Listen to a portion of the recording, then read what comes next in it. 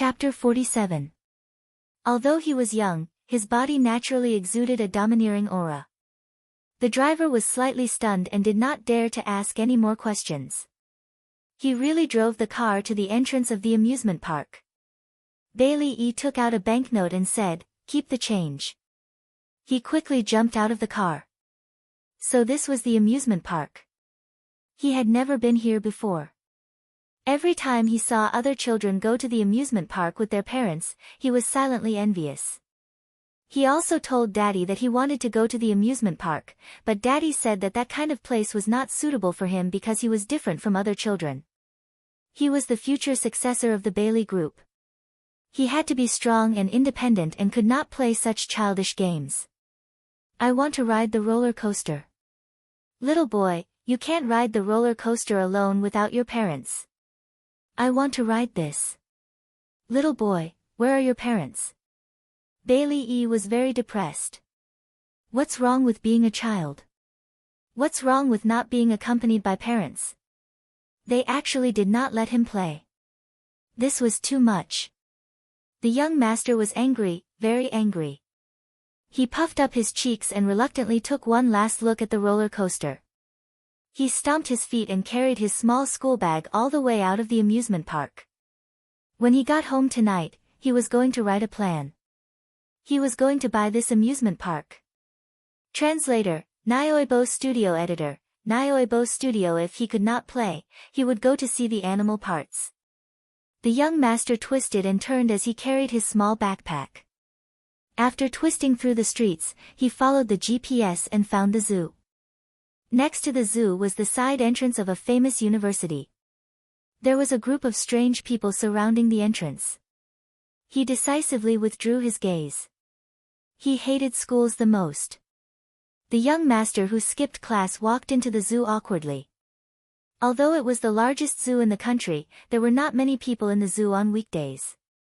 Bailey easily reached the front of the tiger park. Through the glass window, 2 newborn cubs lay quietly in their mother's arms. Sometimes they stretched out their paws to naughtily scratch the tigress's nose, rubbed her head, or ran and jumped around the tigress with their tails up. The tigress looked at her babies tenderly. Sometimes she stretched out her pink tongue to lick their cheeks. Sometimes she adjusted her lying position to make her babies feel more comfortable. The young master lay in front of the glass window. His clear eyes couldn't help but reveal a hint of admiration when he caught a glimpse of the tigress lovingly rubbing against the cheeks of the little tiger. Xia Dong took 2 pictures of the tiger and put her phone into her handbag with satisfaction. She planned to show it to Bao Bao and Gigai in the evening. Glamour magazine held a marketing event at the university next to the zoo. The event went smoothly, and she had time to come to the zoo to have a look. If the children liked it, she planned to take them to the zoo on the weekend. When she turned around, she saw a little boy beside her, staring at the tiger intently. There were no adults around. Could it be that some family's child had gone missing? Bailey keenly sensed that someone was looking at him. It was as if someone had caught his pigtail. He felt guilty and wanted to hide his gaffe. He quickly pulled his face away from the glass window and stood there stiffly. After a brief moment of guilt, he turned to face her, his lips tightly pursed as he scrutinized her. This child looked very familiar. Xia Dong narrowed her eyes. She remembered. Wasn't this the little handsome boy, Bailey whom her daughter had waved goodbye to yesterday? Why was he here? Xia Dong walked towards him. Bailey watched her walk towards him quietly. His eyes were guarded and curious. She walked in front of him, squatted down, and asked gently, "Little friend, are you lost?" "I'm not a little friend." Bailey lifted his chin and declared arrogantly. He really resembled her little old man. Xia Dong smiled knowingly. "Are you lost?" "I never get lost." He frowned. Her question was undoubtedly an insult to him. "Do you need me to take you to mommy?" Although she didn't know why he would appear here during class, she still kindly suggested it. Seeing that she didn't take his words seriously, the young master was in a bad mood. He emphasized again, "I'm not lost." I believe you're not lost, but it's very dangerous outside. Do you need me to help you contact your mommy? Xia Dong simply didn't want him to get hurt, but her unintentional words touched his sore spot. He suddenly said, "Don't say any more, do you hear me?" It was an order. Bailey Yi's sudden anger surprised her, but she quickly understood. She was almost fooled by his harmless appearance and almost forgot that he had splashed Gigai with coke. He was still very strong and had a lot of patience. He wasn't an ordinary child. She shrugged and remained in a half-squatting position. All right, I won't say any more. However, your family might be worried. Bailey Yi pursed his lips and didn't answer her. He walked past her and stood in front of the glass window.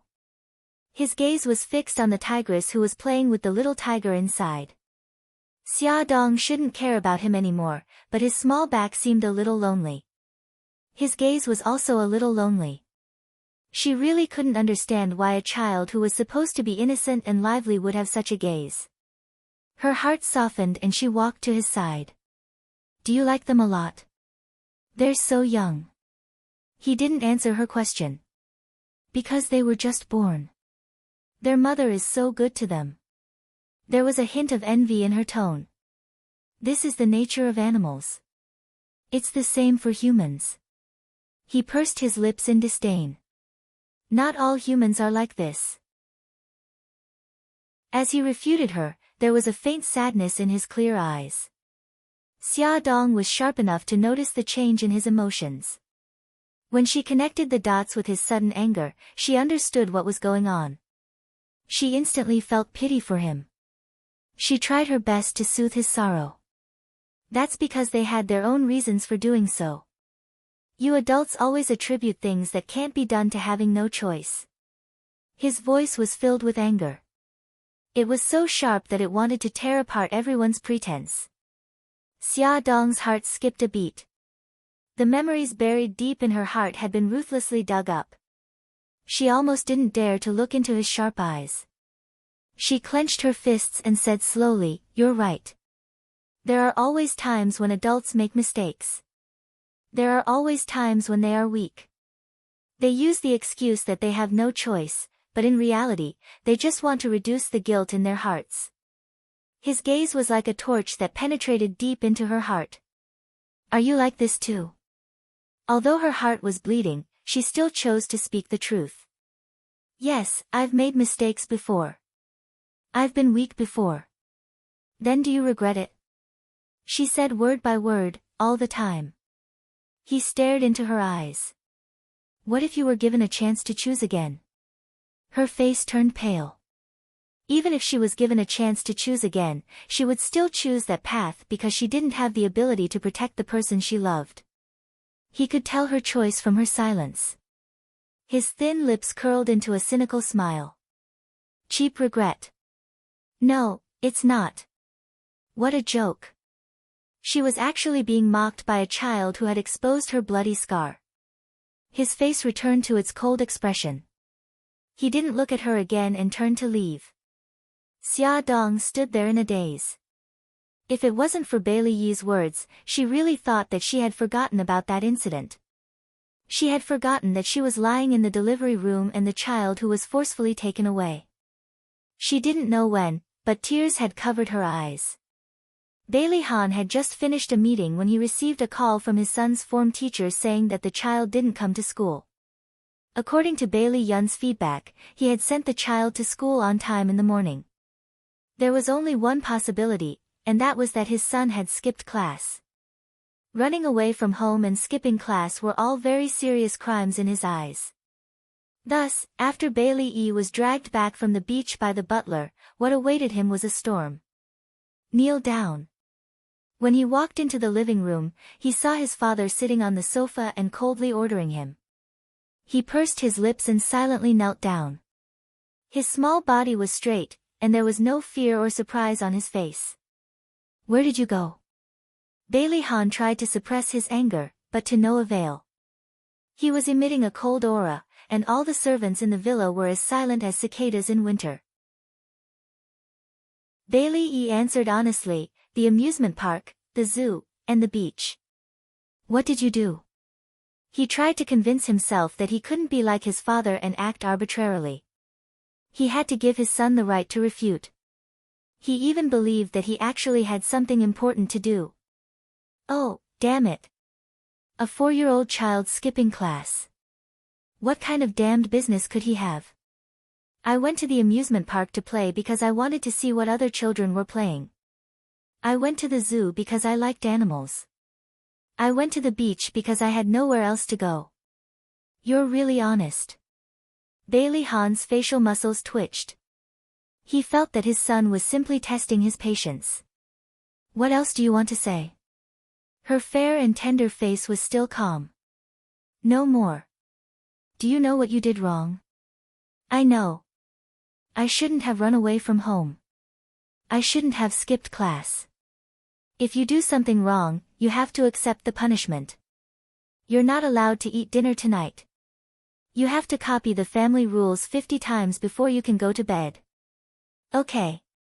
If there's a next time, I'll send you to an aristocratic school in England. Bailey Hahn looked at his son kneeling in the living room. On the surface, he looked serious and obedient, but from his rebellious eyes, he knew that he was not convinced. She immediately felt a sense of helplessness. How could such an obedient child suddenly rebel? Understood. Get up. After teaching his son a lesson, Bailey Hahn called all the servants. Tonight, no one is allowed to send food to the young master. Also, no one is allowed to tell the old madam about the young master's punishment. If the old madam of the old mansion knew that his son was punished, she would definitely intervene. Then, his painstaking efforts to teach his son would go down the drain. At around 10 o'clock in the evening, Bailey Hahn finished dealing with the official business he brought back from the company. He called the butler. How many times does the young master have to copy the family rules? 50 times. Bailey Hahn's face immediately darkened. How long had it been? Why hadn't he started copying? Did he not take his words seriously? Seeing that he was angry, the butler hurriedly handed him a document. Young master, don't be angry. Although the young master hasn't copied the family rules, he has written a proposal for you. Opening the proposal, Bailey Hahn's pupils suddenly shrank. He quickly skimmed through the 10-page proposal. His heart suddenly accelerated. Shock, surprise, and some complex feelings exploded in an instant, causing his hands to tremble slightly. This was written by the young master himself. Yes, young master. Beauty novel, Songshu 566. Chapter 48. As soon as Bailey Hahn finished speaking, he grabbed the proposal book and rushed out of the door. He rushed to his son's room. His son was sitting in front of the small desk. His beautiful eyebrows were slightly knitted. He held a pen in his right hand and carefully copied the family rules on a piece of white paper. Daddy. Seeing him come in, he put down the pen in his hand and stood up politely. For some reason, Bailey Hahn felt a little uncomfortable when he saw his son so obedient. His deep eyes showed a trace of tenderness. He pointed to the proposal book and asked, "Why did you think of writing this proposal?" Bailey puffed up his cheeks and said seriously, "The day before yesterday, I heard Daddy talking to Uncle Lou on the phone. I knew that Xinghao Group was going to buy a piece of land and prepare to explore a new investment direction. I went to the amusement park today and came up with this idea. Daddy can invest in the creation of a parent-child park that integrates tourism, entertainment, animation, and catering. Disneyland is already a very successful example. Although his plan wasn't perfect, there was no problem with the overall direction and concept. He even proposed several effective emergency measures. He was only 4 years old. How did he come up with so many ideas? He was very proud that he had a genius son. Bailey Hahn had always been good at controlling his emotions, but now he could not help but be excited. He held his son in his arms. Tell Daddy, why do you want to establish a parent-child park? His soft body lay in his arms obediently. Even his voice was soft and tender. Because I want all the children to feel Daddy and Mommy's love for them in the amusement park. Bailey Han shuddered and hugged his son even tighter. He had almost forgotten that his son was a single-parent child. He did not have a mother since he was young. It was only when he was 1 year old that he asked about his mother. At that time, everyone in the family was tight-lipped about his mother. He was smart enough not to ask about it again. He thought that his son was used to life without a mother. He ignored his feelings and felt very guilty. A pair of soft little hands hugged his neck and the little head carefully rubbed against his chin. He heard his son's low voice. "Daddy, the last time you hugged me was when I was 3 years old." Bailey Han's body stiffened. He was not used to being touched by others, even if it was his son. Ever since he was born, the number of times he had been hugged could be counted with his fingers. He patted his little back stiffly and said uncomfortably, "Daddy will hug you more in the future." "Great." His son cheered, but in the blink of an eye, he revealed a lonely look. "Daddy has never played with me before." "Daddy, can you occasionally accompany me when you're not busy?" he asked carefully. His little face was full of anticipation, so he couldn't bear to reject him. "Daddy will spend more time with you in the future." "Daddy, we haven't had a meal together in a long time.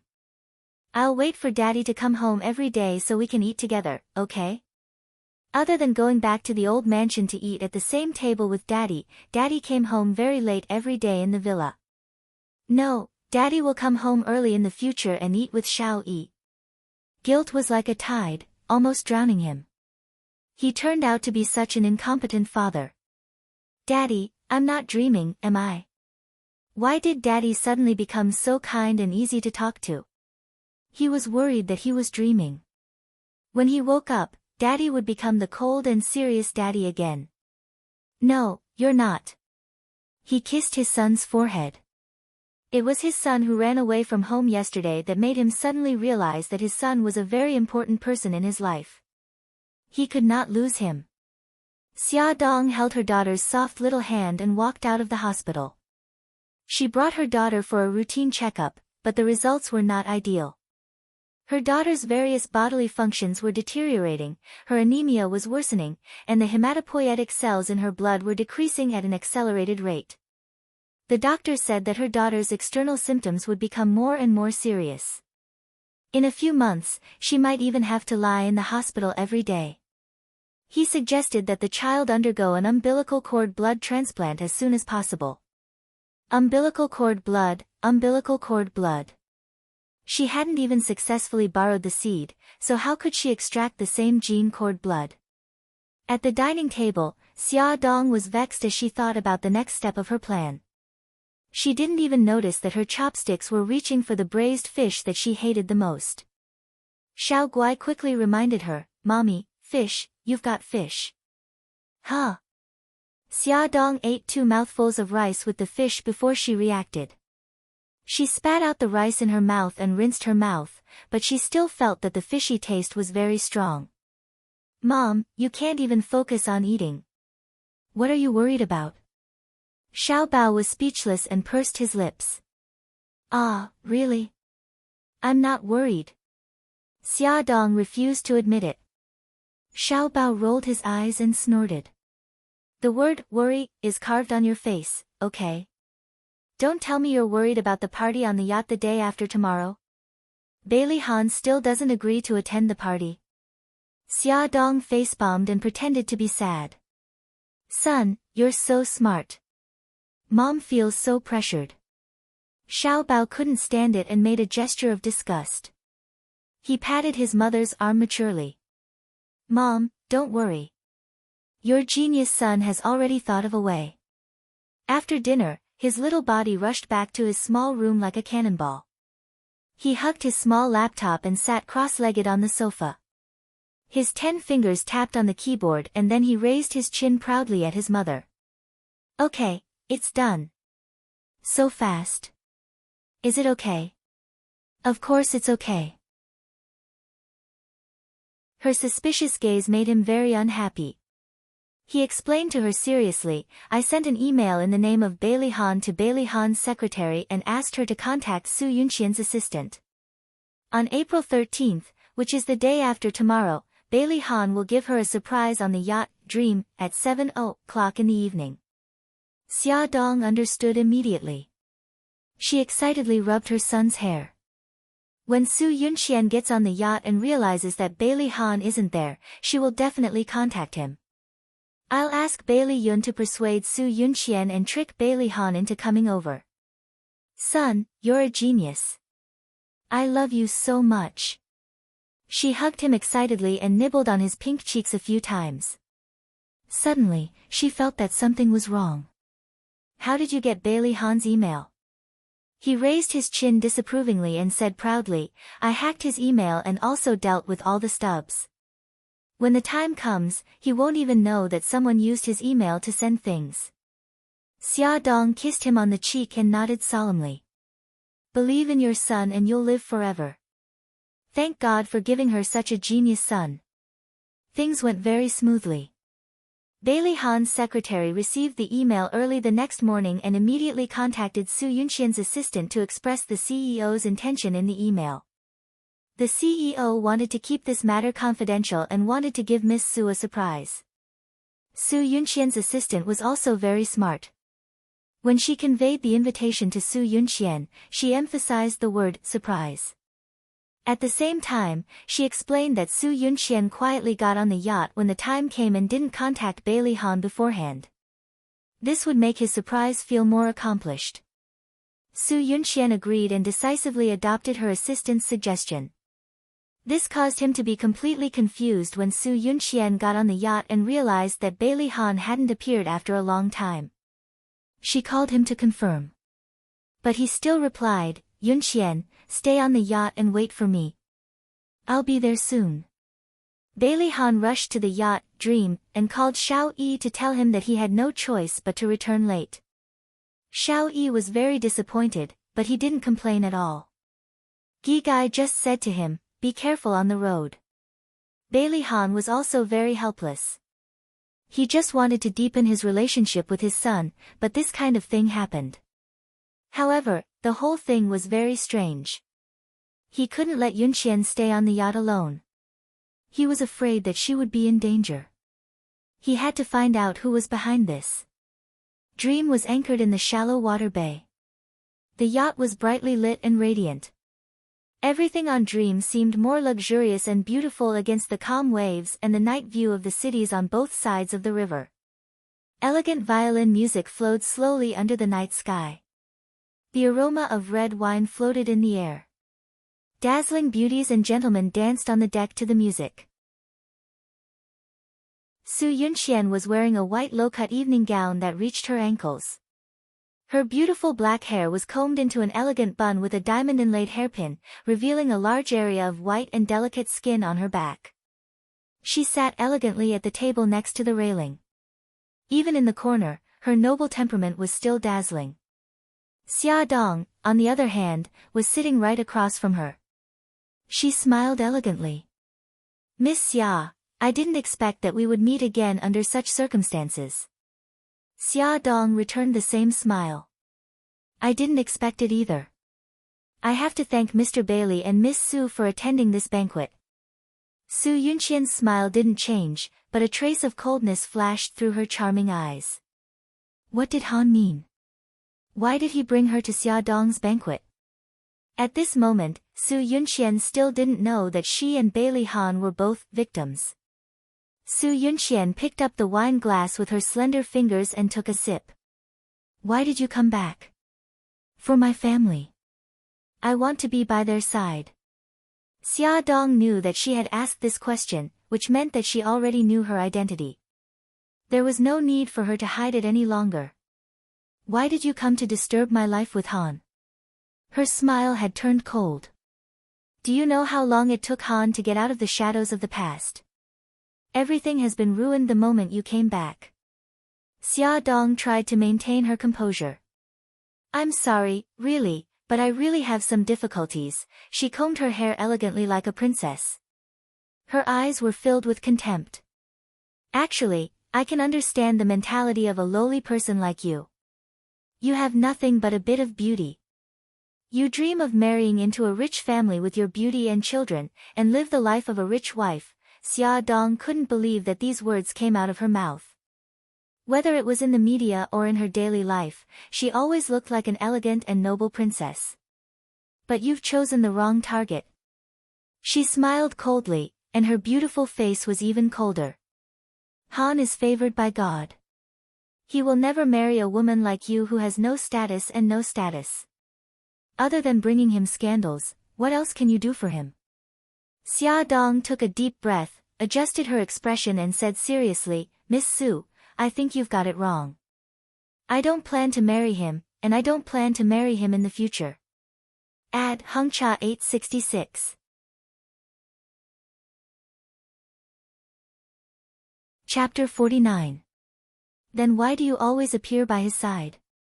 Don't you want to attract his attention? She wasn't a 3-year-old child and didn't believe her at all.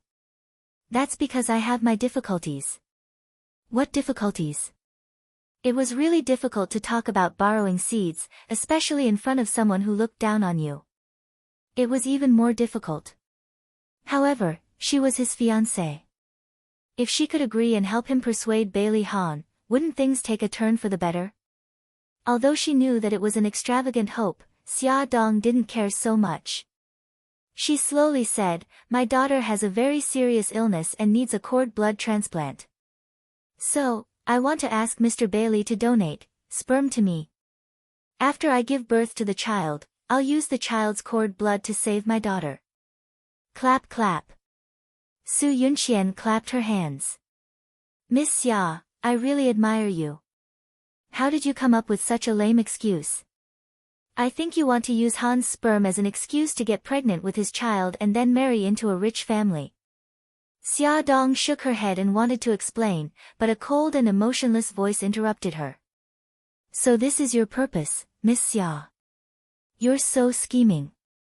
Tonight's good show was also set up by you for me, right? No, it's not like that. Please believe me. If I didn't have to, I wouldn't have come back to disturb you. You don't have to say any more. I won't believe a word you say. Bailey Han considerately put his arm around Su Yunxian's slender waist and looked at her gently. Yunxian, if you still want to stay here, I can accompany you. Su Yunxian looked at him and smiled gently. There's no need. I prefer to spend our time alone. He returned a gentle smile. They only had eyes for each other and didn't look at Xia Dong again. They walked leisurely towards the stairs. Bailey Yun and Xiao Tianxin came back from dancing with their female partners. When they saw that they were about to leave, Bailey Yun smiled and said, Brother, since you're already here, why don't you stay for a while before you leave? How about dancing with my future sister-in-law? The term, sister-in-law, made Su Yunxian's smile brighten and she snuggled closer to Bailey Han. Bailey Han naturally felt her intimacy and very cooperatively held her tighter. He replied faintly, No, your sister-in-law isn't used to this place. We'll leave first. Sir, madam, this is the fruit wine we've specially prepared for our distinguished guests tonight. The alcohol content is very low and suitable for ladies and guests who can't hold their liquor. Would you like a glass? A handsome waiter appeared beside them with a tray. Xiao Tianxin glanced at the tray. The transparent crystal glasses were filled with pale yellow liquid and a pale red cherry blossom bloomed on the rim of the glass. It looked beautiful and delicious. He casually picked up a glass and said with a smile, Since you're here, let's have a drink before we leave. We haven't had a drink together for a long time. Yes, brother. Anyway, you have a driver to pick you up. You don't have to worry about getting drunk. Bailey Yun also picked up a glass. Bailey Han glanced at Su Yunxian and asked for her opinion. When he saw her nod with a smile, he picked up 2 glasses and handed one to her. The 4 glasses clinked together and made a crisp sound. Looking at the pale yellow liquid flowing down the throats of the 4 people, a small figure hiding in the dark covered his mouth and laughed silently. Young Master Bao, the matter you ordered has been done. The handsome waiter came to the place where the small figure was hiding and bowed respectfully. Yes, you did well. Don't worry, I will tell Uncle Shen that you did very well. The figure hiding in the dark walked to the light. His handsome face was serious and his hands were behind his back. Keep an eye on them. When they faint, carry Bailey Yun, Xiao Tiansheng, and that woman off the yacht. As for Bailey Han, get him to the room that has been prepared. Yes, young Master Bao. The waiter bowed again and did as Xia Xiao Bao instructed. His purpose of coming to China was to protect Miss and her children. He would carry out their orders without hesitation. The drugs in the wine were strong sleeping pills. After drinking the wine, Bailey Han and the other 3 people felt dizzy after taking 2 steps. They quickly sat down with the help of chairs. Xiao Tianxing muttered, "Why do I feel dizzy? Am I drunk?" Bailey Yun also saw many shadows in front of him. He seemed to see Xia Dong walking in his direction. He shook his head and wanted to see more carefully, but his head became even dizzier. Plop, he fell on the table. Han, I feel dizzy. Su Yunxian leaned on Bailey Han's shoulder softly and gradually lost consciousness.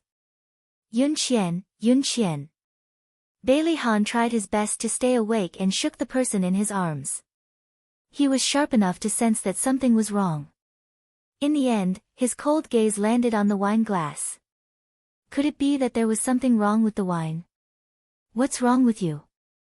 Xia Dong had just exchanged a few words with the other guests and walked around casually. She found Bailey Han and the other 3 sitting around a table. They didn't seem to be in good spirits. When she got closer, other than Bailey Han, the other 3 were already lying on their stomachs motionless. Bailey Han resisted the strong sleepiness and cast his cold eyes on Xia Dong. What did you put in the wine? His voice sounded weak. Wine? What's the matter? Why is there something in the wine? Xia Dong was confused. She picked up the wine glass on the table and checked it. You don't pretend. Bailey Han fell on the table with a plop. Hey, what's wrong with you? Hey. Xia Dong hurriedly pushed him, but he didn't respond at all. God, was he dead? She hurriedly put her finger under his nose. It was warm. Thank goodness, thank goodness. She put her finger to the noses of the other 3 people. They were still breathing. She was scared to death. Fortunately, this place was near the exit and there were fewer people. No one noticed it. Otherwise, it would be troublesome if there was a panic. But what was wrong with them? A handsome waiter suddenly appeared and bowed respectfully. Miss, Master Bao is looking for you. He's in room 101. Please go there. But they're just drunk. Miss, don't worry. I'll send them to their respective cars. Oh. Xia Dong blinked. She still felt that something was wrong. She pointed to the empty wine glass. The wine, that's a cocktail with a high alcohol content. Miss, Master Bao is waiting for you. Oh, okay. Jiang Dao, thank you for your hard work. Xia Dong was very satisfied with the man sent by Mika Kito to protect her. After Xia Dong left, Jiang Dao waved his hand and several men dressed as waiters gathered around him. Send these people off the boat. As for him, send him to room 102. The men bent down and each of them carried a person and left. When Xia Dong walked to room 101, her precious son was telling her precious daughter a fairy tale. The 2 little guys were lying on their stomachs, their little feet bouncing up and down. Her daughter giggled from time to time. Her heart was filled with tenderness. She quietly closed the door and walked behind the 2 little Bao. She hugged one in each hand and tickled their waist. She deliberately asked in a hoarse voice, "Guess who I am?" "Ah, Grandmother Wolf." Her daughter smiled and jumped into her arms. "A whoop, Grandmother Wolf wants to eat delicious little guai," she deliberately stuck out her tongue to scare her. Brother, save me. Grandmother Wolf is so scary, Gigai, don't be afraid. Brother will protect you." The three of them laughed together and the whole room was filled with a warm atmosphere. The children were tired from playing and leaned into her arms. She pinched Xiao Bao's soft cheeks. "Xiao Bao, Jiang Dao said you were looking for me. What's the matter?" Xiao Bao looked up at her, his bright eyes flashing with a sly light. "Mom, I want to give you a present. You can go to room 102 to accept it now." "What's the matter? Why are you being so mysterious?" "You'll know when you get there." Xiao Bao pushed her. "Go quickly. Gigai and I are going to sleep." Okay. "Good night, Mommy." Xiao Guai kissed her cheek. What were these two children up to? Why were they being so mysterious? Xia Dong muttered as she opened the door to room 102. Click. She turned on the light. The room was beautifully decorated. It was warm and elegant. There was a huge bed with a soft mattress and a layer of rose petals. The incense lamp at the bedside gave off a mesmerizing fragrance. But that was not the most important thing. The most important thing was that there was a man lying on the bed. The most important thing was that this man was Bailey Han, and he was Bailey Han in a bathrobe. Xia Dong froze on the spot. At this moment, two choices appeared in her mind: 1. Eat the drunk Bailey Han, 2. Let him go and run away. Should she choose 1 or 2? Because of excitement and nervousness, she clenched her fists tightly. 1 or 2? Oh, no. Wait. Why was Bailey Han here? Didn't Jiang Dao say that he would send him off the boat? Xia Dong, who was in a dilemma, suddenly remembered that she had another choice. She had to figure out what was going on. But damn it, the door was locked from the outside. She couldn't open it at all. "Xia Xiao Bao, is this your doing?" Xia Dong shouted angrily as she kicked the door. "That's right. Your progress is too slow. I can't stand it anymore. Mom, I support you to jump on him." Xia Xiao Bao was wearing Garfield pajamas and cute bunny ear slippers. He crossed his arms coolly as he spoke to his flustered and exasperated mother through the door. Xia Dong wanted to explode. Why did she have to have such a genius son? But he was already engaged. If they had sex again, wouldn't it cause him to have an affair? This was also the reason why she had been trying to persuade him to donate his sperm. As if he knew what she was thinking, Xia Xiaobao's arrogant voice sounded again. "Mom, don't be so naive to think that he will donate his sperm to you. I heard your conversation just now. He doesn't believe you at all. Also, that woman called Su Yunqian is also very annoying. That annoying woman dared to slander his mother. She was too hateful. He wanted to help his mother seduce Bailey Han and teach her a lesson." Yes, Xiao Bao was right. Bailey Han didn't believe her at all. Could she really convince him? How long would it take to convince him? Could Xiao Guai wait until then? Xiao Bao's voice continued to tempt her.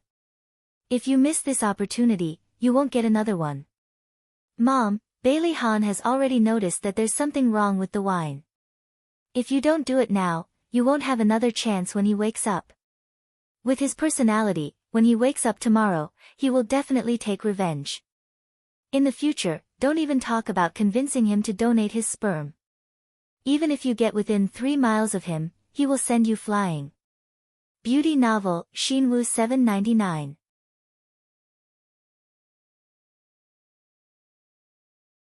Chapter 50. Mom, don't blame your son for not reminding you. Although the strong sleeping pills are powerful, they can only last for an hour. You only have an hour to consider. Oh, right, let me remind you again. Half an hour has passed. Xia Dong sighed. All right. You don't have to say anymore. Go back to your room and sleep. There was no more sound outside the door. It seemed that her son had returned to his room. She looked at her watch. Just as she was hesitating, another 10 minutes had passed. She walked to the bed step by step. Under the warm light, his facial features were gentler than usual. His facial features were really good-looking. He had deep eye sockets, a high nose bridge, and sexy thin lips. He looked so attractive. But at this moment, she didn't feel any pleasure from admiring his beauty. She was in pain. Tears gathered in her eyes. Her hand fell on his face, and she rubbed it gently. "I'm sorry, I have no choice. In order to save our daughter, let me do it again." She gently undid the belt of his bathrobe, and his strong body entered her line of sight. Memories from 5 years ago suddenly surfaced in her mind, and her face instantly turned red. Although she had even given birth to a child, the heavens could testify that she only had that one experience. She had only seen a man's naked body before. Other than Xiaobao's. "Don't worry, I'll be very gentle." She was so embarrassed that she didn't dare to look directly at him. She simply closed her eyes and repeated the experience from 5 years ago. His lips had a faint scent of wine. It was a little hot and a little soft. She kissed him attentively. Her gentleness was like a feather sweeping across his brow and stopping on his forehead. She was nervous and careful as if she was kissing a precious treasure. A hazy feeling came up, and she instinctively grabbed the part of him that was screaming for her attention. With just a gentle movement, the person in his sleep seemed to have sensed something. He couldn't help but straighten his beautiful neck and moan as if he was dying. His expression of pain and comfort intertwined chaotically. "Yun Qian." His voice was hoarse and full of lust. It gave her a shock, and she thought that he had woken up. Fortunately, the person below her only cried out once and didn't make another sound. She relaxed again and continued what she was doing. That part of his body became even hotter and harder in her hands. Feeling the pulsating pulse and the eruption of his body, Xia Dong's mind suddenly went blank, and his body suddenly stiffened. She suddenly felt a sense of fear. She did not dare to continue. Just as she was about to retreat, he suddenly turned over and flipped her over onto the bed. He couldn't wait to kiss her. He couldn't wait to caress her soft body. His fingers kneaded vigorously. Her full lips moved, making him unable to resist tasting them carefully. Her small tongue that escaped in a panic was also so cute. Her heartbeat almost rushed out of her chest, and she was almost lost in this deeper and deeper kiss. His fiery heat pressed against her mysterious fragrant garden, and his attack was imminent. Hiss, the pain made him suddenly wake up. He jerked his body away and covered his bleeding lips. His eyes, which had just regained consciousness, flashed with a brief moment of confusion. Suddenly, it turned into a cold and gloomy light that tightly locked onto the little woman below him. "Woman, I've finally caught you. This is your goal, HM." His gaze was so scary, as if it was going to tear her apart. His voice was as gloomy and dangerous as if it came from hell. His palms pinched her slender neck, and he gradually increased his strength. It was as if he used any more strength, it would break with a crack. His eyes flashed with a bloodthirsty light, and he said word by word, "Tell me, how should I punish you?" It was so uncomfortable. She couldn't make a sound, and the air in her throat disappeared bit by bit. She was like a drowning fish, opening her mouth and breathing hard. Her eyes overflowed with tears because of the discomfort, and she blinked her eyes pleadingly. He loosened his grip a little. "What else do you want to say?" "Cough, cough, please don't kill me." Her eyelashes were filled with tears, and she looked pitiful. However, he wasn't a philanthropist. He didn't want to keep a woman like this who had such evil intentions and would cause more trouble. He increased the strength in his hands again, and she used her hands to grope around the bed. "Ah!" She let out a painful scream. At the same time, her hand grabbed a pillow. She used all her strength and threw the pillow at his head. He was caught off guard, and reflexively used his right arm to block it. His other arm was still firmly pressing her down on the bed. She finally sucked in some fresh air, and as she sucked in hard, she raised her right foot and kicked his head. She had learned some martial arts from Mika Keto and her foster father, and now it came in handy. Good skills. Bailey Han grabbed the pillow and threw it aside. He nimbly jumped off the bed and dodged her heavy blow. His thumbs slowly touched his injured lips, and his eyes were cold. If you tell me who ordered you to do this, I might consider letting you go. This woman's skills were swift and deadly. He no longer believed that she simply wanted to seduce him. Perhaps, she was a spy sent by his opponent. Xia Dong's brain worked quickly, and she quickly came up with an idea. If I tell you who is behind this, will you really let me go? Of course, I, Bailey Han, am a man of my word. He looked proud. He didn't need to play dirty with her. Even if she was lucky enough to escape this time, she wouldn't be able to escape City A. Her serious expression suddenly turned sad, and there were even tears in her eyes. You're right. They kidnapped my family and threatened me to get close to you. If I didn't complete the mission, they would kill my family. Who are they? The Dark Knight. The godfather of the Italian mafia, Tomac, founded the largest arms organization in the world. Bailey Han raised his eyebrows and sneered.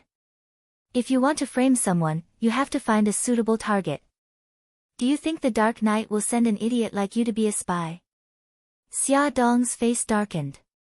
The next moment, a warm body pressed against her. Bailey Han's low voice sounded like a demon in her ear. I knew you wouldn't be honest.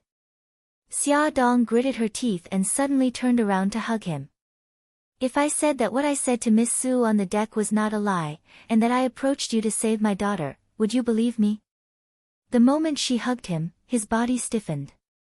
He hated it when others touched him, but at that moment, his body didn't hate her. Do you think I'm a 3-year-old child who will believe your nonsense? He grabbed her arm and tried to push her away. She hugged him tightly as if she had gone crazy. Don't, Bailey Han.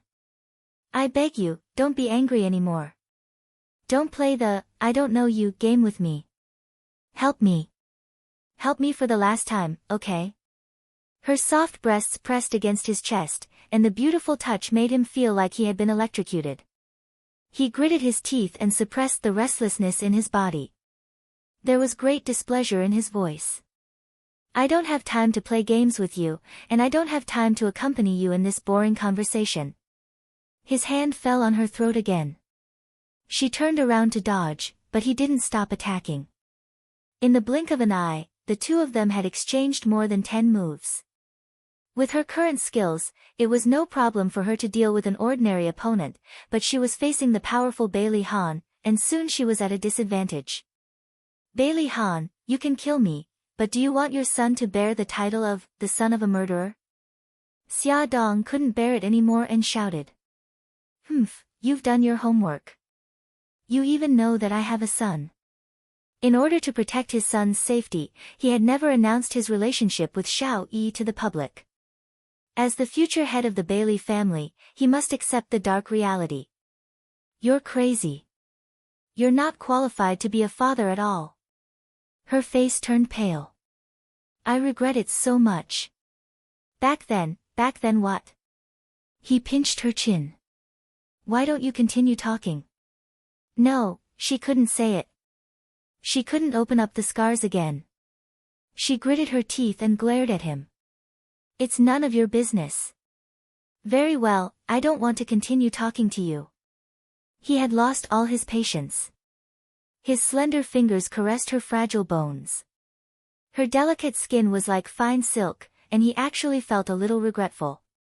Xia Dong was helpless. She told him the truth, but he didn't believe her. She begged him, but he still didn't want to remember her. She still wanted to save her daughter. She didn't want to die by his hands. She made up her mind. As he exerted force, she tiptoed and kissed his lips. She nibbled on his lips like a madwoman, her hands moving up and down his body without any rhyme or reason. She felt the hand on her throat slowly slide down to her back, even subconsciously caressing it. She bit his earlobe and whispered like a lover, Bailey Han, I love you. This is my purpose for getting close to you. His Adam's apple moved uncontrollably. His lips moved as if he wanted to say something. She kissed him fiercely and blocked his words. The smell of incense in the air became stronger. The two of them hugged each other. Their body temperature rose, and there was an unknown throbbing in their hearts. Bailey Han was frustrated. He actually felt something when this woman forced a kiss on him. The burning part of him was awakened again. His heart was filled with emptiness. He had an impulse to fiercely press down on this woman in front of him. Xia Dong also felt that emptiness. She wanted to scold him. She had only forced a kiss on him. Why did he feel so impatient? They didn't know that the problem lay in the incense lamp at the bedside. Xia Xiaobao had put in the incense lamp. This kind of herb had an aphrodisiac effect, but it needed to be smelled for more than an hour to take effect. Now, the incense was beginning to show its effect. We can't continue like this. Bailey Han pushed away the woman who was hanging on him like a koala bear. His hoarse voice was filled with lust. At this time, both of their clothes had been taken off and thrown messily on the ground. Their bodies were also bruised and disheveled. He awkwardly pulled a thin blanket to cover his lower body. He tried to calm down. His body was very uncomfortable, and he urgently needed relief. He no longer had the mood to care about Xia Dong. He rushed into the bathroom and took a cold shower. Xia Dong didn't expect that she would have such strong lust. Her whole body felt like it was on fire. She was ashamed and uncomfortable. She trembled as she picked up her clothes and put them on one by one. Listening to the sound of water in the bathroom, his strong body uncontrollably appeared in her mind. God, this is too embarrassing. She hugged her head and buried herself in the blanket. She curled up into a ball and trembled because of the discomfort. Welfare, Xinwu 799.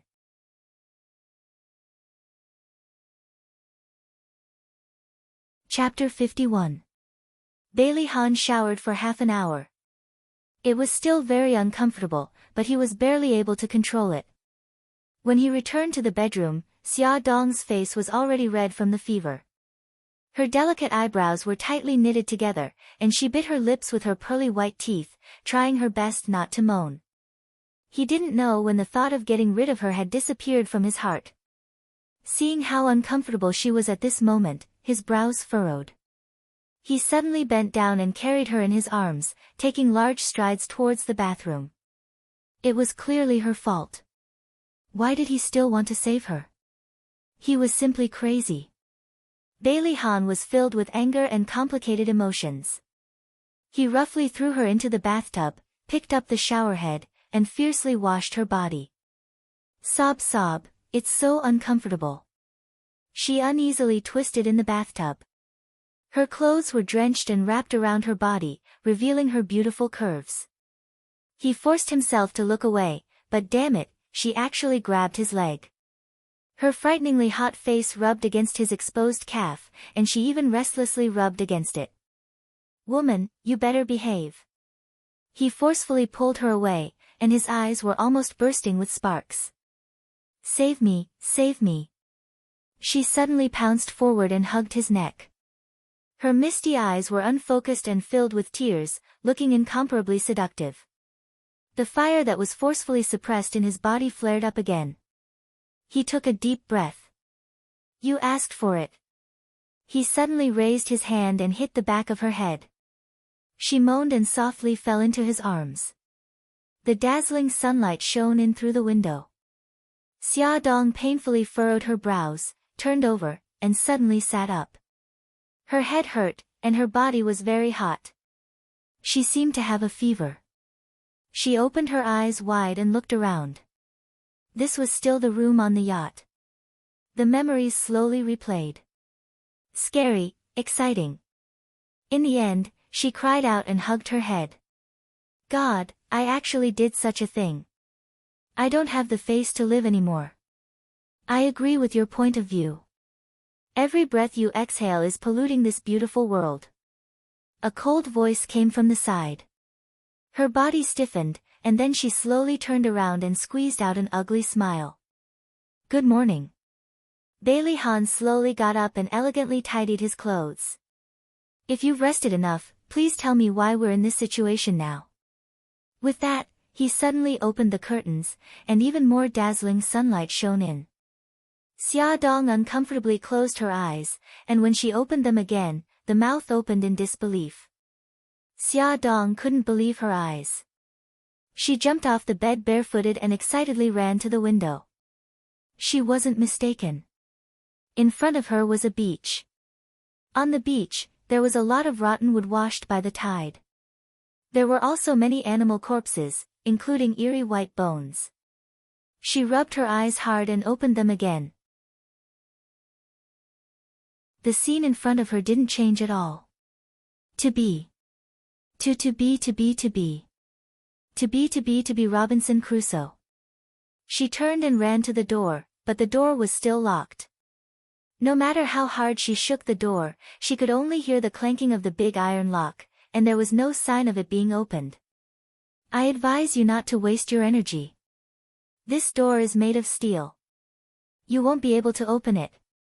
Bailey Han sat on the sofa, coldly watching her jump up and down to look for something to smash the door with. She ignored him, threw away the stool in her hand, and returned to the window. This time, she could see more clearly. It seemed that the yacht was docked at the edge of a deserted island. Behind the beach was a dense forest, and there might even be ferocious beasts. She anxiously took out her phone and dialed her son's number. She wanted to make sure that the two children were fine, but the phone only rang twice. Damn it, there was no signal. She grabbed her hair in frustration. What kind of place was this? There wasn't even a phone signal. She suddenly turned and looked at Bailey Han, who was unbelievably calm. Why are you so calm? Is this your doing? Bailey Han's mouth twitched. Don't compare my psychological endurance with yours. I'll feel that it's an insult to me. It's true that you're stupid. I was brought to this room by you, and I've been here all this time. May I ask, how can I do anything? You can get your subordinates to do something. Maybe you want to get me to this deserted island to kill me and destroy the evidence. If I kill you, I don't have to worry about destroying the evidence. Don't put me on the same level as you. Xia Dong decided to ignore him and find a way out. She had to get out quickly to ensure the safety of the children. She pushed open the glass window and looked at the dark sea below. It was a little high, and she didn't know how to swim. If she jumped down, she would definitely drown. She turned to look at him. Bailey Han, do you know how to swim? He looked at her as if she was an idiot. After you jump into the water, how do you plan to get to the deck? We can use a rope or a bed sheet, he mocked her mercilessly. Congratulations, there's no rope in this room. As for the bed sheet, I think you've watched too many movies. Before she woke up, he had already checked carefully. There was no rope in this room at all. But we can't just sit here and wait for death. We have to think of a way. Xia Dong clenched her fists, her face full of determination. Seeing her rummaging around the room, his cold eyes moved slightly. Cuckoo. Cuckoo. A white thing flew in from the window. It's a pigeon. Xia Dong ran to the window excitedly. The pigeon stopped on the table. She carefully caught it in her hand, but it did not run away. Instead, it used its mouth to rub against the back of her hand. She tentatively touched its leg. There was a small tube tied to it. She opened the tube and poured the contents into her palm. It was a key, and there was also a small white slip of paper. There was only a simple sentence on the note. Mom, don't say that your son didn't help you. Seize the opportunity. Xiao Guai and I are safe. We're waiting for your triumphant return. Her face instantly darkened. She crumpled the note into pieces. She was roaring in her heart. Xia Xiaobao, just you wait. How dare you trick your mom like this? When I get back, I'll definitely teach you a lesson. The key was used to open the door. Bailey Han broke the glass of the window next to the door and tied his arm with a piece of cloth so that he wouldn't be stabbed by the broken glass. He easily opened the heavy iron lock. Clang! The metal chain was thrown to the ground. Xia Dong wanted to rush out, but he stopped her. What's with the key? She looked innocent. I don't know either. Who gave you the note? He asked aggressively. Who's the mastermind behind this? I don't know. There was no name on the note. It only said that the key was used to open the door. I'm also a victim. I don't have to lie to you. She looked sincere.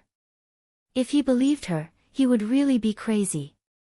She said again, the most important thing now is to leave this place. We have to stay together. We can't have internal strife. He glanced at her coldly. I'll go to the steering room. You see if there's anyone else on the boat. There was no one in the steering room. The fuel gauge showed that all the fuel had been used up, which meant that they couldn't start the yacht. He went to the kitchen and the infirmary. There was still food and fruit in the kitchen, and some conventional medicine in the infirmary. The situation wasn't too bad. All the rooms are empty. There's only the two of us on the boat. Xia Dong looked around. She was a little out of breath. She didn't look too good, and her forehead was covered in cold sweat. The fuel has been used up. We can't leave. Fortunately, there's still food and medicine. I found that the lifeboat is gone too. They probably did it to prevent us from escaping. We have to think of a way to leave as soon as possible. Xia Dong felt very tired. She sat on the chair and held her cheek with one hand. I'm sorry. I feel a little uncomfortable. I'll rest for a while. Bailey Han had already noticed that her face was abnormally red. He bent over and touched her forehead. His hand was covered in sweat. He frowned. You're running a fever. You probably caught a cold. She let out an uncomfortable, ugh. His frown deepened. He ordered coldly, lie on the bed. No need. I'll just sit down for a while. Don't make me say it a second time. Xia Dong looked up weakly. His expression was really ugly. All right, she didn't want to make him angry. She got up and walked towards the big bed. After a few steps, she felt dizzy and fell towards the floor. She thought that she would hit her head and bleed, but the pain she imagined didn't happen. She was held by a pair of strong arms around her waist. She heard a deep voice. Idiot. The next moment, she felt her body being lifted. She was picked up by Bailey Han and thrown onto the bed. He really threw her. She frowned uncomfortably. Lie down properly. I'll go find some cold medicine. The sound of his footsteps gradually faded away, and her heavy eyelids closed.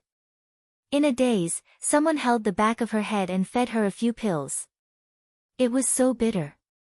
She wanted to spit it out, but her mouth was roughly pinched. If you don't want to spontaneously combust, swallow the pills for me, Gigai. Damn it.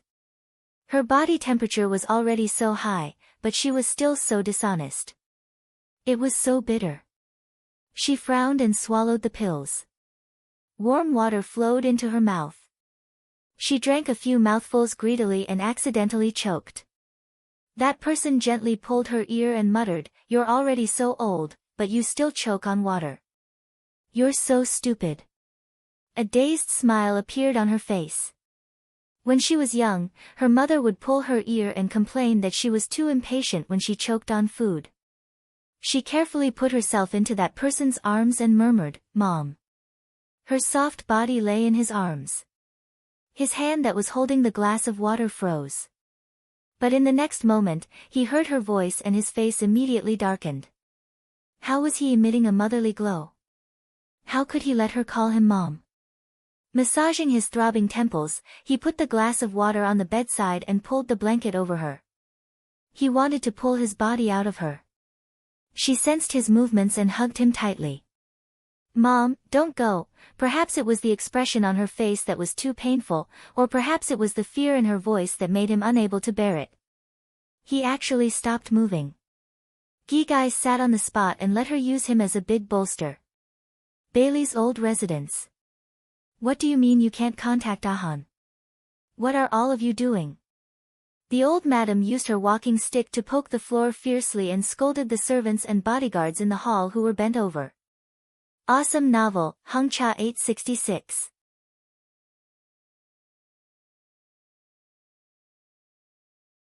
Chapter 52. Mom, don't worry. The police and the Dragon Gang have already sent people to search everywhere. I think there will be news soon. Bailey Xiong comforted the old lady. The Dragon Gang was the secret dark force of the Bailey family and would not be easily mobilized. This time, they had sent half of their people, which showed the importance of this matter. Don't worry, how can I not worry? Ahan has been missing for 14 hours now. I can't get through to his phone, and no one knows where he went. If he was kidnapped, the kidnappers would have contacted us. No news is the scariest. The old lady's eyes turned red as she spoke. Mom, calm down. Have a cup of ginseng tea. You haven't eaten anything all day.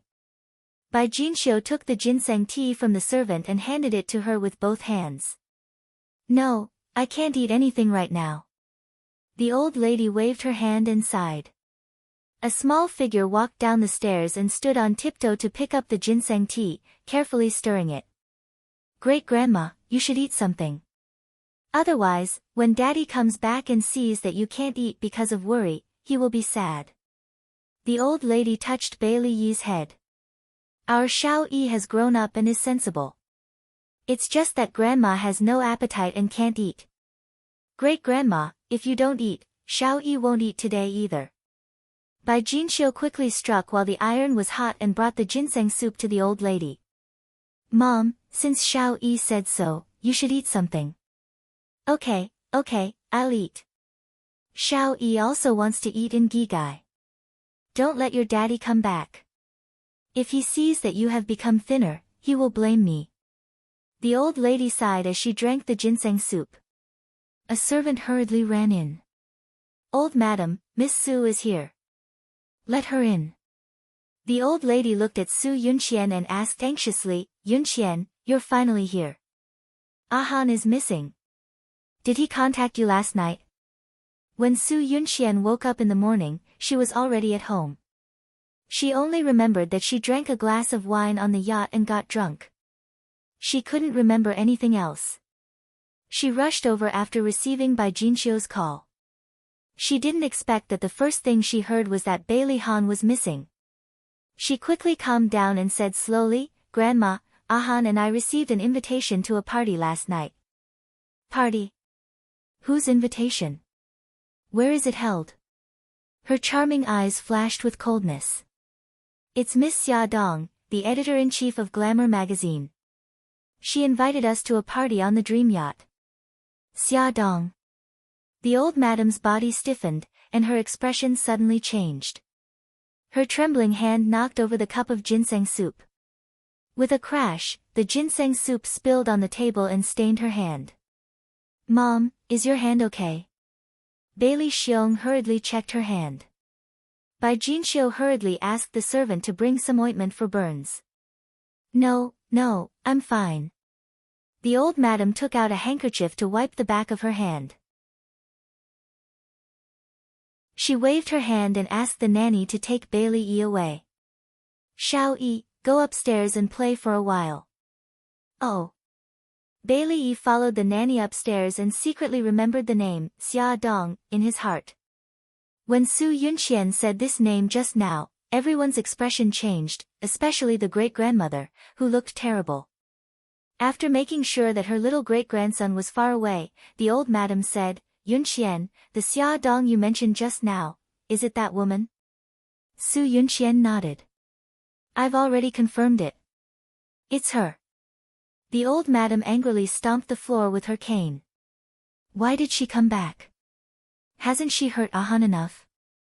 Su Yunxian calmly lowered her eyes to hide the resentment in her eyes. She said softly, recently, she's always looking for opportunities to appear by Ahan's side. I think she's regretting it. Regretting it? It's not up to her to regret it now. The old madam angrily slammed the table. As long as I'm alive, she can forget about entering Bailey's house. Bai Jinxiu's expression eased a little. Yunxian, tell me, what happened last night? Why didn't Ahan come back with you? Su Yunxian showed a serious expression.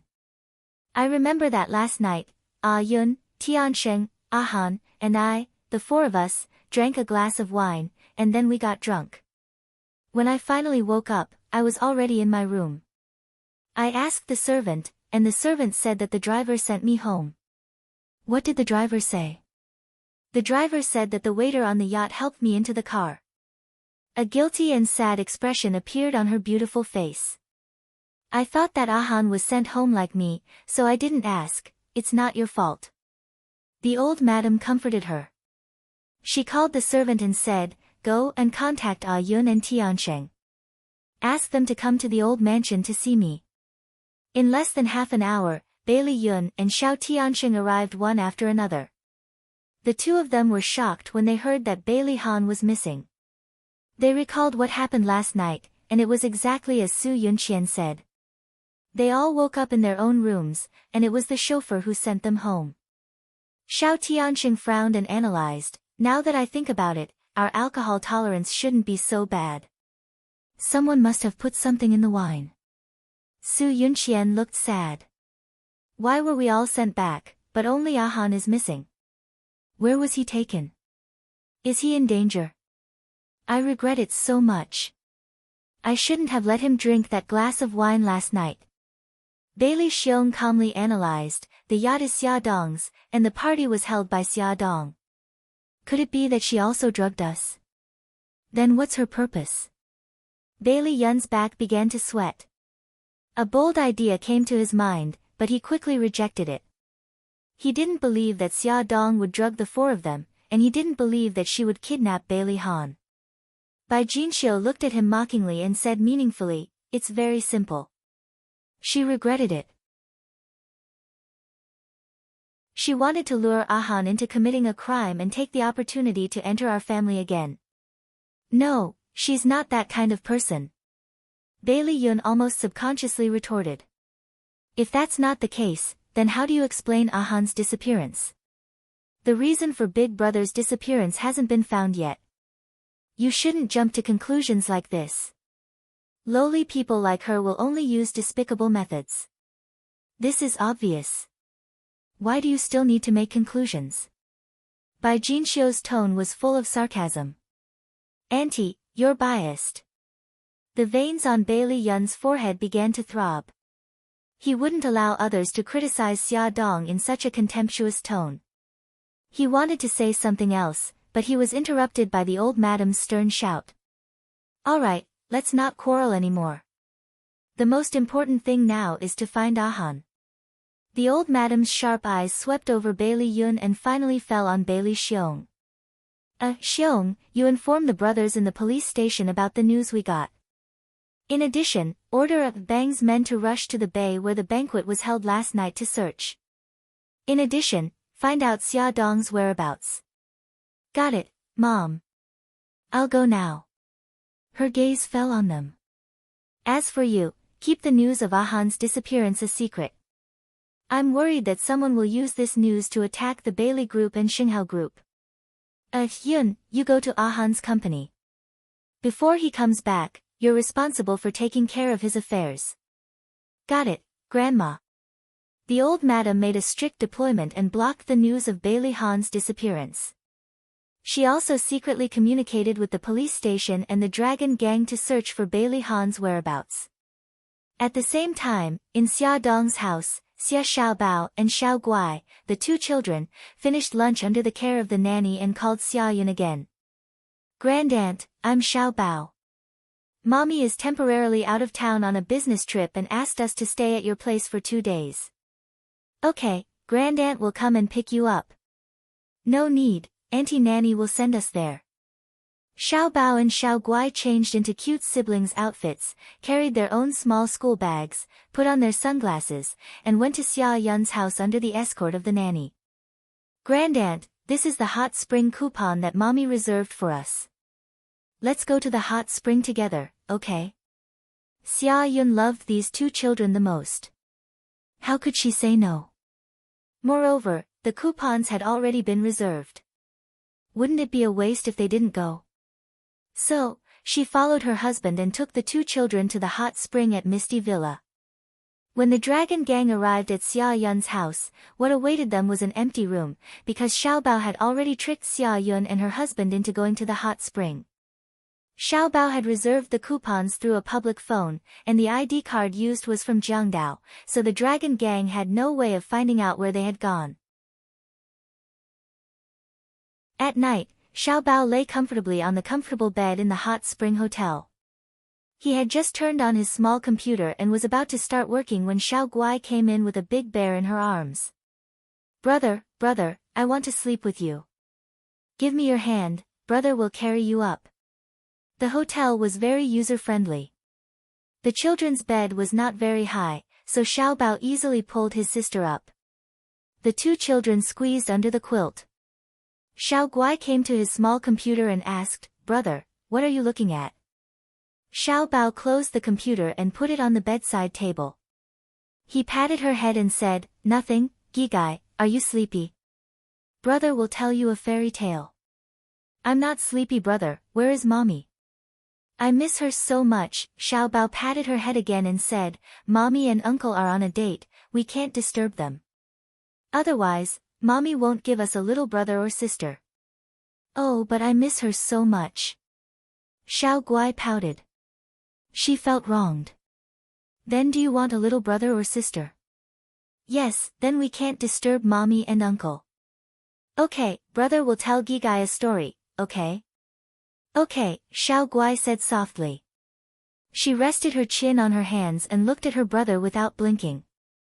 Once upon a time, there was a little girl. Her name was Snow White. Snore, snore, she finally fell asleep. Xiao Bao put his sister's white and soft arms under the quilt and jumped off the bed easily. He hugged his small computer and nestled on the sofa. The computer screen lit up. His small fingers tapped on the keyboard a few times, and a video call popped up. The person on the other side was the handsome waiter on the yacht, Jiang Dao. "Young Master Bao, good evening." "Yes, good evening." Xiao Bao nodded seriously. "Jiang Dao, what's the situation on the yacht?" "I've already released a carrier pigeon. The door to room 102 has been opened." Bailey Han and Miss checked the situation on the yacht and then returned to room 102. "What did they do today?" "I was too far away, so I couldn't see clearly. They only went out for a while, then stayed in the room and didn't leave." Ad Hongcha 866.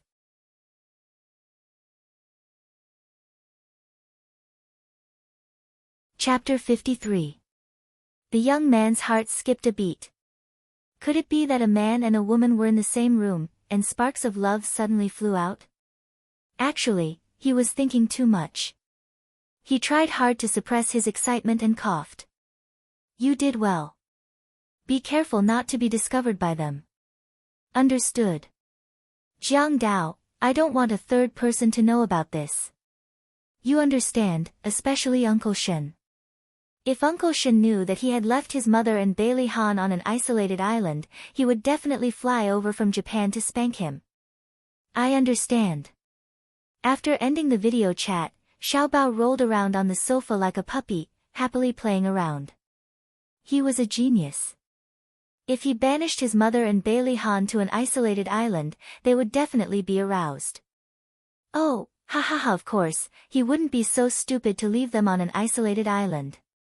He even asked Jiang Dao to lie in ambush on the island. If they encountered any danger, he could help them in time. Of course, Jiang Dao would also create some trouble for them.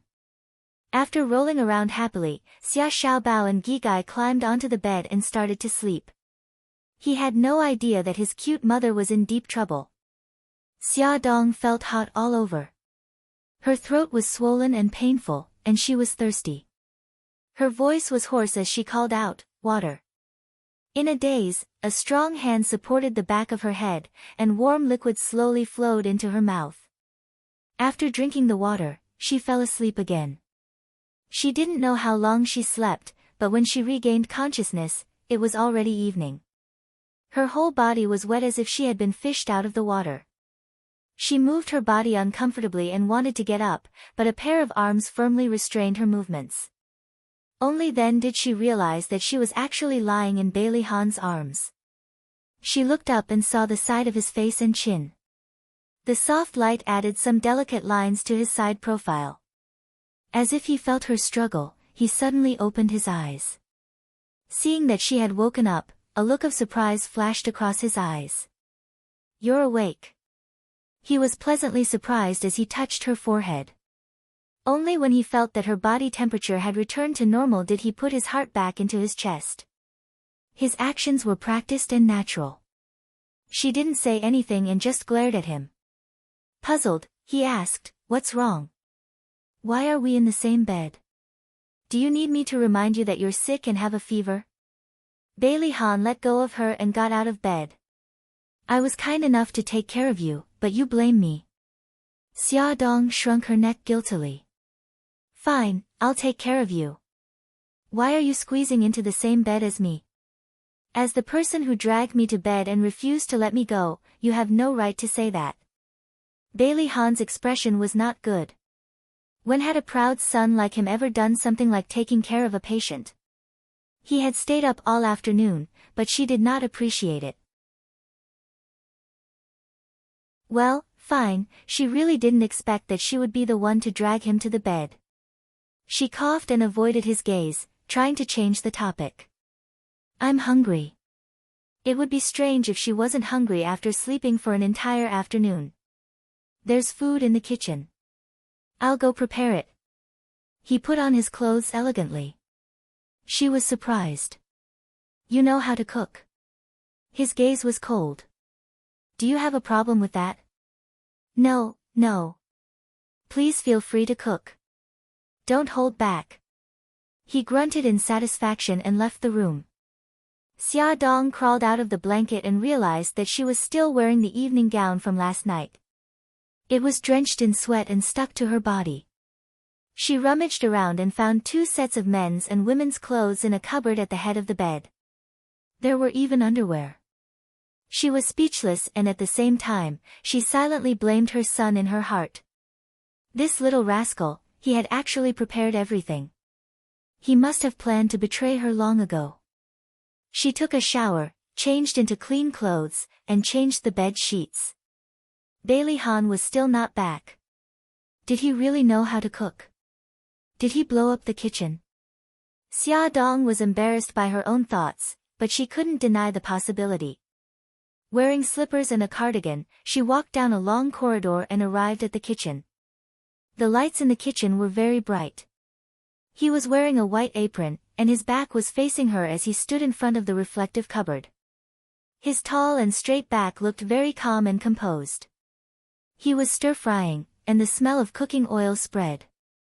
After a while, it became the aroma of the dishes. Xia Dong looked at the busy person in the kitchen and couldn't help but sigh. Handsome men were blessed by nature. Even his cooking movements were so perfect. After stir-frying the last dish, he elegantly took off his apron. She quickly went forward to help. "I'll prepare the bowls and chopsticks." Broccoli with minced garlic and carrots were the side dishes. The red and green colors were fresh and delicious. The sweet and sour cabbage was sour and appetizing. There was also a dish of stir-fried bitter gourd. The seafood porridge simmered on the gas stove emitted a faint fragrance. It was relatively light and suitable for patients. During the meal, Xia Dong felt touched.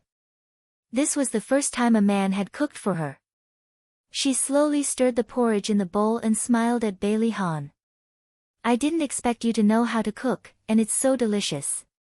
I was tired of Western food when I was studying in England, so I tried to cook by myself." Bailey Han replied faintly. "I thought you didn't have to do these things yourself." Shouldn't a rich young master like him have groups of servants to serve him? According to the Bailey family's rules, boys will be sent abroad to study after they turn 18. The family will pay for their tuition, but they have to take care of themselves. This was the first time Bailey Han mentioned his past to someone else. Then you must have suffered a lot. There was no surprise or sympathy on her face, only seriousness. Bailey Han was stunned and opened his mouth. His heart felt like it was wrapped in a duvet, and there was a warm feeling. No one had ever said such words to him. They only saw him in all his glory and brilliance. Clearing his throat, Bailey Han calmed himself down and said arrogantly, "These are all small things. How can they be difficult for me?" She held back her laughter. Yes, young Master Bailey is omnipotent. The atmosphere between the two of them became harmonious. After the meal, Xia Dong volunteered to clean up the battlefield. Bailey Han stood at the door and looked at the busy woman. He actually thought, this kind of life is not bad. Realizing what he was thinking, Bailey Han's face darkened. He walked out of the cabin with a bit of depression and leaned against the railing to look at the night view of the sea. Let's go. We'll rest for a while and eat some fruit. Xia Dong brought over a large crystal fruit plate. Hearing her voice, Bailey Han's agitated heart gradually calmed down. He replied with a faint and reached out to take the fruit plate for her. Then he led her to a room on the second floor. Xia Dong opened the door. It was dark inside. What is this? Click. The lights were turned on. It turned out to be a small home theater. No wonder the door felt unusually heavy when she pushed it open. It turned out that it was soundproof. As the owner, you are not as familiar with this yacht as I am. His voice had a hint of mockery. I can't help it. I won the yacht after all. I really don't know what's inside. She didn't mind being mocked by him at all. This only showed how good she was. Even he was defeated by her. She ran over excitedly and flipped through the DVDs inside. Finally, she found a comedy that she had never seen before. The two of them huddled on the sofa and watched the movie while eating fruit. Xia Dong was attracted by the funny plot and couldn't stop laughing throughout. Poor Bailey Han's ears were poisoned by her high-pitched laughter. He really couldn't understand what was so funny about those lousy plots. After watching the funny movie, it was still early. The two of them watched a horror movie. Xia Dong hugged a pillow and curled up on the sofa. The sound effects of the home theater were very good. The creepy sound lingered in the enclosed space and she had goosebumps all over her body. Suddenly, a hand came out of the darkness and patted her shoulder.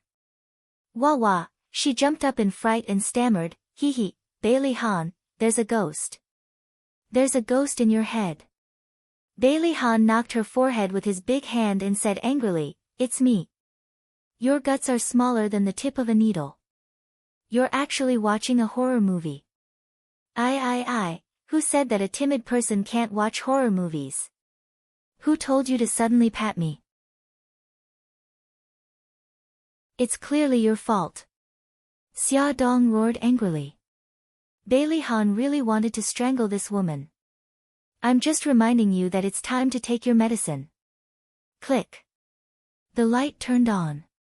Putting the remote control on the table, Bailey Han picked up the glass of water and the pills on the side. She pouted. I'm already much better. Can I not take my medicine? He looked at her coldly. What do you think? If you can't, then you can't. I'll take it, okay? She muttered as she took the pills. With a heroic expression, she suddenly put the pills into her mouth.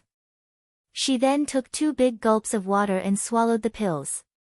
She couldn't help but stick out her tongue. It's so bitter, here you go, he handed over a slice of apple. The corner of his mouth twitched. Who could tell him why he walked the path of an old mother? Under Bailey Han's meticulous care, Xia Dong woke up the next morning and recovered from her cold. She stretched lazily and looked into the distance. Her movements suddenly froze. Damn it, she almost forgot about their current situation. They were still on an isolated island. Bailey Han's expression was calm. He knew that his family must have known about his disappearance. They would definitely find a way to find him.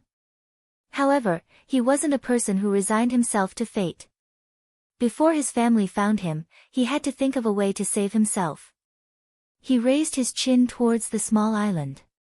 Today, we'll go to the small island over there and see if we can find a way to leave this place. The yacht's own lifeboat had been taken away. They had to use a lifebuoy to reach the small island about 10 meters away from them. Fortunately, the water wasn't very deep. He carried the packed backpack and swam to the deserted island with Xia Dong. When they reached the small island, Xia Dong deliberately distanced herself from the white bones. She scanned the surrounding environment. The forest behind the beach was dark and eerie. She had a very uncomfortable feeling, as if there was a very scary creature living here. Bailey Han also had a bad premonition. This island didn't have the slightest trace of human life.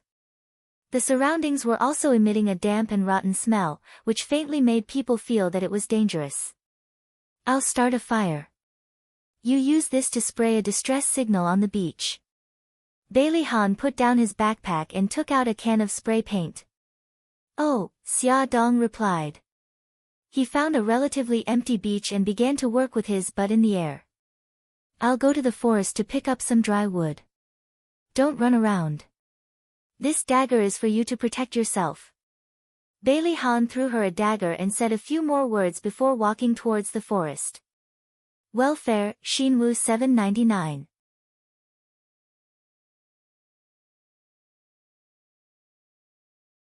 Chapter 54. Xia Dong quickly sprayed a large SOS distress signal with red spray paint. Then she sat on the empty beach and waited for Bailey Han to return. Overhead, the sun gradually disappeared and dark clouds began to gather. The seawater washed over the beach and the water level slowly rose. Xia Dong kept staring in the direction of the forest. When she saw Bailey Han appear at the edge of the forest, she stood up and waved excitedly, completely unaware of the danger that was approaching her. Bailey Han carried a bundle of firewood and walked towards the beach. When he saw Xia Dong standing up and waving his arms happily, the corners of his cold and stiff lips couldn't help but slowly curl up. He quickened his pace, but before he could walk far, she suddenly screamed and kicked her ankle like a madwoman. Then he saw her pull out a dagger. His heart suddenly trembled. He threw away the firewood and quickly ran towards her. By the time he got close to her, she had already cut a small green snake into several pieces with her dagger. The snake's tail was still struggling on the beach. She clutched her ankle and fell to the ground, her face deathly pale. It's a poisonous snake. Bailey Han quickly glanced at the snake and bent down to check her wound. The snake's poison was very strong and her wound had already turned black. We have to force the poison out as soon as possible. He tightened his grip on her ankle. After hesitating for a second, he suddenly bent down and covered her wound with his lips. No, don't. She guessed his intention and struggled, trying to pull her leg out. Don't move. He scolded in a deep voice. His hands tightly held her ankle and his cold lips covered hers again. He sucked forcefully, and she felt the wound tighten. He had already turned his head and spat out a mouthful of black blood. Without any pause, he covered the wound again and sucked the poisoned blood mouthful by mouthful. After doing this more than 10 times, the blood he spat out had already turned bright red. It's done. He took a roll of gauze from his backpack and wrapped it around her ankle.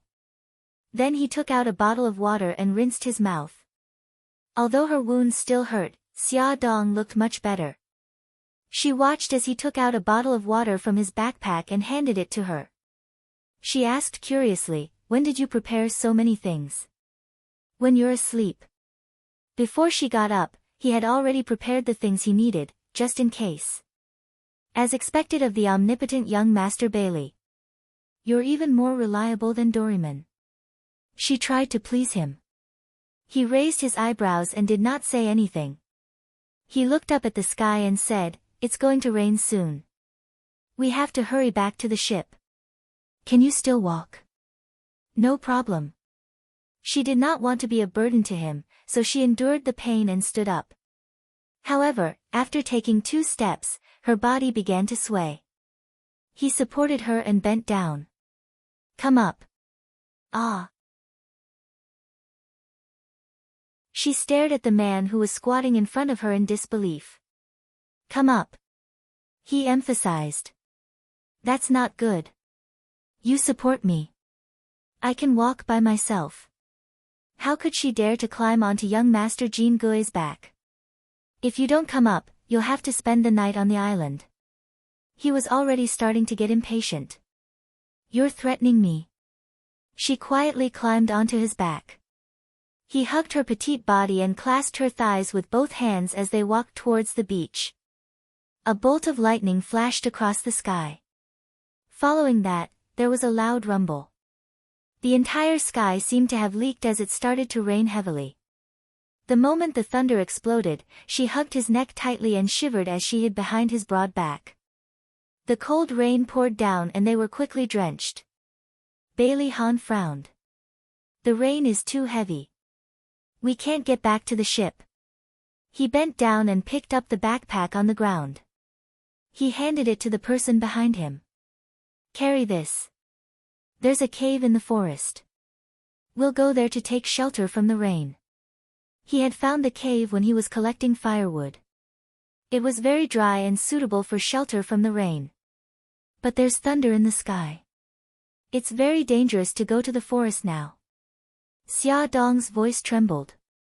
"The cave is at the edge of the forest. It won't be dangerous." Without waiting for her to speak again, Bailey Han had already carried her towards the forest. They were about to reach the edge of the forest.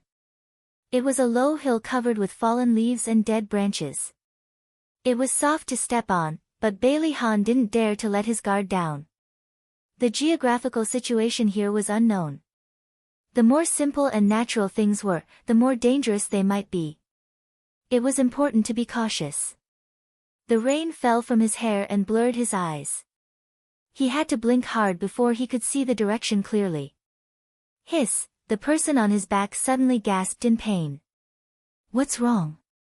He quickly stopped in his tracks. "A tree branch hooked onto my hair." Xia Dong fumbled with the tree branch in her hair. But the more flustered she was, the tighter her hair was entangled with the tree branch.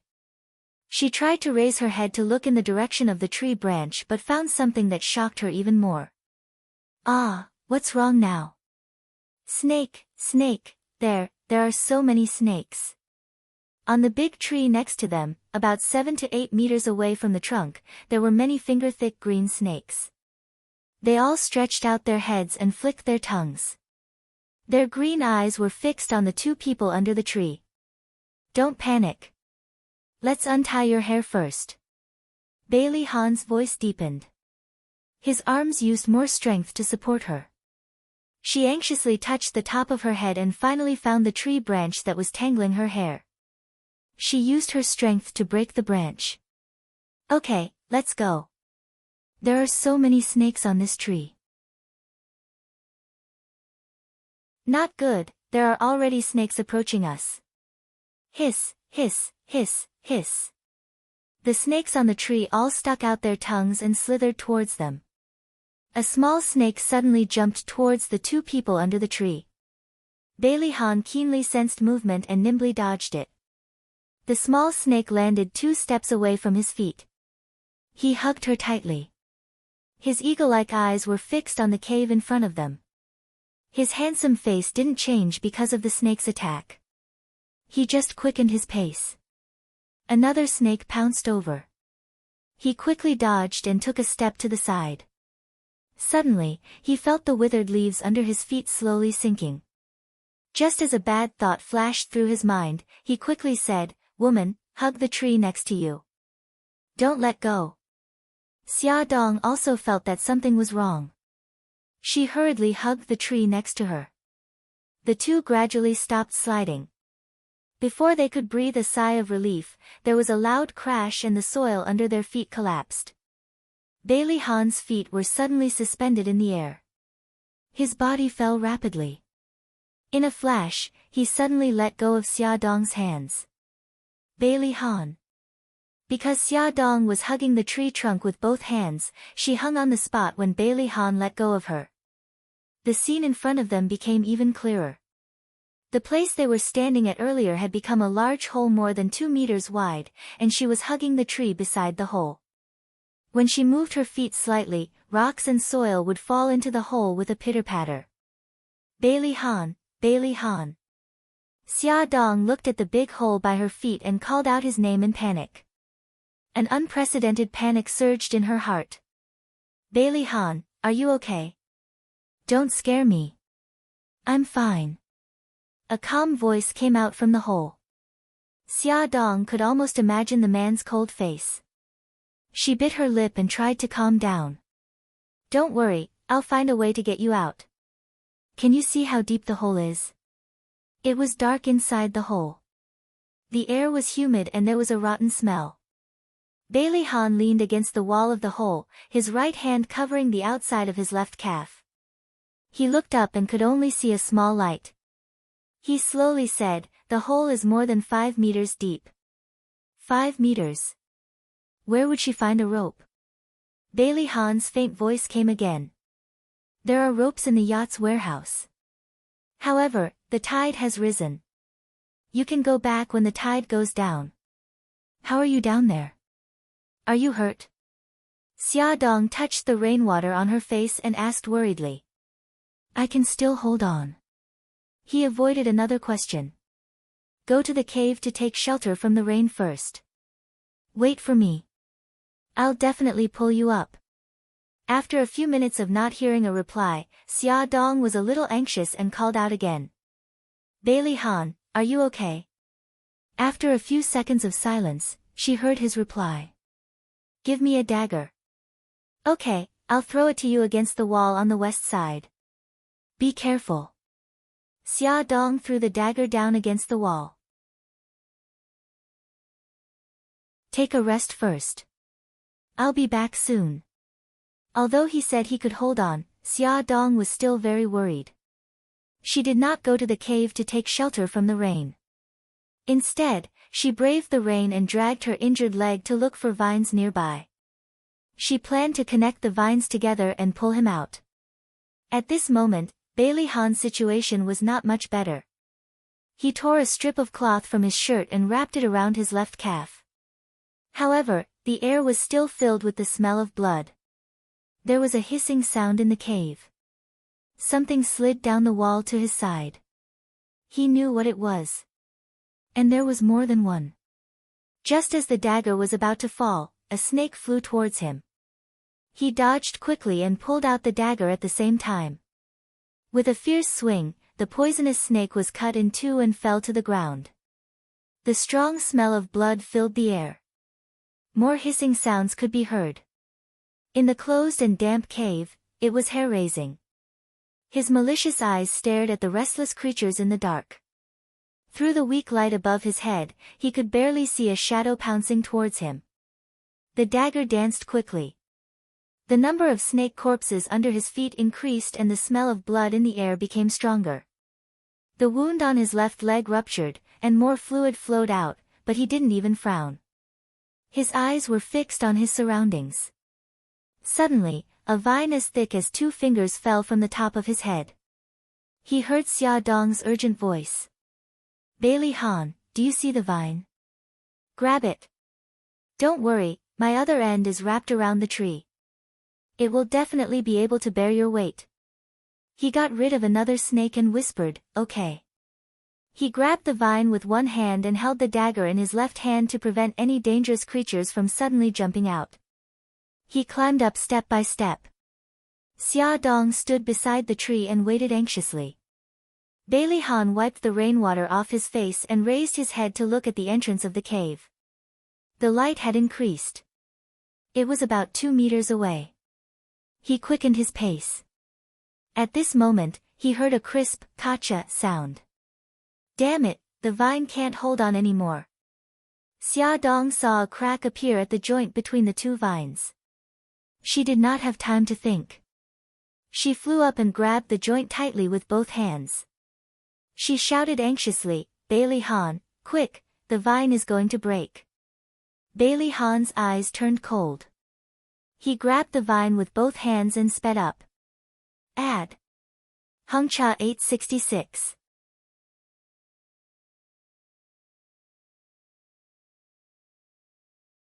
Chapter 55.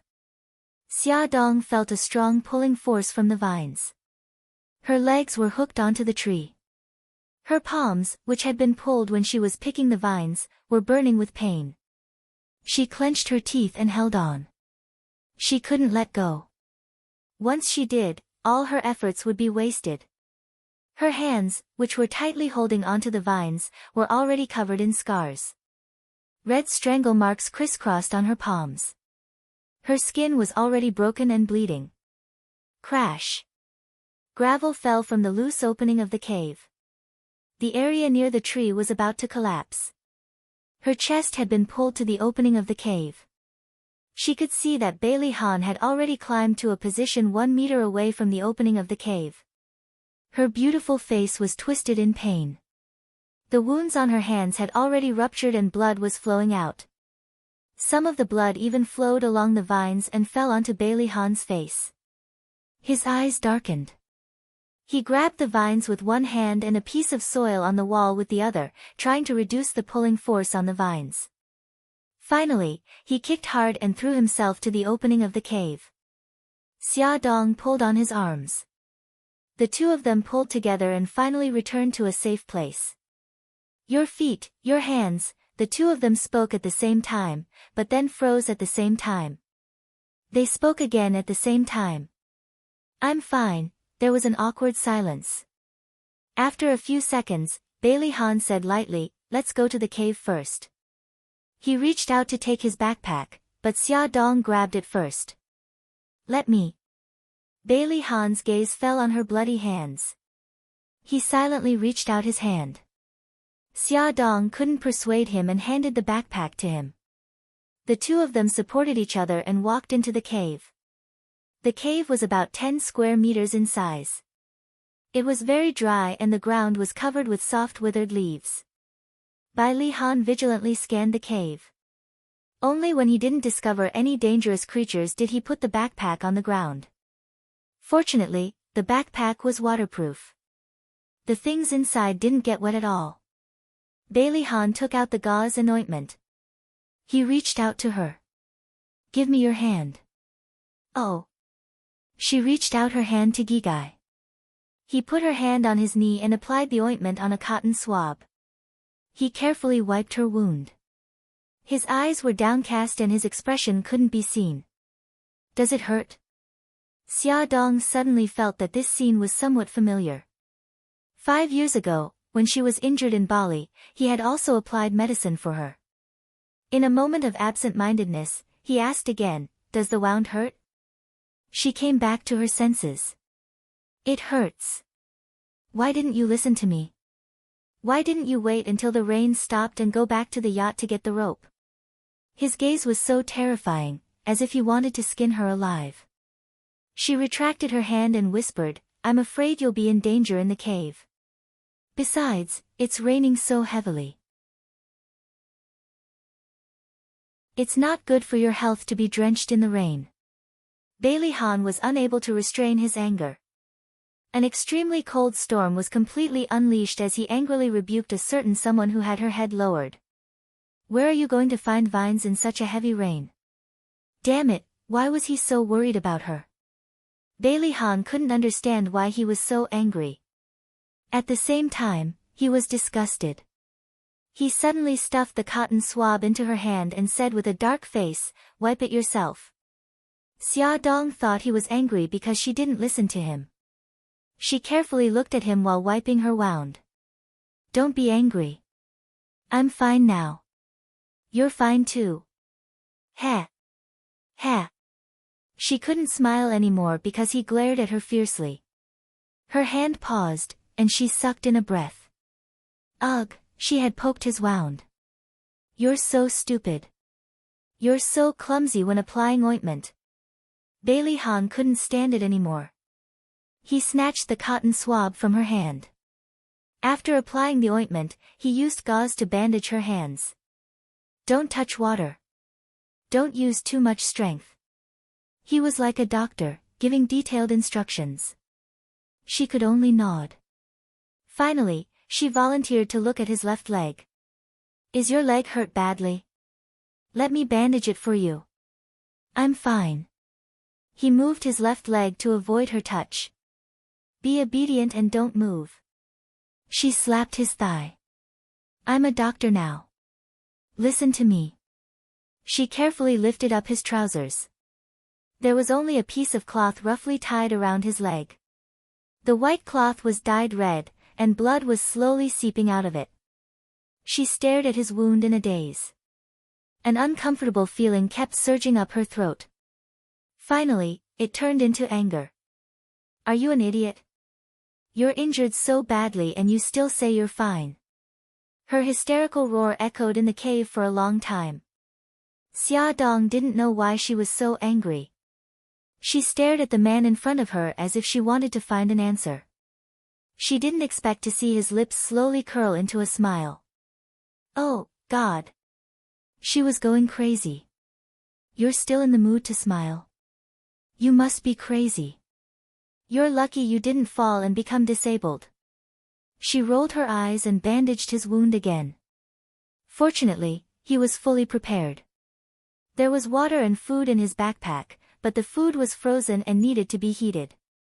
Bailey Han gathered all the leaves in the cave into a pile. He found a lighter and lit it. The cave immediately warmed up. She was too nervous to notice it earlier. Now that she was relaxed, Xia Dong felt very cold with her wet clothes wrapped around her body. She sat by the fire and began to dry her clothes. Bailey Han put the food on a wooden stick to heat it up. Bailey Han, I'm really admiring you more and more. You're good in the hall, good in the kitchen, and good in martial arts.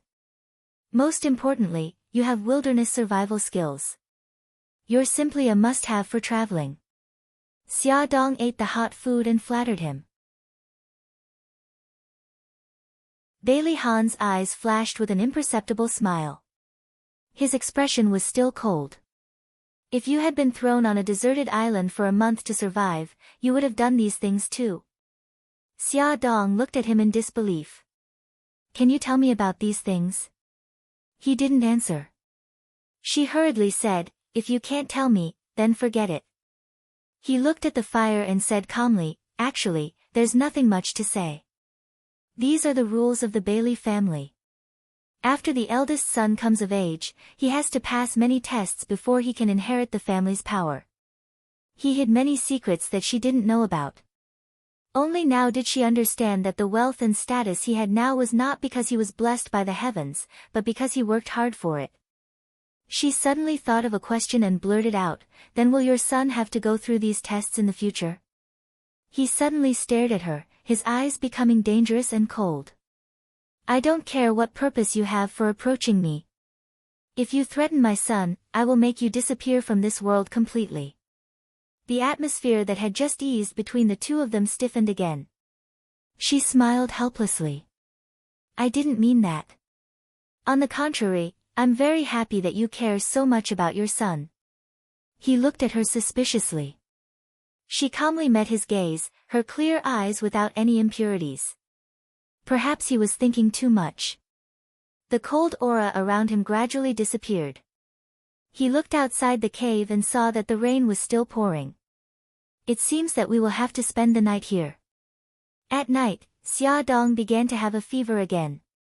Her whole body was burning hot, and the wound that was bitten by the venomous snake began to swell and fester. Bailey Han frowned. He covered her with the coat that had been dried by the fire. He dipped the cloth in rainwater and placed it on her forehead to cool her down. He took care of her for the entire night until the wee hours of the morning, when he finally fell asleep. The two of them who were sleeping did not know that a dark shadow had sneaked out from a hidden corner of the yacht and came to the deserted island. He followed the traces and found the cave. Seeing the two injured people in the cave, a trace of worry flashed across the intruder's eyes. He sneaked back to the yacht using the original route. Xia Xiaobao, who was still on vacation at the Hot Spring Hotel, was woken up by a phone call early in the morning. He heard Jiang Dao's voice. Young Master Bao, Miss and Bailey Han are both injured. What? Xia Xiaobao jumped out of bed, completely awake. How did they get injured? Are their injuries serious? Mrs. Ankle is injured, and she seems to have caught a cold. Bailey Han's left leg is injured. Both of their wounds have been bandaged, but I can't tell if it's serious. Xia Xiaobao jumped up and down on the bed impatiently. I announced the termination of the plan. Restore the cell phone signal on the island. Yes, young Master Bao. Early in the morning, rays of sunlight peeked out. In Bailey's old residence, the butler called Bailey Han's cell phone over and over again. Suddenly, he shouted excitedly, young master's cell phone has been connected. Quick, quick, Ahu, track the signal and find out where they are. Old Madam said excitedly. Understood. Old Madam, there's news from the Dragon Gang. They've found the yacht's location. Ahu reported loudly, Old Madam, young master's cell phone signal has been tracked. It's on a deserted island 400 nautical miles from the shallow sea. Very good. Inform Ah Bao that the helicopter can take off now. Old Madam gripped her walking stick nervously and said solemnly, Ahu, go with the helicopter. You must bring young master back safely.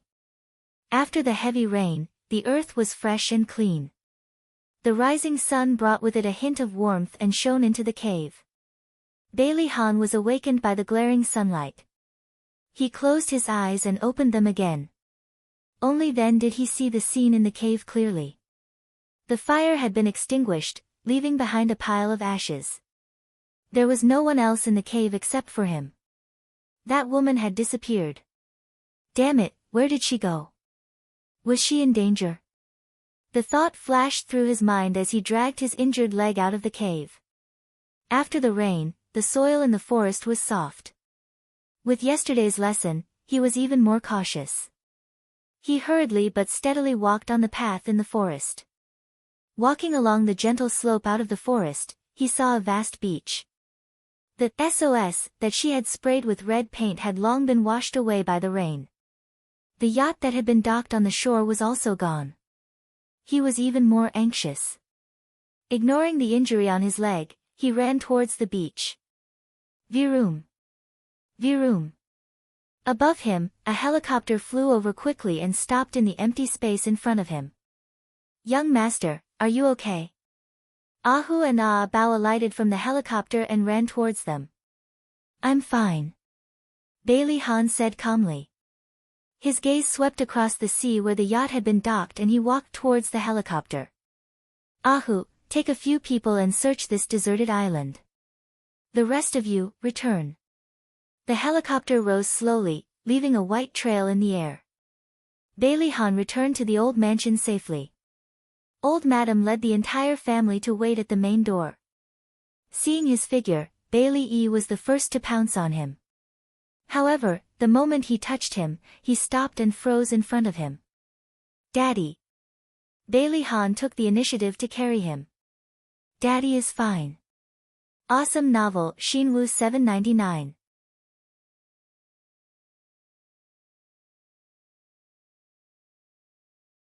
Chapter 56. With her son in her arms, she walked unsteadily to the old lady. Grandma, I'm sorry for making you worry. The old lady's eyes were red. Why is your left leg injured? Is it serious? It's just a scratch. It's nothing serious. Grandma, don't worry. Ahan, put Xiao Yi down. Be careful of your leg. The doctor is waiting in the living room. Let him take a look at your injury. Bai Jinxiu also came over. Su Yunxian was standing next to her. Her eyes were slightly red. Although she didn't say anything, they could feel her worry. Mom, Yunxian, I'm sorry for making you worry. The old lady said, "Okay, okay. You must be tired after coming back. Go in and take a look at your injury first. We can talk later." Suja checked Bailey Han's injury. The abrasions on his calf were quite serious. Fortunately, his muscles and bones were not injured. There were several scratches on his body, but they were not very serious. After rebandaging his wound, Bailey Han comforted his family. Finally, he followed Su Yunxian back to his room upstairs. As soon as they entered the room, Su Yunxian threw herself into Bailey Han's arms with tears in her eyes. "Han, fortunately you're okay. Otherwise, I wouldn't have the face to live. Don't be silly. I'm back in one piece." He gently wiped the tears on her cheeks. "If I hadn't gone to the yacht, you wouldn't have come and so many things wouldn't have happened." She bit her lip, her face full of guilt. "It's not your fault. I was too careless." He kissed her forehead gently and pulled her into his arms. "What happened after you went missing?" She bit her lip and looked like she wanted to say something. "Were you with Xiaodong?" "Yunxian, I'm tired. I don't want to talk about this now." He played down this matter. "Okay, then have a good rest. I'll come to see you tomorrow." She stood on her tiptoes and kissed him on the lips. When she turned around and left, her eyes were cold. Why didn't he talk about it? Was it because he had done something wrong to her? He was the only one left in the room. He sat at the head of the bed and contacted Ahu. At this time, they had already finished searching the island and were bringing people back to the old Bailey mansion. "Ahu, what did you find?" "Young master, the deserted island has been washed away by a storm. There are no traces of human activity. Your mobile phone was found in the shallows 10 meters away from the beach. Is there anyone else on the island?" "No." "All right, I got it." Lying in the bathtub, Bailey Han frowned. That woman had mysteriously disappeared. Did the person behind her take her away, or did she encounter some danger? At this time, Xia Dong was already lying on her bed. The nanny took good care of her, who had a cold, and even found a doctor to treat her wound from the snake bite. She didn't know how long she slept, but she opened her heavy eyes and looked around in a daze. Her eyes finally lit up. She was home. However, something didn't seem right. The door was suddenly pushed open and a small head popped out. Then, it was a scream of surprise. "Brother, brother, mommy is awake." There was a crackling sound. Then, a small body rushed in like a cannonball. "Mom, are you okay?" Oh, after the shock, it was anger. Xia Dong propped herself up with one hand and grabbed the ear of the little person lying in front of her bed with the other hand. "Xia Xiaobao, I'm telling you, you're in big trouble." "Mom, you don't have to shout so loudly. I can hear you." Xia Xiaobao dug his ear with a bitter face. "You're full of energy. It seems like you've recovered." "Mommy, don't abuse brother. He's very pitiful." Xiao Guai blinked her big watery eyes and pleaded for her brother. "Xiao Guai, you have no idea what kind of heinous things your brother has done." Xia Dong was full of grievances and had nowhere to vent. "I was wrong." Xia Xiaobao took the initiative to admit his mistake. He blinked his big, watery eyes that resembled his sister's. "Mommy, I was wrong. Please forgive me this time." "Mommy." "Xiao Guai, go back to your room first." Xia Dong's attitude was firm. She ignored her daughter's pleading eyes and asked the nanny to take her back to her room. Then, she would settle the score with her son. "Xia Xiaobao, you're getting bolder, aren't you? You think you can play your mother in the palm of your hand just because you're smart? Do you know how dangerous it is on the deserted island? If it wasn't for Bailey Han, wait, why am I back? Where's Bailey Han?" Xia Dong finally realized what was wrong. Well, Bailey Han, his people should have found the island by now. As long as he gave the order not to interfere with the island's mobile phone signal, it would be much easier to find them. Should Are you kidding me? Do you know how dangerous it is there? How could you leave him alone there? She was about to explode. Mom, don't worry. He's definitely fine now. Xiao Bao rolled his eyes. Do you think Bailey's people are vegetarians? In the 2 days that you were missing, their people almost turned City A upside down. If it wasn't for Uncle Shin's people who helped me block them, they would have found you long ago. Also, Mom, if I bring him back, wouldn't it be obvious that I'm the one behind the disappearance? I'm not that stupid. His principle was to not leave any evidence behind. What he said made sense. Xia Dong thought of her purpose and gradually calmed down. We were lucky this time and didn't cause any irreversible consequences. You're not allowed to do such dangerous things in the future. I know, he blinked innocently. Mommy, since that's the case, can you not punish me? Of course not. She glared at him fiercely and flipped him over, pressing him on her knees. She pulled down his pants and slapped his buttocks with her palms. Xia Xiaobao cried out. Spanking was really the scariest corporal punishment that adults could use to intimidate children.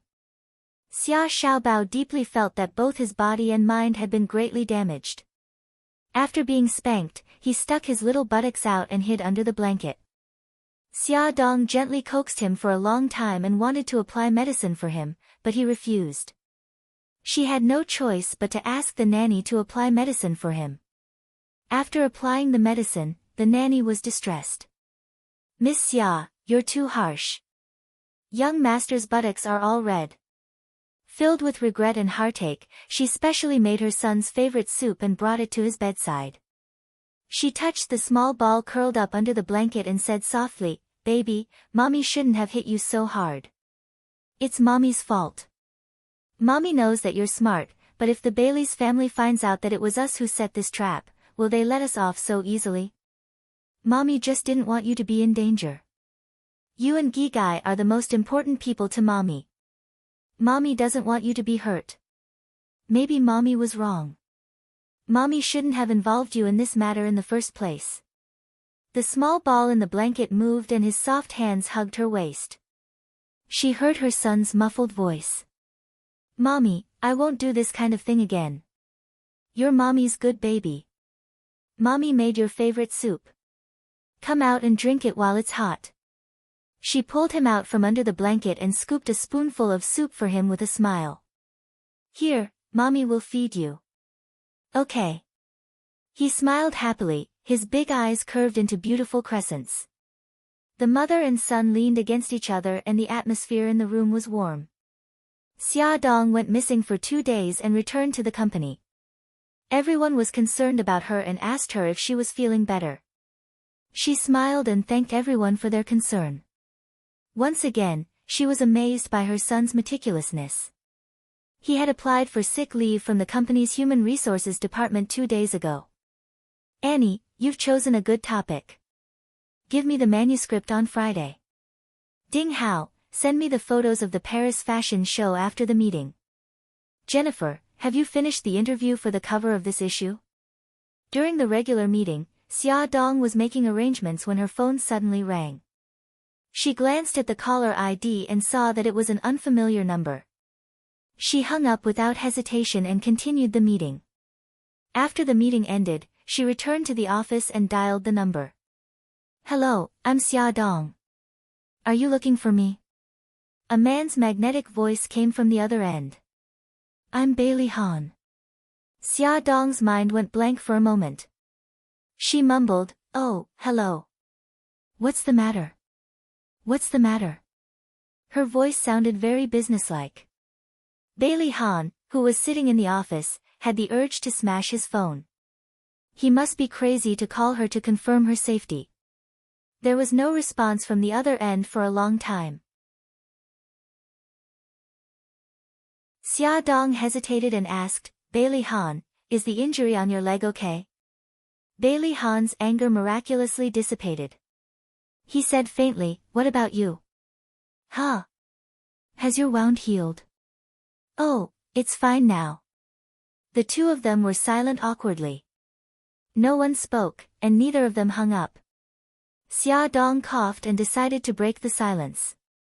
Can you keep what happened last time a secret for me? His face darkened. What do you mean? I think you know that we were stranded on the deserted island because of me, so I hope you can keep it a secret. She gripped the phone tightly and found it difficult to speak. If you think it's difficult, then forget it. I'm ready to bear the consequences. Don't you want to explain what's going on? Sorry, there's someone I want to protect. Very well. He hung up the phone after saying this. Xia Dong listened to the beeping sound from the phone and sighed helplessly. Before she could calm down, another call came in. Hello, I'm Su Yunqian. I want to meet you. Okay, time and place. 7:00 in the evening, Repulse Cafe. After work, Xia Dong walked quickly to her parking space. A red sports car suddenly turned from the other side and blocked her way. Bailey Yun got out of the car, took off his sunglasses and walked quickly to her. Bailey Yun, you, she had just opened her mouth when he suddenly pulled her into his arms. He rested his chin on the top of her head and said in a low voice, Xia Dong, where have you been these 2 days? She lied, I didn't go anywhere. I was sick and had been resting at home. Don't lie to me again. He lifted her head agitatedly, his deep eyes filled with anger and sadness. I went to your house and your aunt's house, but I couldn't find you anywhere. Do you know how worried I was? Do you know how scared I was? I was scared that you would leave without saying goodbye again. You heartless woman, why did you lie to me? Beauty novel, Xinwu 799.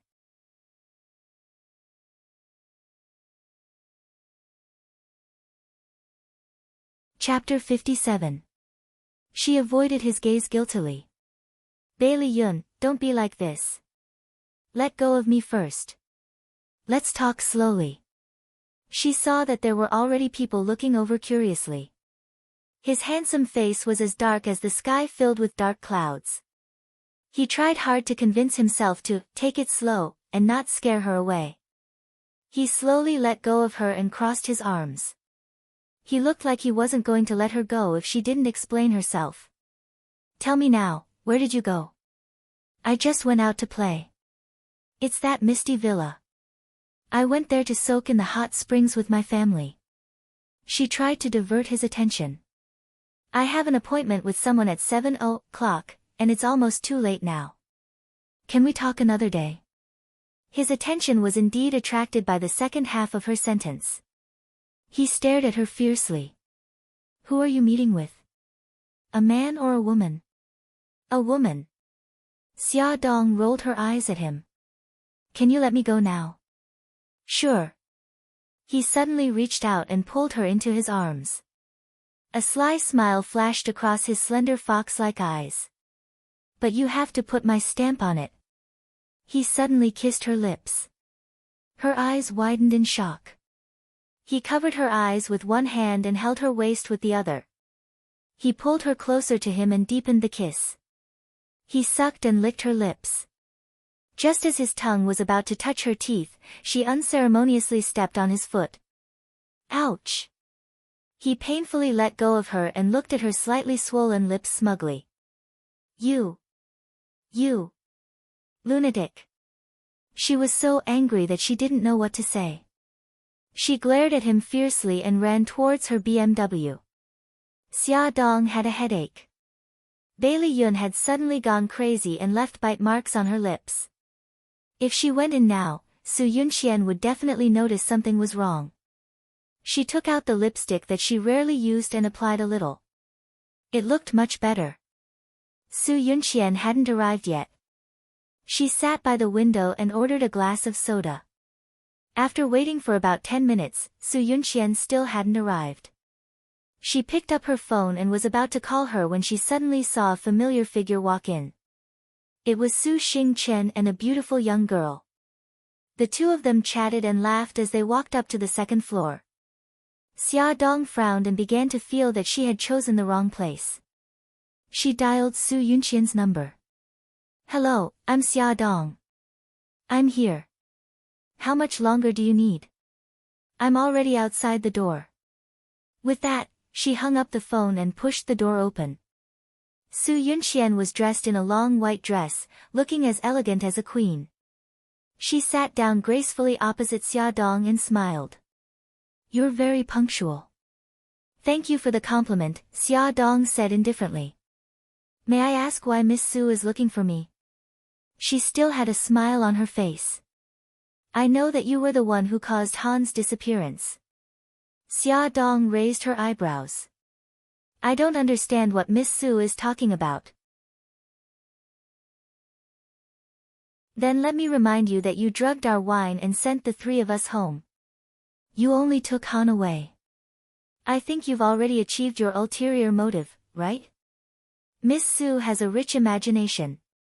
It's a waste that you don't write novels. If Miss Su asked me out today just to say this, then I'll take my leave. The perfect smile on Su Yunxian's exquisite face froze.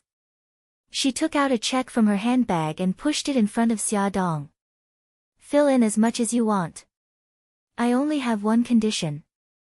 Leave Han, leave a city and never come back. Thank you for your kindness, but I'm not short of money. Xia Dong didn't even look at the check. Miss Su, in fact, you can have confidence in Mr. Bailey. He didn't betray you. Su Yunxian's eyes were filled with mockery. She looked down at her. I've never believed a man's words. I advise you not to either.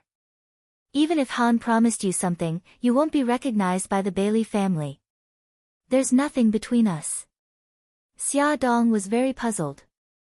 How could this proud woman who was like a queen be so sure that she and Bailey Han were already in an ambiguous relationship? If you were innocent, then there wouldn't be that little bastard. Xia Dong's heart felt as if it had been hit by a hammer. She looked at her coldly. The child is innocent. Please don't insult him. Don't force the grudges between adults onto a child. Su Yunxian snorted. What? Is your heart aching because I'm scolding him? If so, why did you abandon him in the first place? Enough, don't say any more. Xia Dong's face turned pale. She clenched her fists tightly, her nails digging deep into her palms. She couldn't feel the pain because the pain in her heart had long suppressed the pain in her body. Su Yunxian was like Guanyin, with a benevolent smile. She looked at Xia Dong's suffering and whispered in her ear, if you want to take the child away, I can help you. What did you say? She widened her eyes in disbelief. I said, if you want to take that little bastard away, I can help you. Her gentle voice was like poison corroding her. Aren't you very motherly? Don't you want to take your child away? Don't you want to see your child being called a bastard by others? With every question she asked, Xia Dong's heart ached even more. Finally, she closed her eyes and tried to calm down. What benefits do you get by doing this? Of course, Su Yunxian wouldn't tell her that her child occupied the position of the eldest son of the Bailey family and was the only person who had the right to inherit the Bailey group. Only by getting rid of that bastard would her child have the right to inherit the group. Su Yunxian smiled. Of course there are benefits, and that is to keep you away from the Bailey family. How about it? Isn't this a good deal? It was very tempting, but so what if she took the child away? Would she be hunted down by the Bailey family for the rest of her life? Would the child really get the life he wanted with her? Moreover, there was still Xiao Guai waiting for her to save. I'm sorry, I can't make this deal with you. Su Yunxian's perfect smile finally disappeared and her exquisite face turned cold. 5 years ago, you took him away. 5 years later, I won't give you the chance again. Xia Dong didn't want to say more. If there's nothing else, I'll take my leave. Su Yunxian's sharp nails scratched the table as she watched the figure leave her sight. She left a few obvious marks on the table. After sitting for a while, she left. At the staircase on the second floor, Su Xingqian was looking at the spot where Su Yunxian and Xia Dong had been sitting. A charming female voice sounded. Xingqian, didn't you go to the bathroom? What are you doing here? Su Xingchen turned to look at the person and smiled weakly. Fei Yan, I felt a little uncomfortable just now, so I wanted to come out for some air. Bailey Fei Yan hurriedly said, Are you okay? Do you want to sit down and rest? No need, I want to go home first. Can you help me get my handbag upstairs? Okay, wait for me outside the door. I'll be right there. Su Xingchen walked out of the coffee shop and saw Su Yunqian's car coming out of the parking lot. She didn't want to be seen by her, so she hid behind the door and waited until the car was far away before she turned around. Su Xingchen whispered to herself, if I'm not wrong, sitting opposite Su Yunqian is Glamour magazine's chief editor, Xia Dong. Why are they sitting together? Could it be that this Xia Dong is the one from 5 years ago? Xingchen, I'm here. Let's go. Are you okay?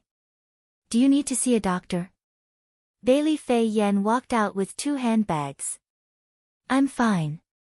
I'll be fine after I go home and rest. Then let's part ways here. Bye-bye. She took the handbags and hugged Bailey Fei Yan. As Su Xingchen drove home, there was a thought in her mind. Was that woman really the Xia Dong from 5 years ago? She must find out. Su Yunqian came out of the coffee shop in a bad mood. That damn Xia Dong refused a toast only to be forced to drink a forfeit. She definitely won't let her off. Brother K, help me do something. She sent a picture of Xia Dong to a man called Brother K. He was the leader of a certain underworld gang she met in the nightclub. Pay attention to her whereabouts. Who she met, what she did, I want to know in detail. No problem, baby. How do you plan to repay me? The man on the other side of the video smiled wretchedly. You're annoying. Do whatever you want, okay? She threw him a coquettish glance, completely different from her usual elegant and noble self. Okay, I'll go to your place tonight. The man smiled even more sinisterly. Night fell. A night full of ambiguity had just begun. There were only 2 people left in the huge villa. In the dining room downstairs, a sumptuous spread of food was placed on the long dining table. Su Yunqian, wearing a low-cut, backless black evening gown, sat at one end of the table. On the other end sat a man in a suit. He had thick eyebrows and big eyes. Although he couldn't be considered a handsome man, he had a dignified appearance and a burly figure, which made him look very masculine. He was the leader of the Flame Gang, Old K, also known as Brother K. Brother K eagerly pushed the cut steak in front of Su Yunqian. Baby, this is fresh steak specially sent over from New Zealand. Try it and see if it's to your liking. Su Yunqian elegantly put a piece of steak into her mouth with a fork and smiled. It's not bad. Eat more if you like it. After all, we'll be doing something very tiring later. Brother K's eyes had a wretched glint as he scanned her exquisite body. Don't be in such a hurry. Her smile turned seductive as she elegantly took small bites of her food. Her delicate red lips were so mesmerizing. Brother K's heart was instantly set on fire. He looked at her with even more infatuation. Baby, you're so mesmerizing tonight. Really? Her eyes had a bone-chilling charm as her lips parted slightly. You're not joking with me, are you? Of course not. I'm just speaking the truth. I'm willing to die under you. He stared at her low-cut neckline with a smirk. That deep cleavage made him lick his lips uncontrollably. You're the one who said it. Don't beg for mercy later. She raised her brows seductively. Baby, I can't take it anymore. Let's start now, okay? The fire in his body was getting stronger. He grabbed her hand impatiently and reached under the dining table. He took her hand and touched the scalding hot spot. The thick and hard cylindrical object was stuffed into her palm, and the scorching heat was transmitted fiercely. A look of disgust flashed across her eyes, but a bashful expression appeared on her face. You're so naughty. Go take a shower first. I'll wait for you in the bedroom upstairs. Okay, okay. Baby, wait for me. The man dragged out his voice and quickly ran to the bathroom. Welfare, Hung Cha 866.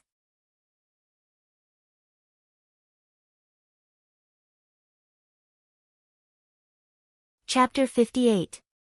Su Yunxian wiped her hands with a wet towel, then slowly walked upstairs and into the changing room. When she walked out of the changing room, Brother K was already lying on the bed. From head to toe, there was only a small t-shirt on his thigh, 2 thin belts around his waist, and a small piece of elastic cloth wrapped around his front. It looked very heavy. It looked like it was about to burst out of the cloth. "Oh, baby, you're finally out." The man looked at the woman walking over eagerly and obsessively, and he couldn't help but twist his lean back. Slap! A leather whip suddenly struck his firm chest, accompanied by a cold female voice. "Don't call me baby, call me Your Majesty Queen." "Yes, Your Majesty Queen." The man looked at the woman in front of him, and the infatuation in his eyes intensified. Su Yunxian was wearing an ultra-short black lace dress, black silk gloves, and black stockings that revealed a large portion of her snow-white thighs. She wore 10-centimeter-high leather boots and held a black leather whip in her right hand, standing in front of the bed like an arrogant queen. She arrogantly raised her chin and asked, "Who am I?" "You are my Majesty Queen." "And who are you?" "I'm your slave." She walked closer to him and raised his chin with her left hand. Her lips curled into a mocking smile. "My little slave, is this how you seduce Your Majesty Queen?" She fiercely let go, and the leather whip in her hand hit him hard. "I'm very disappointed and very dissatisfied." The whip left a red mark on his body, and the man was stimulated by the pain. He twisted his body and said, "Your Majesty Queen, I'll definitely satisfy you." His burning gaze was locked on her cold and arrogant face, and his body was getting hotter and hotter. His waist seemed to be swaying, and he unconsciously moved forward. His fingers slowly lifted a belt around his waist, and slowly pulled it down.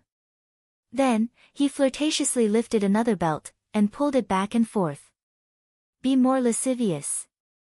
Another whip hit him. The man became even more passionate and flirtatious. His little cuckoo was pulled down to his groin, leaving only a little bit covering the important parts. A part of the black forest was exposed. The queen's lips curled into an evil smile. "Not only are you my slave, but you are also my dog. Try to bark like a dog. If you don't do well, I won't let you go to court, woof woof woof woof." The man jumped up like a dog and crawled to her feet. He rubbed against her thighs and even stuck out his tongue and blinked at her. "Since you're so obedient, I'll give you a lesson." She hooked the whip around his neck and dragged him back to the bed like a dog. The man was sprawled on the bed. She raised the whip and whipped him fiercely, making cracking sounds. She stepped on his back with her sharp heels, slowly grinding it. "Ah! So good. So comfortable. Use more strength." The pain brought with it a strange feeling that washed over him like a tide. His vision turned white, and just as he was about to explode, a soft little hand grabbed his private part. "Ah! Your Majesty. Please. Hold me tight." The low and hoarse voice had a helpless moan.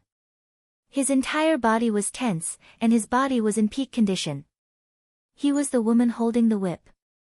Su Yunxian had an arrogant look on her face. She gripped the thing in her hands tightly and rubbed it skillfully.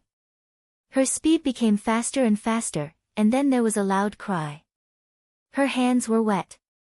The man panted heavily and rested for a while. Suddenly, he turned around and pressed her down. He kissed her earlobe flirtatiously. "Baby, it's my turn to serve you now. Then you'll have to do your best." She rubbed his hair with one hand and had a seductive smile on her face. Her body twisted nimbly, just like a beautiful snake. "As you wish, Your Majesty." The man kissed her neck greedily, following the curve down and finally stopping on the fragrant grass. "Ah! The two of them were like suffocating fish. They hugged each other tightly and entangled together, leaving a room full of lust. After a long time, Su Yunxian was lying in the man's arms. Her slender fingers drew circles on his chest. Brother K, don't forget what I told you.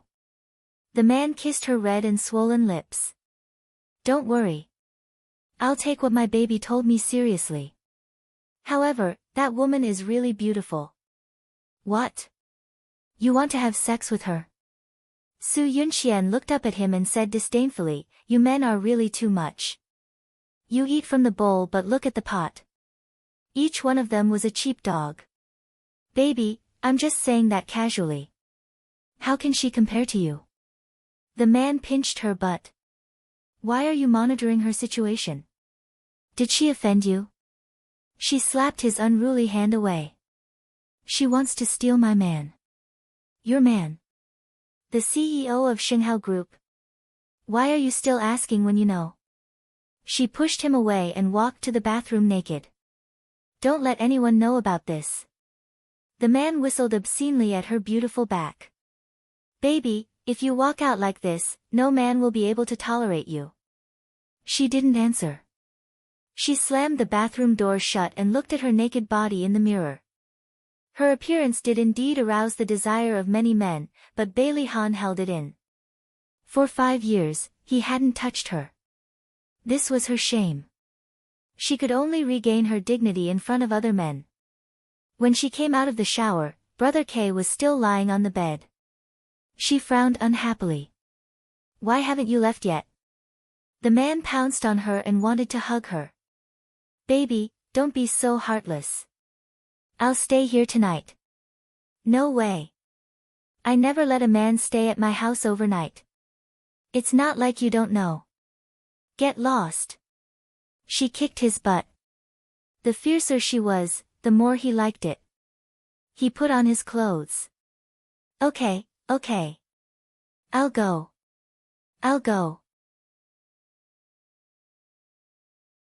Baby, you're really heartless. Finally, she got rid of Brother K. She changed the bed sheets and quilt with great fanfare. She rolled the things she changed into a ball and threw them into the bin.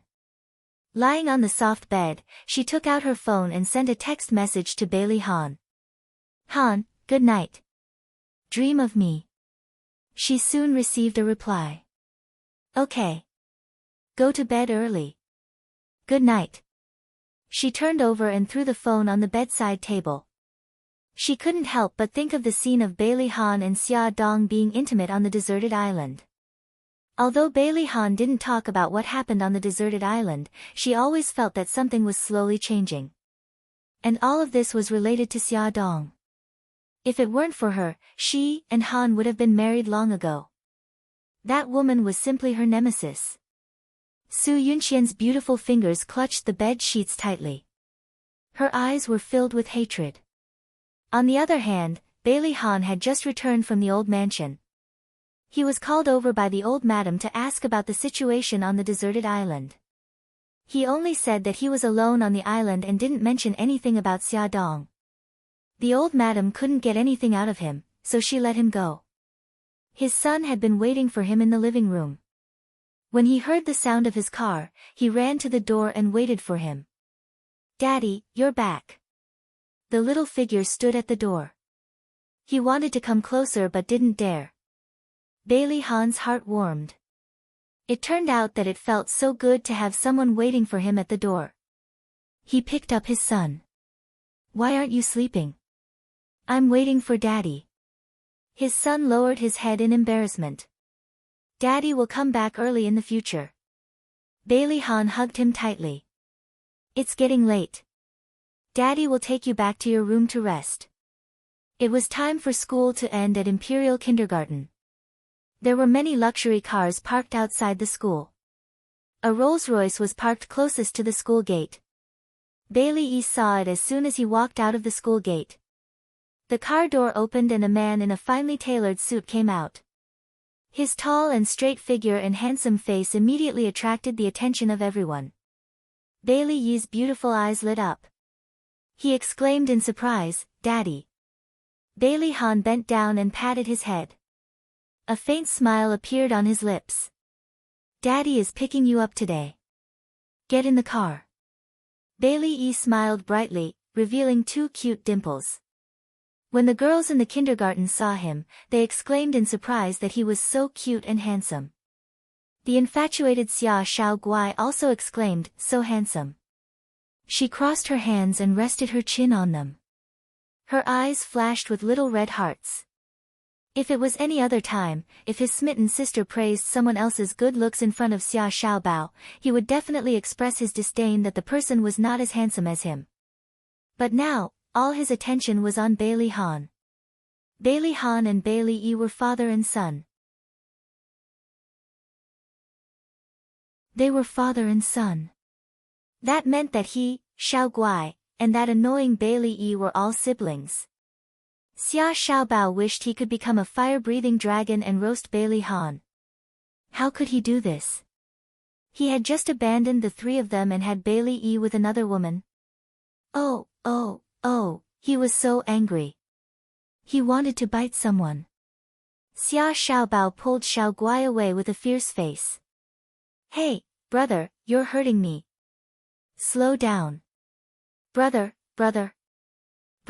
why aren't you saying anything? Why is your face so dark? Did someone piss you off? Xia Xiaobao did not say a word. He pulled his sister far away and only stopped when he saw Xia Dong's BMW. Xiaobao, what's wrong with you? You look like someone owes you money. Xia Dong carried her precious daughter into the car and then poked Xiaobao's bun face.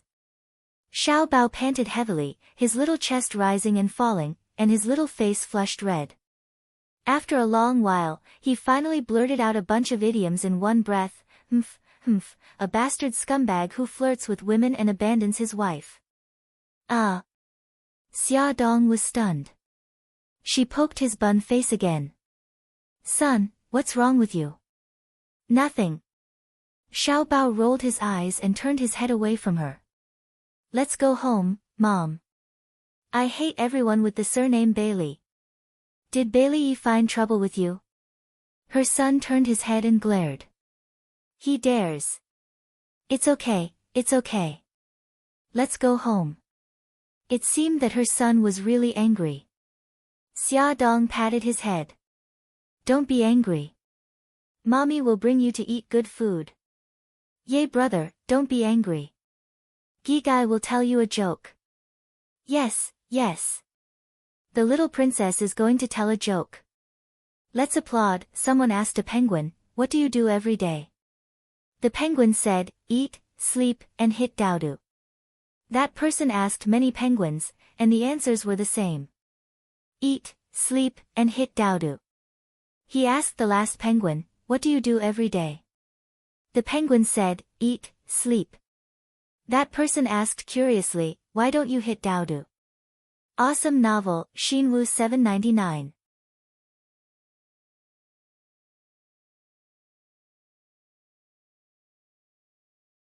Chapter 59. That's so funny. That penguin is dao-do. Before she could finish the joke, Xiao Guai was laughing so hard that she was convulsing with laughter. Xia Dong laughed as well. Xiao Bao rolled her eyes. That's a lame joke, isn't it? But the corners of her mouth curled up. Then tell us one, brother. The car drove into the neighborhood. After parking the car, Xia Dong walked out of the parking lot with a child in each hand. Suddenly, she saw a black luxury car parked at the gate. A man in a black suit stood next to the car. When he saw her, he bowed politely. Miss Xia, our old madam wants to see you. May I ask who your old madam is? Xia Dong glanced at the car. The rear window was closed, so she couldn't see what was going on inside. But she had a feeling that the old madam was sitting inside. The man said respectfully, Old Madam Bailey. Xia Dong froze. The Bailey's family had finally come. She held the 2 children's hands tightly. She wanted to protect them and couldn't let the Bailey's family take them away from her. Please give me 10 minutes to bring my 2 little nephews upstairs. Okay, Miss Xia, please hurry. Xia Dong nodded and brought the 2 children upstairs without looking back. As soon as she entered the house, she locked the door and squatted in front of them. She looked at them seriously. Xiao Bao, Xiao Guai, don't call me mommy anymore. Call me aunt. If anyone asks, just say that you're Uncle Gao Feng's children. Do you understand? Gao Feng was Xia Dong's aunt's son. He had been working in the United States National Defense Research Institute. Because of the special nature of his work, the United States government had done a very good job of keeping his personal information confidential. Even Xia Dong, his family, did not know if he was married or where he lived overseas. Therefore, it would be very difficult for the Bailey family to investigate. Xiao Guai did not understand the sudden change. She pouted and said, Mommy, do I have to call you auntie in the future? You can call me mommy at home, but outside, especially when there are outsiders around, you must call me auntie. Xia Dong hugged her children and said guiltily, Darling, I'm sorry. Believe in mommy, everything will be fine in a few months. Once she was pregnant with Bailey Han's child, she would take the children away again. This time, she would go to Italy to stay by her godfather's side. No matter how powerful the Bailey family was, they would not dare to go against her godfather openly. Mommy, I believe in you. You will definitely do it. Xiao Bao's soft lips kissed her on the cheek. Xiao Guai also kissed her on the cheek. Xia Dong also kissed them, then told the nanny to take good care of them, and then hurried downstairs. As expected, the old madam of Bailey was sitting in the back row. Seeing this smart and capable old madam again, Xia Dong was still very nervous, but she did not show it on her face at all. She smiled politely and greeted her. While she was sizing up the old madam was also secretly sizing her up. After 5 years, she had become more mature, beautiful, and charming. She exuded confidence and capability. It was no wonder that she attracted Ahan's attention again. The old madam went straight to the point. I thought you would never come back. Xia Dong smiled and replied, Life is unpredictable. I didn't expect it either. Have you forgotten what you said back then? The old madam's eyes became sharp. Back then, I promised that I would go far away and never come back to disturb Bailey Han and the Bailey family. But now I regret it. My family is here, and I want to live with them. She was neither servile nor overbearing and maintained her smile. Don't even think about bringing Xiao Yi back. Even if I wanted to, I wouldn't do that, Xia Dong said indifferently as her nails dug into her flesh. You don't have to worry about that. Tell me, what do I have to do to make you stay away from Ahan? The old madam's face was full of contempt. I'll give you another 5 million. Is that enough? Rich people were really generous. First, it was Su Yunqian, and now it was the old madam of Bailey. If it was in the past, Xia Dong would have snorted at their behavior, but now she could face it with a smile. Thank you for your generosity, but there's no need. I just want to live a peaceful life. As for Bailey Han, we're just working together. We won't go beyond that in the future. The old madam glanced at her coldly. I hope you remember what you said today. If you break your promise again, then my attitude won't be so gentle. After getting out of the car, Xia Dong felt very tired. What should she do to convince Bailey Han to lend her a child? Xia Dong didn't know that her every move was being secretly recorded and photographed. After meeting with the old madam, Xia Dong still secretly paid attention to Bailey Han's movements, but it wasn't as obvious as before. Bailey Han didn't contact her again. The two of them were like strangers who didn't have any interactions. They were back to square one again. Half a month passed peacefully. Xia Dong began to feel anxious. If this situation continued, when would she be able to get pregnant and cure Xiao Guai? She picked up her phone and found the familiar number. She hesitated for a long time, but still didn't make up her mind to dial it. She brushed her hair dispiritedly. Suddenly, her eyes caught something and her eyes lit up. It was the new issue of the magazine. On the back page was the advertisement of Shenghao Group. She finally found an excuse. Lilith, I'm going out. Call me if you need anything. Xia Dong took her handbag and ran out of the company. After choosing for a long time in the mall, she finally picked a gift. She put it together with the magazine, carefully wrapped it, and sent it to Bailey Han's office. When Bailey Han received the package, Su Yunxian happened to come to see him.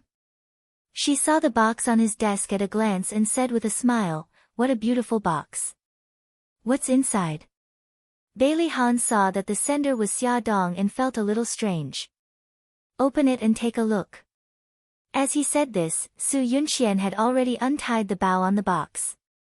When she saw what was inside the box, her hand froze. "What is it? Take it out and let me see." "It's a magazine and a pillow." Su Yunxian's face was cold with her back facing him. When she picked up the things and turned around, she was full of smiles again. "Miss Xia is really considerate. She sent you such a beautiful pillow." The pillow was cross-stitched. There were 2 cartoon dolls embroidered on it. The 2 of them were holding hands and looked very intimate. On the back of the pillow was a big English word, happy. Bailey Han just glanced at the pillow and didn't show any special expression. He picked up the magazine and looked at the advertisement on the back. "This is the advertisement that our company published in Glamour magazine. The shooting is not bad." His voice was very calm. It sounded like he was explaining, but when it fell into Su Yunxian's ears, it was especially unpleasant. The advertising director was in charge of the advertisement. That be *tch, why did she send Han a sample magazine for no reason? It seemed like she hadn't given up yet. Su Yunxian pinched her palm with her fingernails and smiled slightly. "Han, I'll leave first. I won't disturb your work." "Okay, drive carefully." Bailey Han kissed her cheek and sent her to the door. After closing the office door, he put the pillow behind him. It was soft and quite comfortable. The corners of his lips curled up slightly. Su Yunxian walked into the empty elevator and dialed Brother K's number. In the elevator mirror, her delicate face was full of hatred. "Brother K, how did you do the thing that I asked you to do last time?" "Good, I'll go to your place tonight. I want to see all the photos." There were dozens of photos scattered on the table. Each photo had the same protagonist, Xia Dong. There were photos of her driving, picking up a child at the entrance of a kindergarten, holding the child's hand and going upstairs. Su Yunxian pointed at a photo. "Whose child is that in the photo?" Brother K reached out and pulled her into his arms. "I heard that it's her cousin's. The boy's name is Xia Xiaobao, and the girl's name is Xiao Guai. She has a cousin." Su Yunxian raised her eyebrows. "If it's her cousin's child, why is her surname Xia?" "I heard that her cousin works in the United States. As for why the child's surname is Xia, isn't it simple? Her cousin followed her aunt's surname." "What's her cousin's name?" "Xia Feng." Su Yunxian felt very surprised. Xia Dong's uncle was really strange. He actually allowed his son to follow his wife's surname. However, the surprise only lasted for a moment, and soon she focused her attention on Xia Dong. She picked up a photo, which was secretly taken when Xia Dong and the old madam of Bailey met. "Who's the person in this car?" "I don't know. The person in the car hasn't come out. It's very mysterious. According to my people, she has a very regular life. She goes to work, gets off work, and picks up her nephew.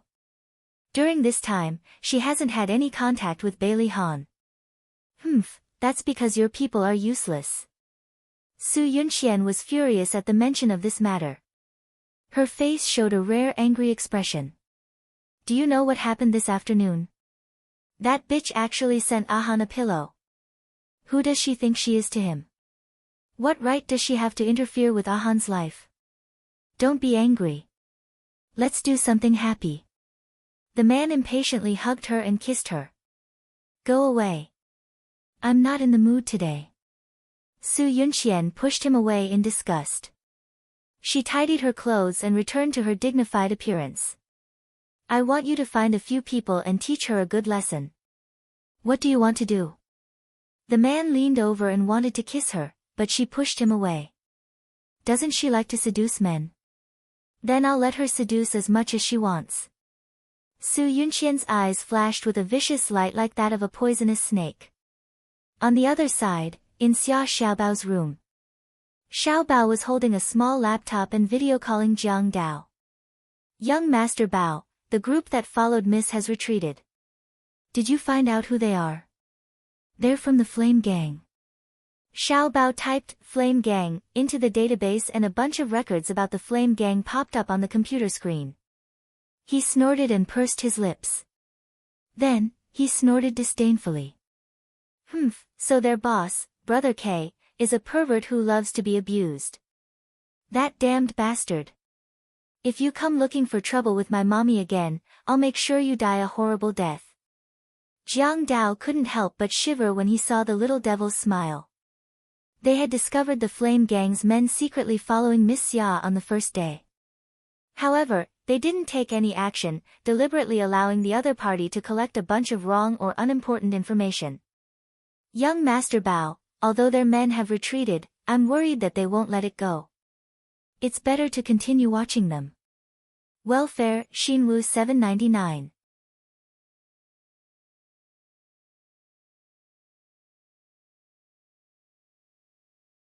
Chapter 60. Yes, you're right. Help me keep an eye on them. Don't let them do anything bad to mommy. Also, find out why the Flame Gang is making trouble for us all of a sudden. Yes, young Master Bao. After ending the call, Jiang Dao hesitated for a moment before deciding to report the recent events to Mika Kito, who was far away in Japan. After all, it involved the conflict between the gangs. The next night, Su Yunqian came to Bailey Han's villa with a collector's edition Transformers model. She said that it was a gift for Bailey Yi. Bailey Yi calmly took the gift and thanked her politely. He even said considerately, Daddy, I won't disturb you and Auntie Sue anymore. I'll go back to my room first. Okay, sleep early. Bailey Han was very satisfied with the change in his son. When they were alone, Su Yunqian leaned into his arms and said gently, Han, I'm so happy. Xiao Yi seems to be trying to accept me. Xiao Yi is a sensible child. He actually understands that you're good to him. He just didn't know how to express it in the past. Bailey Han was actually talking about himself. When he tried to communicate with his son, his feelings for him grew deeper and deeper. He felt proud of being a father from time to time. Han, can I stay here tonight? Su Yunqian's slender fingers wandered around his chest and she said coquettishly, I haven't been alone with you in a long time. Whatever you say. He hugged her and his voice was gentle and doting. Then, can you go take a shower now? She blinked and her voice was as soft as water. Okay. He stroked her hair and walked towards the bathroom. The sound of running water came from the bathroom. Su Yunqian took out his phone from his pocket and quickly sent a text to Xia Dong before deleting the message history. When Bailey Han walked out of the bathroom, Su Yunqian had already changed into sexy pajamas. She had 2 glasses of red wine in her hands, and there was a faint smile on her pink cheeks as she approached him.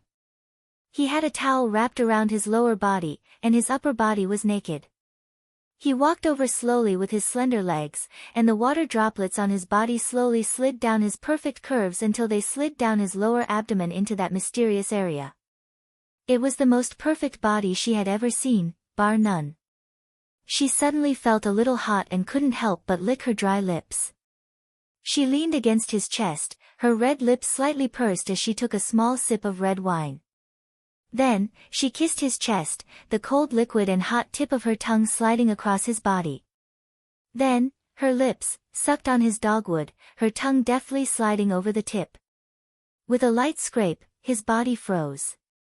Bailey Han looked at the woman in front of him. Her usual elegance had long faded from her face, and her beautiful eyes were already as seductive as silk. Her delicate and smooth skin shone with a dazzling luster under the soft light.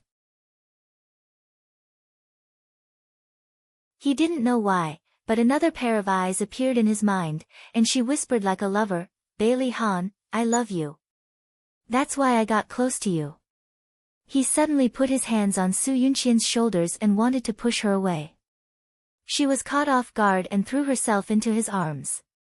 Her voice was choked with sobs. Han, I'm so scared.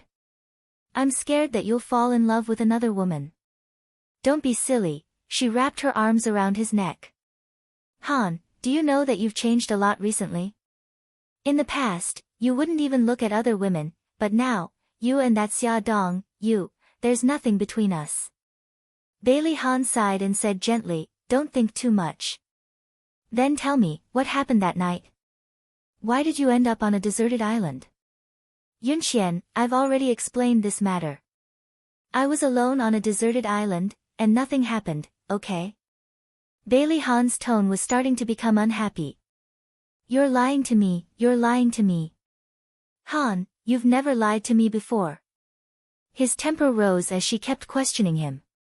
He blurted out without thinking, Yunqian, you weren't like this before either. Where did the elegant, generous, and forgiving Su Yunqian that I liked go? She froze. She had actually lost her mind. She kept warning herself not to ask him too much, but she just couldn't help it.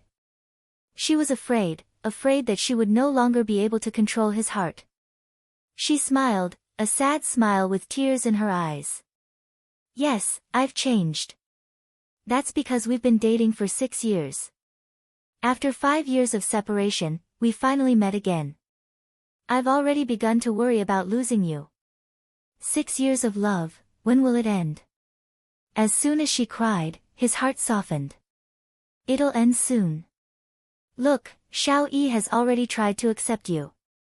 Things have already started to develop in a good direction, haven't they?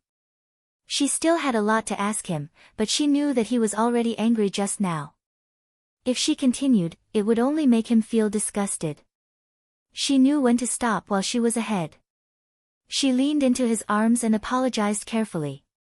Han, I was wrong. Don't be angry with me, okay? I'm not angry. It's getting late.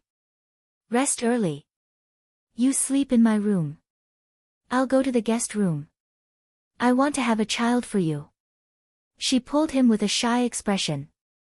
A child who looks like you. After we get married, I hope the child will look like you. Good night. He kissed her forehead. After we get married. Why not now? Was she not attracted to him at all? Su Yunqian was very angry, but she still smiled and said good night to him. Bailey Han walked towards the door. In the next moment, Su Yunqian suddenly screamed, "Ah, snake, snake!" Bailey Han quickly turned around. The little green snake was dancing in the living room. When it heard a woman's scream, it quickly crawled in the direction of the sound. "Snake, snake, Han, get it out of here!" The woman's shrill screams resounded throughout the room. She jumped back. She didn't know if it was because she was panicking too much, but she slipped and fell. Bailey Han rushed forward and caught her in his arms. "Ah!" She screamed again. Her beautiful face was distorted with fear and pain. "Snake, bit me," Bailey Han's heart sank. He held her waist with one hand and quickly attacked the little snake's weak spot with the other. He crushed the snake to death with his bare hands. "Butler, inform the doctor that Miss Su has been bitten by a snake." "Ah. Okay. After more than 10 minutes, Suja rushed over. Fortunately, the snake's venom was not very strong. He removed the snake's venom and bandaged her wound. He whispered, "That's strange. Why did a snake suddenly come out of your room?" Bailey Han was also very strange. His face turned ugly and he ordered the butler, "Clean the villa tomorrow. If you let those dangerous things sneak in again, you don't have to work anymore." "Yes, young master." The butler's old face was very pale. Su Yunqian was most afraid of snakes. She didn't dare to live here anymore and insisted on going home. Bailey Han was worried about her, so he carried her to the car and personally sent her home. A small figure stood in front of a window on the second floor with a disdainful look on her face. She looked at the taillights of the car disappearing into the night and snorted coldly. "If you want to be my mommy, you have to ask me if I agree." Poor Xiaoqing, he was crushed to death by daddy. Xia Dong was very happy. She actually received a text from Bailey Han last night. In the text, Bailey Han thanked her for the gift she sent him yesterday. He liked it very much. In order to express his gratitude, he invited her to the hotel for dinner and made an appointment to meet at 7:00 in the evening in room 305 of the hotel. This was a breakthrough. Tonight, she would take the opportunity to negotiate with him again. Xia Dong hummed happily and changed into different sets of clothes in front of the mirror. Xiao Bao was very curious about her unusual behavior. "Mom, are you going out on a date?" "Yes, Bailey Han asked me out." Xia Dong already regarded her son as her ally and no longer hid it from him. His small round face puffed up and his big eyes blinked. He said, "Mommy, do you want to call him first to confirm?" "What if he's just joking?" That's not very good. I'm afraid that I'll give him the impression that I'm anxious and I'm rushing him." Although in fact, she was really anxious. "Oh, that's right. Then you go on the date." Little Bun touched his chin and commented with a smile, "Although this dress is sexy, it's not revealing. It's very suitable. I'll take it." Yes, I think so too." "Then I'll take it. Son, take good care of Xiao Guai. I'll be leaving first." Xia Dong kissed her son on the cheek and happily went out. When she reached room 305, Bailey Han was still not there. A waiter brought her a drink. She didn't even look at it and gulped it down. After waiting for a while, Bailey Han was still not there. She raised her wrist to look at her watch. Strange, it's already 7:00. Why isn't he here yet? She didn't know why, but she felt a little hot and irritated. She was too lazy to think about it and directly dialed Bailey Han's number. "Hello, Bailey Han, this is Xia Dong. Have you left? I'm already at the hotel." Bailey Han was already on his way home. When he received the call, he was puzzled. "What hotel?" Xia Dong was even more irritated and her voice involuntarily rose. "Didn't you ask me to meet at Grand Hyatt Hotel's room 305 last night? I never asked you out." Bailey Han thought she was playing tricks again. After saying this, he was about to hang up when he suddenly heard a scream from the phone. The phone in Xia Dong's hand was suddenly snatched away and thrown to the ground. She was also slapped in the face. "Who are you? What do you want?" Xia Dong angrily looked at the 5 men who suddenly barged in. They all had colorful hair, pierced ears, shiny earrings, and cigarettes in their mouths. They all looked like delinquents. *TCH, didn't anyone tell you that this is our territory? How dare you barge into our room? Do you want to die? A man with blonde hair spat out the cigarette in his mouth and said fiercely. Did she accidentally barge into someone else's territory? That's not right. Didn't Bailey Han ask her to meet here? She thought for a moment and said calmly, "Sorry, I'll leave now." She walked towards the door. When she was one step away from the door, someone grabbed her arm and threw her towards the sofa. She quickly adjusted her body and steadied herself with one hand on the table. *TCH, you want to leave? It's not that easy. Since you're here, stay. Play with us for a bit. The 5 of them smiled wretchedly and approached her step by step. Awesome novel, Sengshu 566.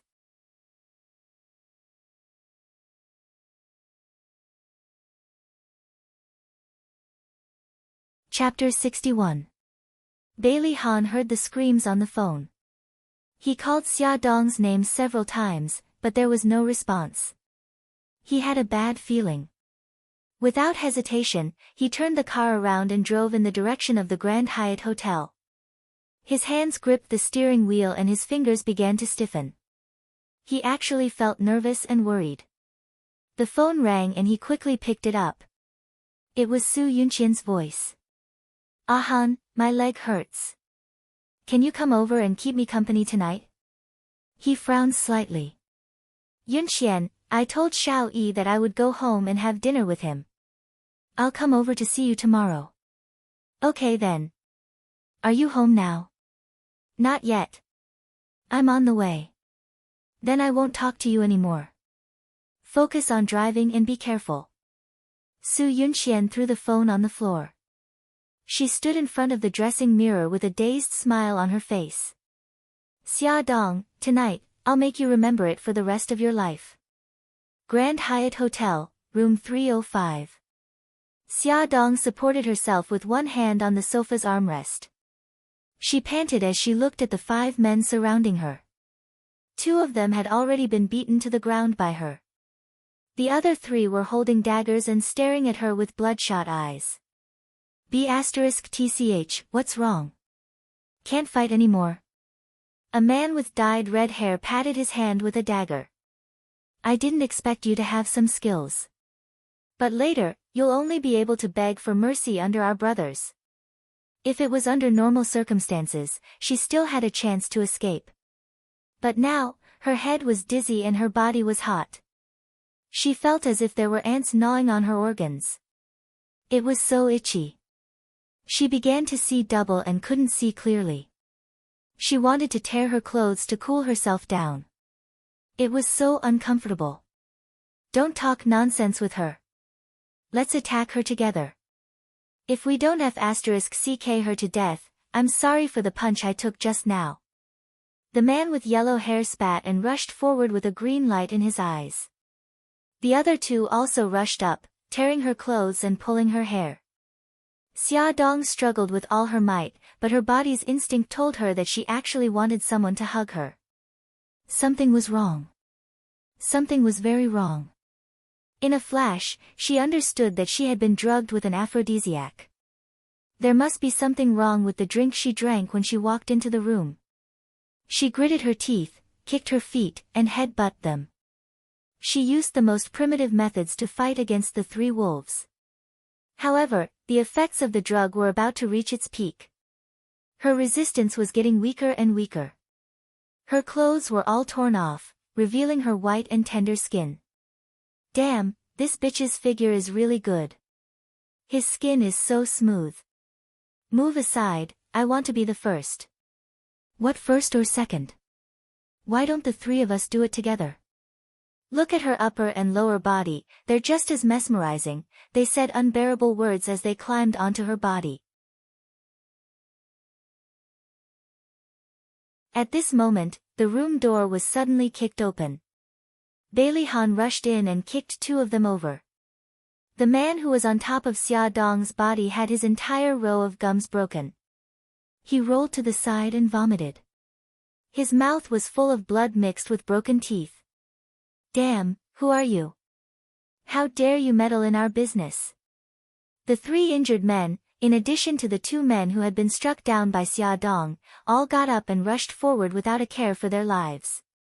Bailey Han quickly took off his jacket and covered Xia Dong's body. His fierce punches and kicks quickly attacked the 5 men. His movements were fast and ruthless. With a few cracking sounds, the 5 men's leg bones were all broken. The most miserable one had all his ribs broken. The 5 men lay on the ground and cried. Their bodies were covered in blood. His fierce and bloodthirsty gaze swept across them. "If there's a next time, I'll break your necks." He carried the trembling Xia Dong and strode out. When he walked out of the room, he called the police and asked them to deal with these scumbags. So hot, so uncomfortable. Xia Dong, who was burning with lust, had already lost her mind. She hugged Bailey Han and unconsciously rubbed against his body. The coolness of his body made her feel a little better. She moaned in satisfaction. So comfortable, Bailey Han's body stiffened, but he did not stop moving forward. He tightly held her in front of his chest to prevent her from falling. Damn it, they drugged you. Woman, stay still and don't move. His magnetic voice fell into her ears and made her feel at ease. However, her body was very uncomfortable. She sobbed. So uncomfortable, so hot. Bailey Han, help me, help me. He had originally planned to carry her to the hospital, but looking at her, it was too late. Bailey Han turned and entered the elevator. He booked a presidential suite. He rushed into the bathroom and put her in the bathtub.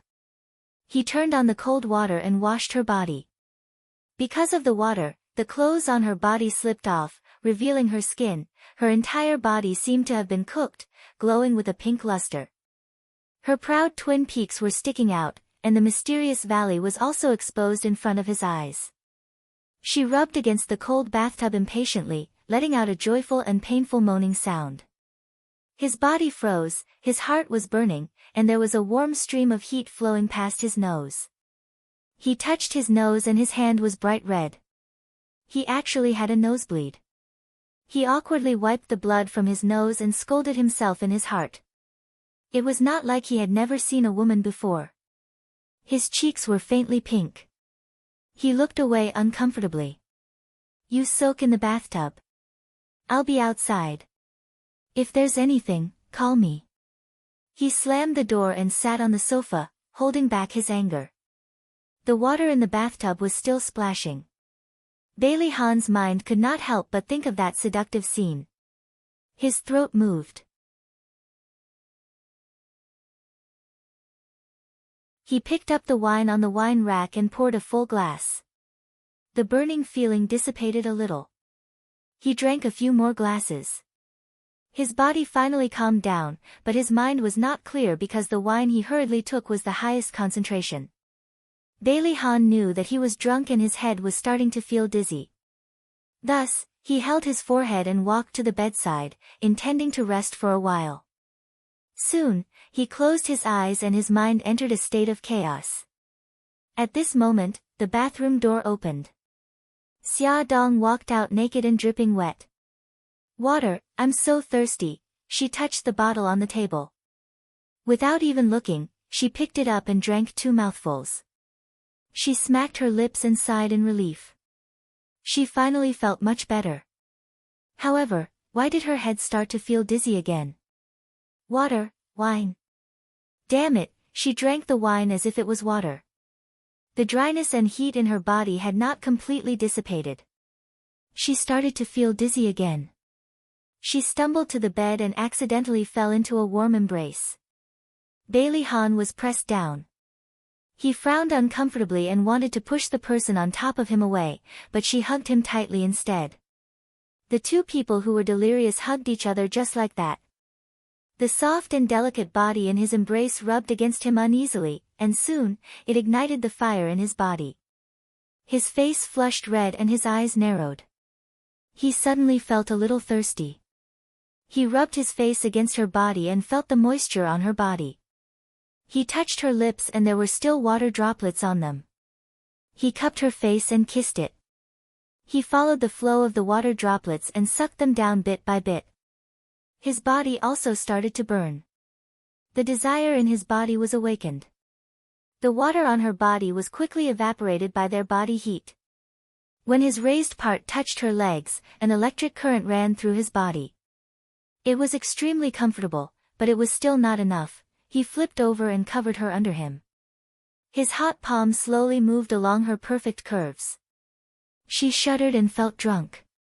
She couldn't help but reach out her arms to hook him and pull him closer to her. He couldn't hold it in anymore. He desperately needed a vent. Following his instincts, he finally found that quiet entrance. He bit her lips and slowly entered. It hurt. Her nails dug into his back. He felt her pain and stopped. He kissed her for a while more. When she got used to it, he began to move again. Inch by inch, it was all eroding. When it was all over, Bailey Han let out a low growl. Then, following his instincts, he began to go on a rampage. He had suppressed it for too long. Once he got a vent, it was as crazy as a storm. The next day, Xia Dong woke up first. She felt sore all over, as if her bones were falling apart. She also felt like she had been run over by a car. She was so tired that she didn't want to move. She forced herself to move her body. She actually touched a naked chest. She suddenly looked to her side. Bailey Han was sleeping peacefully beside her. The scariest thing was that his hand was still around her waist. She lifted the blanket and peeked. They were all naked. Wait a minute. She reorganized her memory. She was drugged and attacked. Then, someone rushed to save her. Then, she was thrown into the bathtub. After that, this was what happened. It really happened last night. It wasn't a dream. Xia Dong didn't know if she should be happy or sad. She took deep breaths and exhaled several times before she calmed down. Now wasn't the time to be conflicted. She had to clean up the battlefield before Bailey Han woke up. She had to pretend that nothing happened. Fortunately, Bailey Han drank last night. Because of his hangover, he wouldn't wake up for a while. She quietly withdrew from his arms and ran to clean up. After changing her clothes, she wet a towel and helped him clean up. Fortunately, she didn't scratch his front last night. As for his back, it was fine as long as he couldn't see it. When she brushed that part, she couldn't help but blush. She rubbed it twice. Oh God, it actually reacted and stood up. She was so scared that she quickly covered it with the blanket. After cleaning up all the traces she left behind, Xia Dong glanced at Bailey Han, who was still sleeping, and ran out of the door. Her body was still hurting, but she couldn't care less. She called the company and asked for a leave of absence. When Xia Dong got home, she realized that she hadn't been home all night. The children were very worried. Xiao Bao even mobilized Jiang Dao to look for her. At 11 o'clock last night, Xiao Bao couldn't get in touch with her, so he sent Jiang Dao. Jiang Dao rushed to the hotel just in time to see the police taking away a group of criminals. He guessed that his mom had fallen into a trap. Fortunately, his mom was fine. Xiao Bao regretted not being more vigilant in time. He definitely wouldn't let those bad guys off. Xia Dong roughly explained what happened last night. Of course, she skipped the part where she had sex with Bailey Han. Mom, you must be tired. Get some rest, Xiao Bao said considerately. When she got back to her room, Xia Dong still hadn't calmed down. She called Yi Siki and confided, Yezi, I succeeded, but I'm not happy at all. I wanted to persuade him to do IVF with me, but I didn't expect that we would still have sex. Yi Siki comforted her, since it already happened, don't think too much about it. Anyway, he was willing.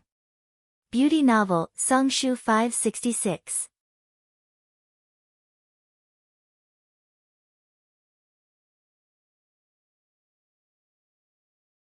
Chapter 62. He was drunk, and I was drugged with an aphrodisiac. Is this fate? Xia Dong laughed self-deprecatingly and leaned back on the sofa. I did some calculations. Yesterday was my most dangerous period, and the chances of me getting pregnant are quite high. From today onwards, I can distance myself from him.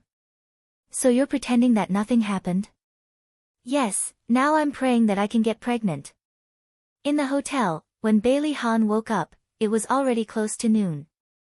Because of his hangover, his head was still hurting. He leaned against the headboard and rested for a while before he remembered that he had thrown Xia Dong into the bathtub last night. He casually lifted the blanket and wanted to get out of bed, but he quickly pulled the blanket over himself. What was going on? Why was he naked? Could it be? He grabbed his clothes from the side of the bed and put them on, then rushed to the bathroom. There was no one in the bathroom, and it was very clean. There was only a tank of water in the bathtub. His handsome face darkened. That woman ran away again. Xia Dong arrived at the company in the afternoon. Just as she sat in the office, the phone on her desk rang. Hello, I'm Xia Dong. May I know who's calling? Woman, why didn't you turn on your phone? Bailey Han's anger was transmitted through the phone line, and Xia Dong's ears were buzzing. She held the phone a little further away. My phone was lost last night. She thought for a moment and said, it should still be in room 305 of the Grand Hyatt Hotel. Why didn't you wake me up in the morning? What happened last night? Why did I? He paused and lowered his voice. Why was I naked? Sure enough, he came knocking on her door. Xia Dong replied calmly, Mr. Bailey, I woke up in the bathtub early in the morning and saw you sleeping on the bed. Because of this difference in treatment, I was very angry, so I deliberately didn't wake you up. What's wrong with that? As for why you were sleeping naked, how would I know? Isn't it because you have a habit of sleeping naked? The person on the other side of the phone paused for a few seconds and didn't speak, but Xia Dong could hear his heavy breathing, as if he was trying hard to suppress something. Are you sure nothing happened last night? She raised her voice. I'm sure that nothing happened last night. Alright, I'm going to start working now. Goodbye. As soon as he finished speaking, he hung up the phone. His actions were swift and smooth. Damn it, she actually hung up on him. Was this how she should treat her savior? Bailey Han was so angry that he slammed his fist on the table. However, he soon calmed down and thought about what had happened last night. He realized that Xia Dong had been set up by someone and that person knew a lot about them. Bailey Han specifically contacted the police chief and tactfully expressed his high concern about the attempted gang rape case last night. He also expressed his cordial attitude towards the victim. The police chief naturally understood what he meant and immediately said that he would investigate the situation as soon as possible and would not disclose any information about the victim. Su Yunqian quickly realized that her plan had failed. She angrily smashed the teacup, and her face was as cold as ice. Trash, all trash. You can't even handle such a small matter. Now that you've alerted the enemy, it'll be even more difficult to deal with her next time. Brother K said seriously, those brothers have been arrested and sent to the police station. If they can't handle it and say something they shouldn't, then it'll be very troublesome. In for a penny, in for a pound. Just make sure they can't speak. Su Yunqian looked at him disdainfully. This man was so useless. She really wondered how he became the leader of a gang. Baby, you're so smart. Brother K smiled and kissed her. He took out his phone and dialed a number. He said, Wild Wolf, find someone to get rid of those people in the police station. Also, tell the brothers to be careful. The person who saved that woman last night is definitely not simple. Su Yunqian's eyes flashed. Who was the person who saved that B*TCH last night? Those who saw him are all in the police station. I'm also very curious about who it is. Su Yunqian glanced at him. Be careful these days. Let's not see each other for the time being. If someone finds something that can be used against us, you know what to do. Don't worry. Even if I die, I won't give you up. He leaned over and touched her charming face. How could I bear to do that? Don't you think so, baby? Su Yunqian leaned on his chest with a coquettish smile on her face. You're just making me happy. But there was a flash of darkness in her eyes. Stinky man, if you dare to give me up, I'll make sure you die without a burial ground. Dead people were the best at keeping secrets. Brother K and Su Yunqian both had the same idea. They wanted the informants in the police station to get rid of the 5 troublesome people. However, the informants did not even have the chance to do anything. The bureau chief attached great importance to this case and locked the 5 criminals in a special room. Other than the bureau chief himself, no one else was allowed to get close to them. The bureau chief quickly used all his means to get information from the criminals. The leader of the Yen gang, Old K, was the mastermind behind this. He immediately reported this information to Bailey Han.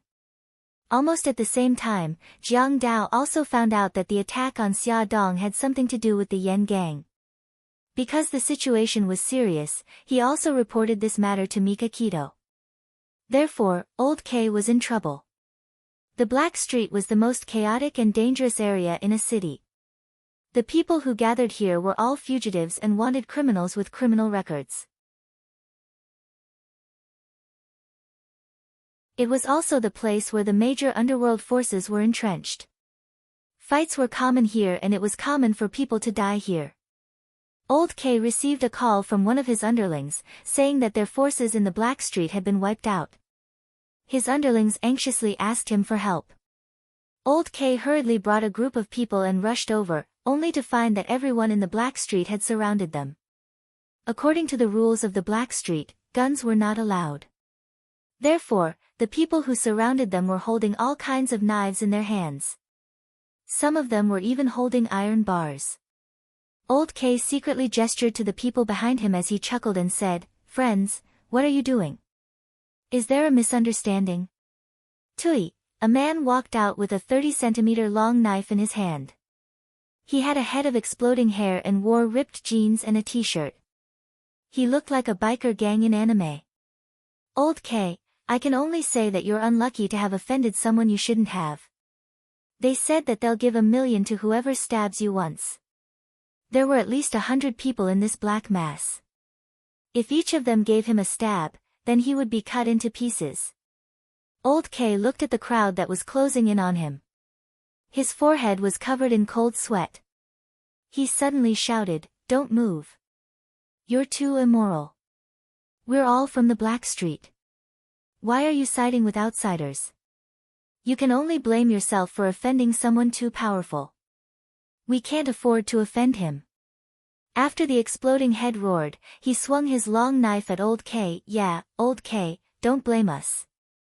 We had no choice. We still want to stay in this Black Street for a few more years." A bald man rushed forward with the iron bar in his hand and hit one of Old K's subordinates. That subordinate fell to the ground and vomited blood. "Let's go, everyone. For that $1 million. Let's go. Kill Old K." Crazed shouts rose up like a tidal wave, and a vast group of people besieged him. Swords and sticks did not have eyes, and with a single slash, an arm was gone. Blood flowed everywhere, and severed arms and legs fell to the ground in a horrifying manner. Old K didn't care about the rules anymore. He took out a pistol and fired at the crowd. The person at the front covered his wound and cursed, "F***CKU, Old K, you bastard. You actually used a gun. Brothers, take his gun and cut him into 1,000 pieces." Bang, bang, bang. The sound of gunfire continued. One by one, people fell down. Blood splattered everywhere. Old K dodged the attacks of knives and sticks while retreating under the cover of his subordinates. In his heart, he cursed Su Yunxian 1,000 times. F***CKU, stinky B***TCH. You knew the opponent wasn't to be trifled with, yet you pushed the job to me. Now, I'm being chased and I don't even know if I can survive until tomorrow. Ah, Old K screamed. He didn't know who threw a knife, but it cut off Old K's right wrist.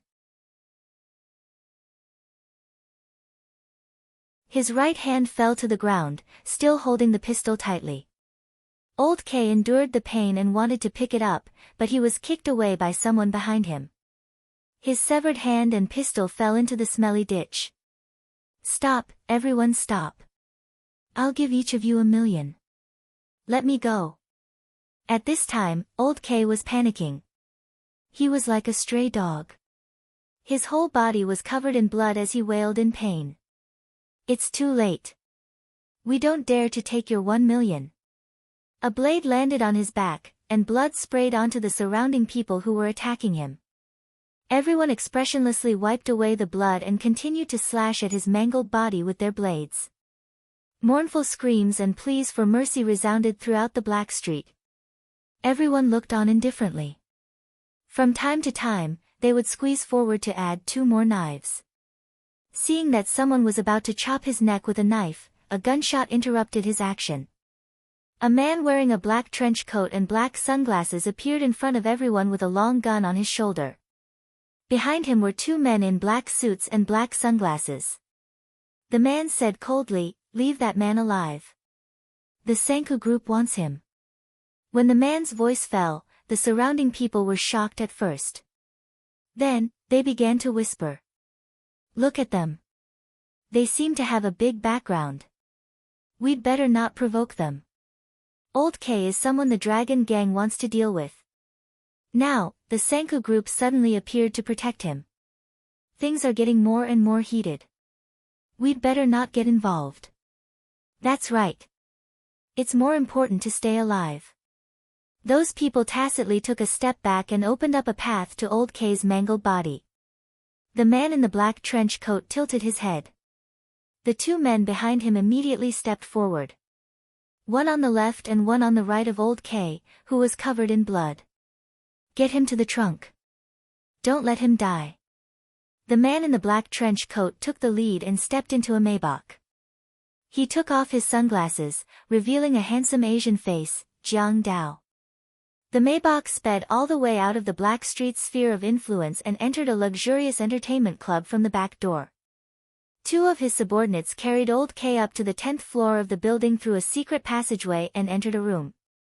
The room was decorated very luxuriously and looked very unique. The entire wall facing the outside was made of crystal. From the outside, one could clearly see the situation inside. Not only that, but it also used the principles of physics to magnify the image. Even from the ground floor, one could clearly see what was happening in the room. Old K's tragic fate had just begun. Come and see, Hungcha 866.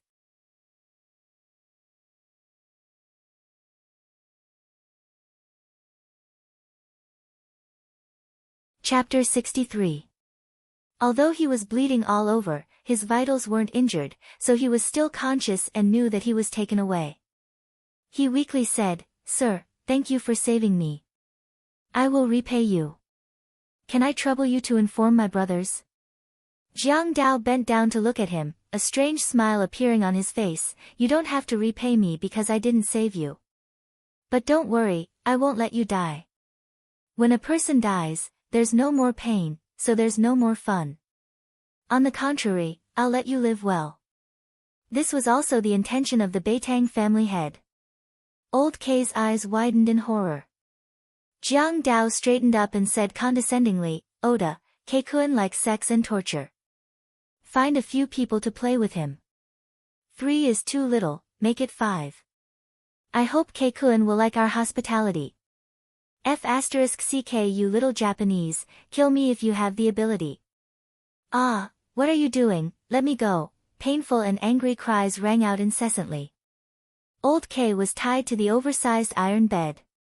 5 men as strong as gorillas walked in. With every step they took, the floor of the room seemed to shake twice.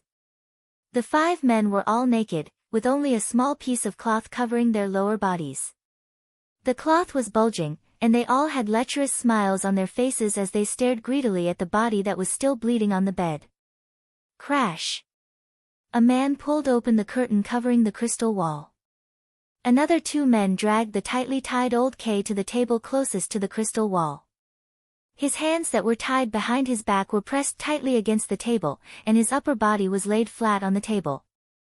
Then, he separated his legs, folded them upside down, and tied them to the 2 legs of the table on his shoulders.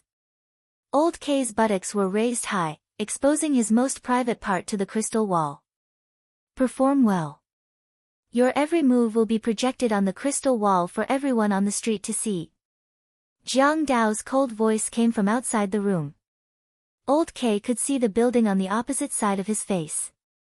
A man pounced on him and pried open his buttocks, a second man forced his mouth open, a third. There was also a sound system installed in the room, recording all the voices of the people downstairs. Ah, my God, what's with that strange wall? Is it a new electronic screen? What's with the heavy movie playing on the screen? That little bottom is so despicable. He's clearly in so much pain, yet he's still seducing the 5 little top guys. Oh, 6p. However, the characters here don't seem to have any beauty. The man below is covered in blood, and the 5 men are too majestic. A lot of mocking and teasing words were transmitted to old K's ears through the sound system.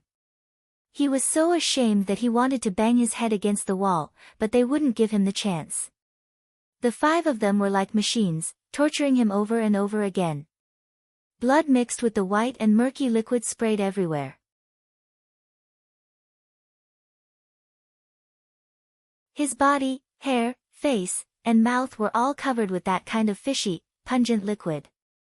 Old K's body had been injected with a strong aphrodisiac. He was clearly in great pain, but he still couldn't help but twist his body to accommodate their movements. The 5 men's mission was to humiliate Old K. Not only did they want to ravage him, but they also wanted to make him reach the height of his shame and sweep his dignity into the trash can. Death became his most extravagant wish. He was now in a situation where he couldn't live, but neither could he die. In the end, he couldn't bear the inhumane torture and wanted to bite his tongue to commit suicide.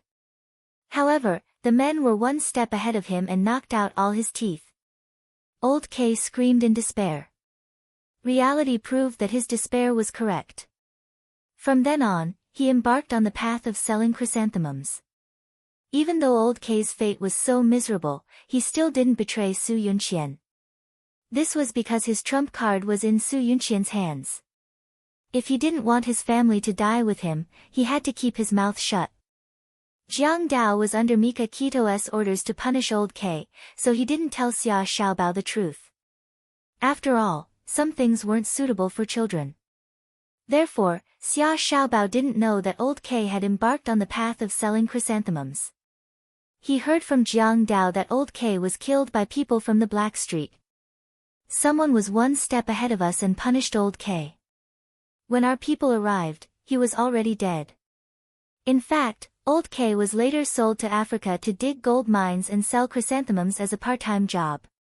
Xia Xiaobao frowned. Who are they? I heard that it's the Dragon Gang, the most mysterious and largest gang in a city. We haven't found out any details yet.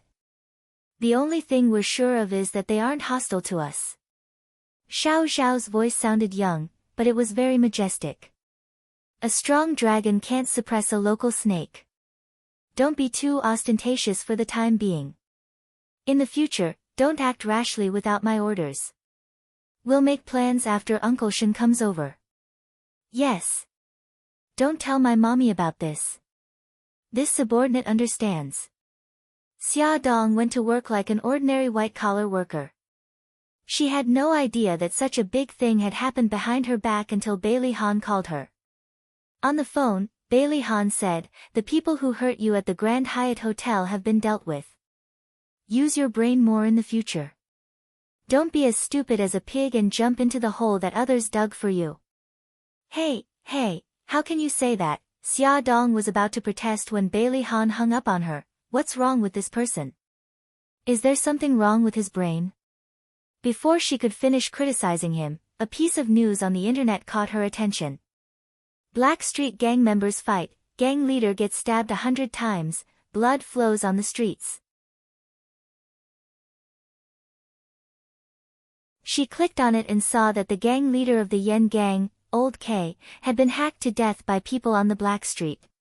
Then, the news detailed Old K's crimes over the years. It was said that he was involved in murder, arson, rape, and robbery. It could only be said that this guy deserved it. Xia Dong sighed. Good people have good karma, bad people also have bad karma to deal with. She didn't take it to heart and didn't know that this matter had something to do with her. In the afternoon, Bailey Yun called to ask her to play golf on Saturday. She thought that she had nothing to do on Saturday and that it would be good to go out and relax, so she set a time to meet up. The weather on Saturday was very good. Xia Dong sent the 2 children to her aunt's house and drove to the resort. She didn't know that the person she couldn't avoid was waiting for her at an unexpected place. The people from the resort led her to the golf course. From afar, she saw Bai Liyun, who was dressed in sportswear, holding a golf club in his hand. He faced the golf ball and swung it elegantly. On the endless lawn, the ball slowly went into the hole. Xia Dong smiled and clapped. Nice shot. Bailey Yun turned to look at her. She was wearing a sportswear with short sleeves and a short skirt that exposed her knees. Her long hair was tied up in a ponytail. She looked fresh and cute, like a lively high school girl. Bailey Han raised his eyebrows and whistled, not hiding his admiration for her figure. His slender foxy eyes were full of smiles. Do you want to compete? Forget it. Xia Dong waved her hand. I'm just a rookie. I don't dare to compete with an expert like you. Otherwise, I'll lose badly. She held the golf club with both hands and swung it at the ball. She had the demeanor of a female general, but unfortunately, the ball went too far, and hit Bailey Yun's ball. Bailey Yun was convulsing with laughter. Xia, you're such a genius. You actually hit my ball. How did you manage to deviate so far from the track? You're simply too talented, ha ha ha. Xia Dong shrugged nonchalantly. You're funny. This is just my normal performance. If you're interested, I can teach you. It's a free kiss. Ha ha ha. Bai Liyun hugged his stomach and burst into laughter. He wanted to roll around on the grass. Xia, you're so cute. All my troubles are gone when I see you. You're the happiest person in my life. Alright, seeing that I can eliminate your worries, shouldn't you provide me with a reward?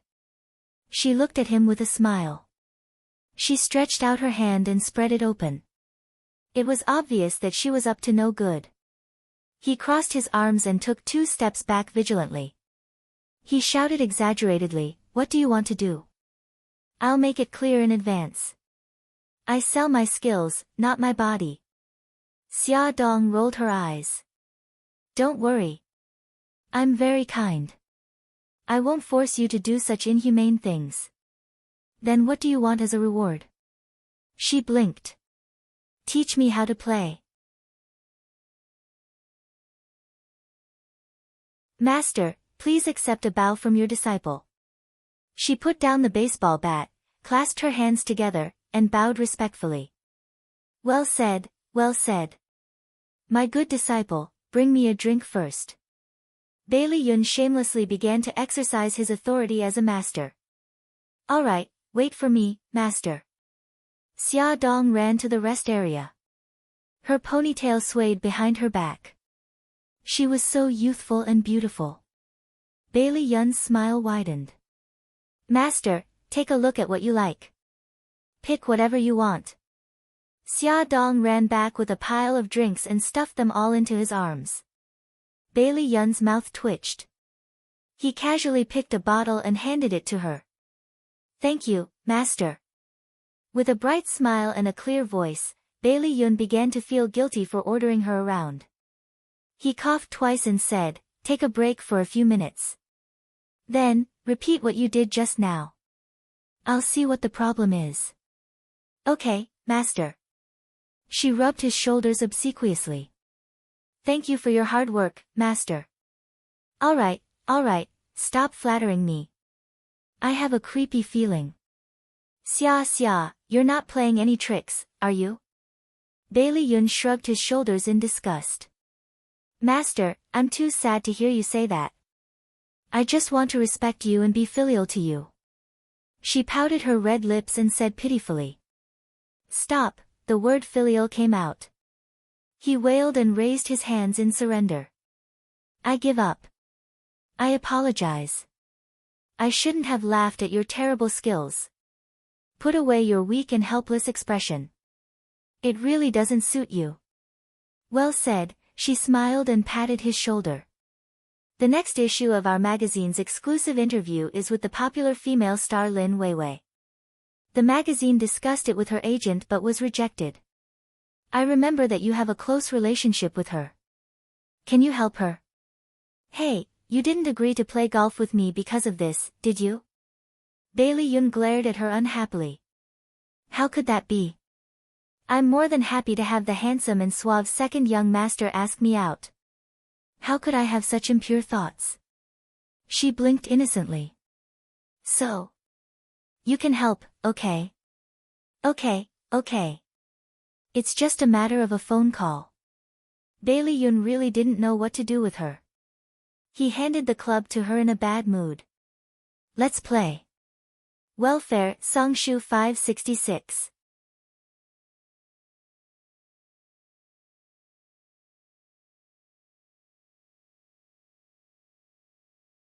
Chapter 64. She smiled as she swung her golf club. This time, her golf ball didn't collide with someone else's ball. Instead, it flew far away and hit the person who was playing in the distance. That person's shoulder was hit and he naturally turned around. Then, Xia Dong had the urge to throw herself on the ground. Bailey Han. Damn it. Who could tell her why Bailey Han was here? Of course, Bailey Han saw her as well. His obsidian-like eyes flashed with complicated emotions. He said a few words to his partners who were playing basketball with him, then walked over to Xia Dong and the others. Xia Dong covered her face. She didn't want to see anyone. Bailey Yun's hand landed on her shoulder and he sighed. Just based on your golf skills, I'm deeply ashamed. Bailey Yun. If you mock me again, I'll bite you to death. Bailey Han was walking over. He was walking towards them. She was already very frustrated, but this guy was still adding fuel to the fire. Bailey Yun looked meaningfully at the person who was walking towards them. His lips curled into a faint smile. Don't worry, I'm here. Besides, I only hit him. He won't go so far as to kill you. Sob. Give me a piece of tofu and I'll just kill myself. Bailey Han was wearing a set of white sportswear. The bright color made him look less cold and hard than usual. Instead, he looked more casual and at ease. Taking advantage of the endless lawn, he slowly walked over. It really did give off the feeling of an orchids and jade trees. However, his voice was as cold as ever. Your ball. There was no expression on his face. His deep black eyes looked at Xia Dong. He stretched out his arm and slowly opened his palm. In his palm was the golf ball that she had just hit. So, he wasn't here to pick a fight, but to return the ball. Xia Dong's brain instantly stopped working. Thank you. She reached out to take the ball from his palm. Her fingers brushed across his palm, and he immediately felt a numb feeling flowing through his palm. His heart tightened, and he quickly grasped her hand, wrapping her hand in his palm as well. Xia Dong's body stiffened. She tried to pull her hand away but couldn't. Bailey Yun took a step forward and put his arm around her waist in a protective posture. There was an apologetic smile on his face. Brother, Xia's golf skills aren't good. She didn't mean to hit you. Please forgive her. Yes, it was an accident. I'm sorry. Please let go of me. Bailey Han looked at Bailey Yun's hand around her waist. Xia Dong. Bailey Han, stop right there. Bailey Han pulled her forward a few steps and finally stopped. Right here. I'll teach you how to play. Let go. I don't need you to teach me. I already have a master. Xia Dong used her left hand to pry his hand away. Brother, Xia has already acknowledged me as her master. I won't trouble you anymore. Bailey Yun followed over. He had a smile on his face, but his eyes were cold. Bailey Han's aura became even colder. He glared daggers at Xia Dong. Since you hit me, you have to apologize. I've already apologized. You're not sincere enough. I won't accept it. What do you want? Xia Dong didn't understand what was wrong with him. Learn from me until the ball goes into the hole without hitting anyone.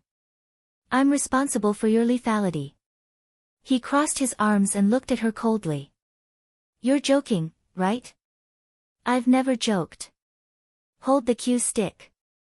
He didn't wait for her to refute.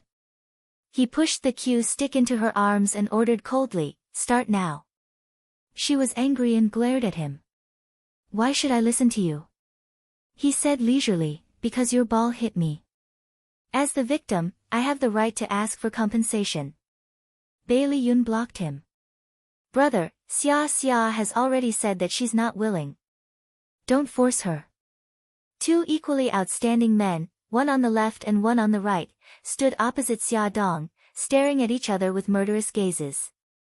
She could almost feel the electric currents converging in the air, and she, who was sandwiched in the middle, felt immense pressure.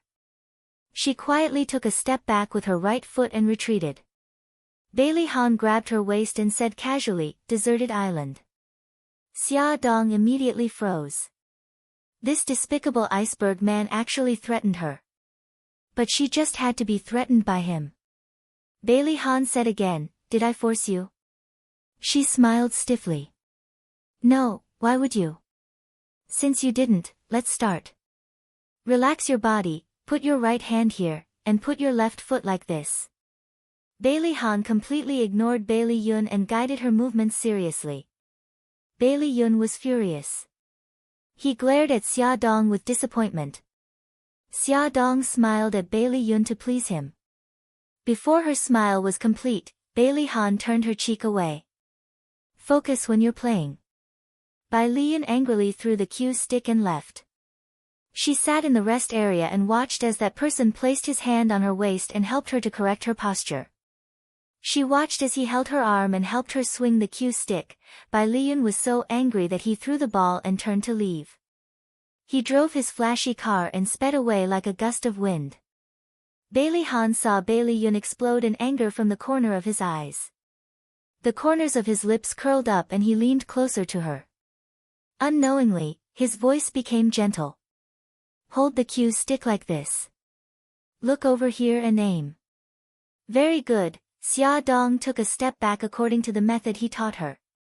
She accidentally stepped on his foot and quickly apologized, "I'm sorry." When she turned around, she realized that the two of them were so close that she could feel his body temperature and hear his heartbeat. Almost instinctively, Bailey Han hugged the woman in his arms. When he realized what he had done, Xia Dong had already raised her hand and slapped him. I am sorry. I suddenly remembered that I still have something to do. I'll leave first." Xia Dong didn't dare to look at his livid face and ran away. When she ran far away, she suddenly remembered that her things were still on the court and ran back.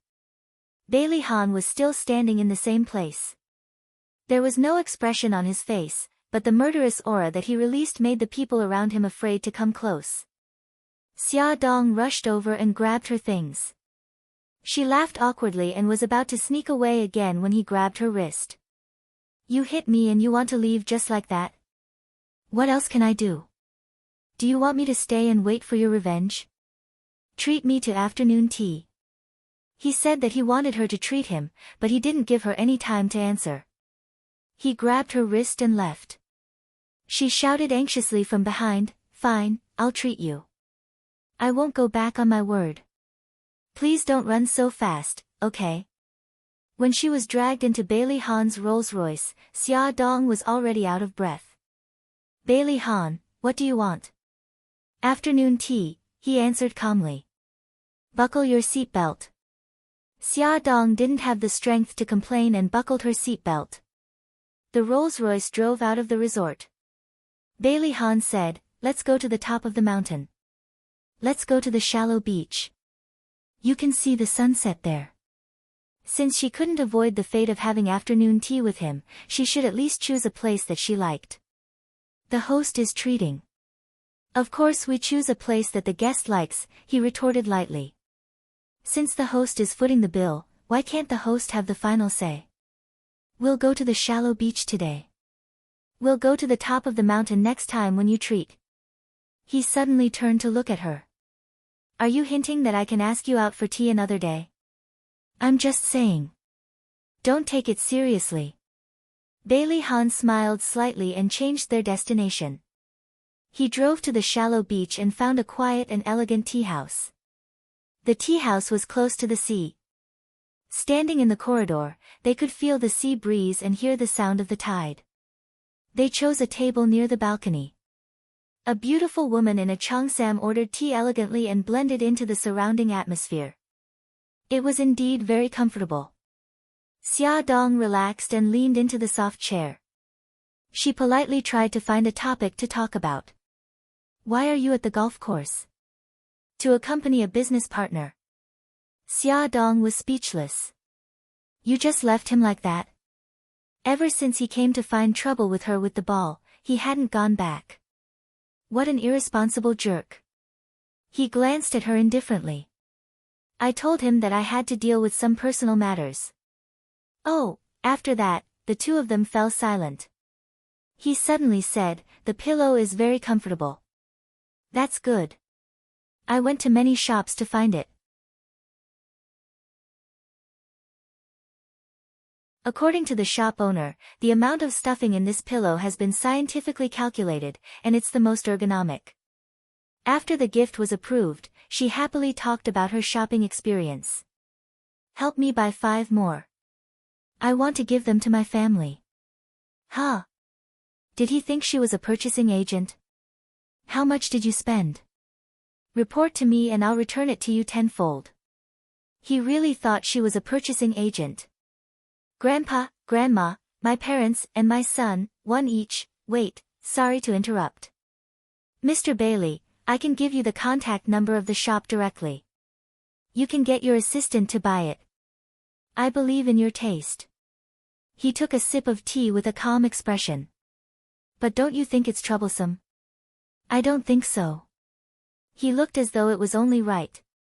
Of course you don't think so. Because I'm the troublesome one. She gritted her teeth. He smiled. Then I'll have to trouble you. In return, I'll treat you to tea next time. You don't have to force yourself. Really, I think we can keep a distance and not do anything that will cause misunderstandings. He looked at her in surprise. Miss Xia, why would you have such a strange idea? Isn't it normal for friends to help each other? She wanted to bang her head on the table. She never knew that he had such a rogue side. He smiled. Any other questions? No. I'll send it to your office next Monday. She had a bitter expression on her face and her tone was full of resentment. Miraculously, he felt very happy. The depression that had accumulated at the golf course was all swept away.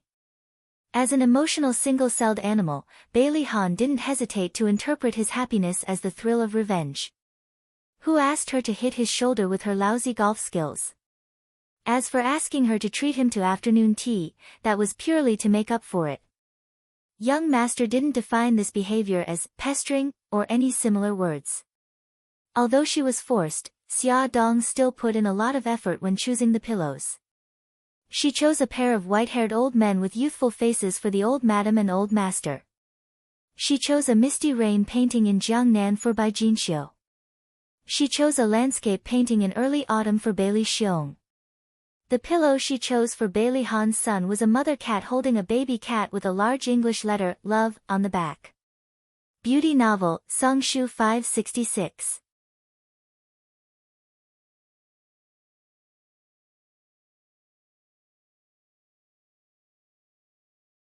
Chapter 65. On Monday, Bailey Han looked up at the door of his office every hour or two.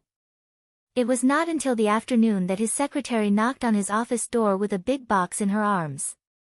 There were 5 pillows, and all of them were very beautiful, especially the one for his son. Bailey Han regretted not getting one more for himself. Although he already had one in his office, he could have gotten another one to use at home. Xia Dong had just finished a meeting when her phone rang. It was Bailey Han. My family likes the pillows you chose. To express my gratitude, I'll treat you to dinner tonight. Do you have time? Xia Dong raised her eyebrows. I don't have time tonight, tomorrow night, or even Friday night. She had to go home to accompany her son and daughter. How could she have time to accompany him? It's okay. I'll make an appointment for Saturday.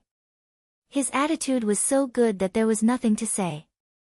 There was no sign of anger at all. This made Xia Dong panic. Could it be that he wanted to pursue her? No, that's not right. He already has a fiancée. Then why was he playing tricks to get back at her? Okay. She gritted her teeth. Before she was completely sure that she was pregnant, she couldn't be too ruthless. It was as if Bailey Han had been possessed. He was a completely different person. He was so gentlemanly and polite. After she entered the dining room, he even pulled out a chair for her. When they were eating, he even carefully put food in her bowl. Xia Dong ate as if she was sitting on pins and needles. She couldn't understand what he was thinking at all. Indeed, an icy face suited him better. A week later, Xia Dong felt that she could finally be free. Because she was pregnant. For the sake of caution, she deliberately used 5 pregnancy test kits. The test results all showed that she was pregnant. Her efforts had finally paid off. Xia Dong happily told Yisiki the good news. She hugged her son and daughter and kissed them fiercely. Babies, Mommy will take you out for a picnic this weekend. She had been busy with borrowing seeds and hadn't played with the children in a long time. Okay. Mommy is the best. Xiao Guai hugged her neck and cheered. Mom, did you pick up money on the street? Did you get a raise? Got a promotion? Or did you win a prize? Xiao Bao asked with a doubtful look on his face. Xia Dong giggled. No. Mommy just wants to go out and play with you. She had another plan, and that was to kick Bailey Han out of the picture. No matter what his motive was, he would definitely not get close to her in the future after seeing her worst side. Xia Dong arranged to meet at a bar.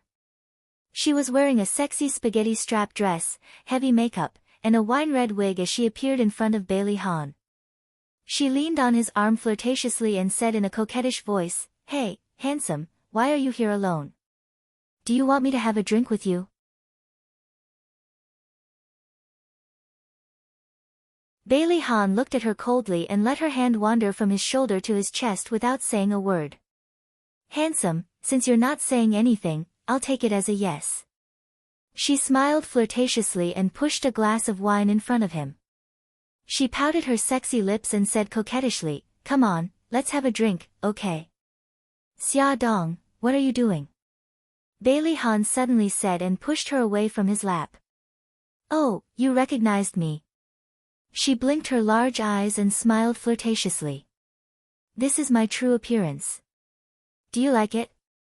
He spat out 2 words indifferently, boring. The smile on Xia Dong's face was about to crack. She clenched her fists fiercely. Okay, it seemed like she had to use her trump card. She smiled and raised her eyebrows. "Since you think I'm boring, then I won't be an eyesore here. I'll go find some fun myself." She swayed her slender waist and walked to the middle of the dance floor flirtatiously. A handsome man immediately walked in front of her and said with a smile, "Hey baby, why haven't I seen you around recently?" She leaned on the man like a koala and looked at him flirtatiously. "Because I've been too busy recently." "Baby, did you miss me?" "Of course, it's not just me. The other handsome men in the nightclub missed you too." The handsome man hugged her slender waist. The 2 of them were almost stuck together and danced to the music. In the middle of the dance floor, the couple's bodies were tightly pressed together. Bailey Han noticed that the man's palm was supporting her waist and another hand was rubbing her back. As for her, she was looking at him tenderly, as if she was looking at her lover. After the dance, the handsome man kissed her cheek. Then, another handsome man went on stage. Bailey Han, who was watching from the side, couldn't stand it anymore. "Good for you, Xia Dong. Not only were you flirting with other men, you even danced. Not only did you dance, but you even changed to a second, a third, and a fourth. Do you still have any integrity?" The wine in the wine glass seemed to have turned into a bitter liquid. It tasted terrible. Bailey Han was very irritated. The music was so loud that it gave him a headache. The usually calm and rational young Master Bailey didn't care about his image and rushed to the dance floor with a fierce face. He grabbed Xia Dong's wrist and said, "That's enough. Come with me." Xia Dong flung his hand away and shouted angrily, "What right do you have to control me? You're not my boyfriend nor my husband. What right do you have to control me?" Her shout was especially loud. Everyone on the dance floor fell silent and focused their attention on the two of them. Bailey Han's face darkened. His handsome face was cold and he stared at her with a sharp gaze. "Say that again." Xia Dong raised her chin. "Say it again then. Who's afraid of who? You're not my boyfriend nor my husband. What right do you have to control me?"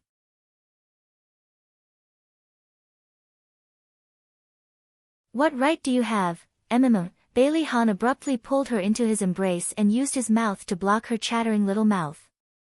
Wow, the people around them were shocked. His anger was transmitted through this kiss. He sucked and bit her lips fiercely until he tasted blood in his mouth. Only then did he soften his actions. After the initial shock, Xia Dong stomped on his foot heavily, but he nimbly dodged it.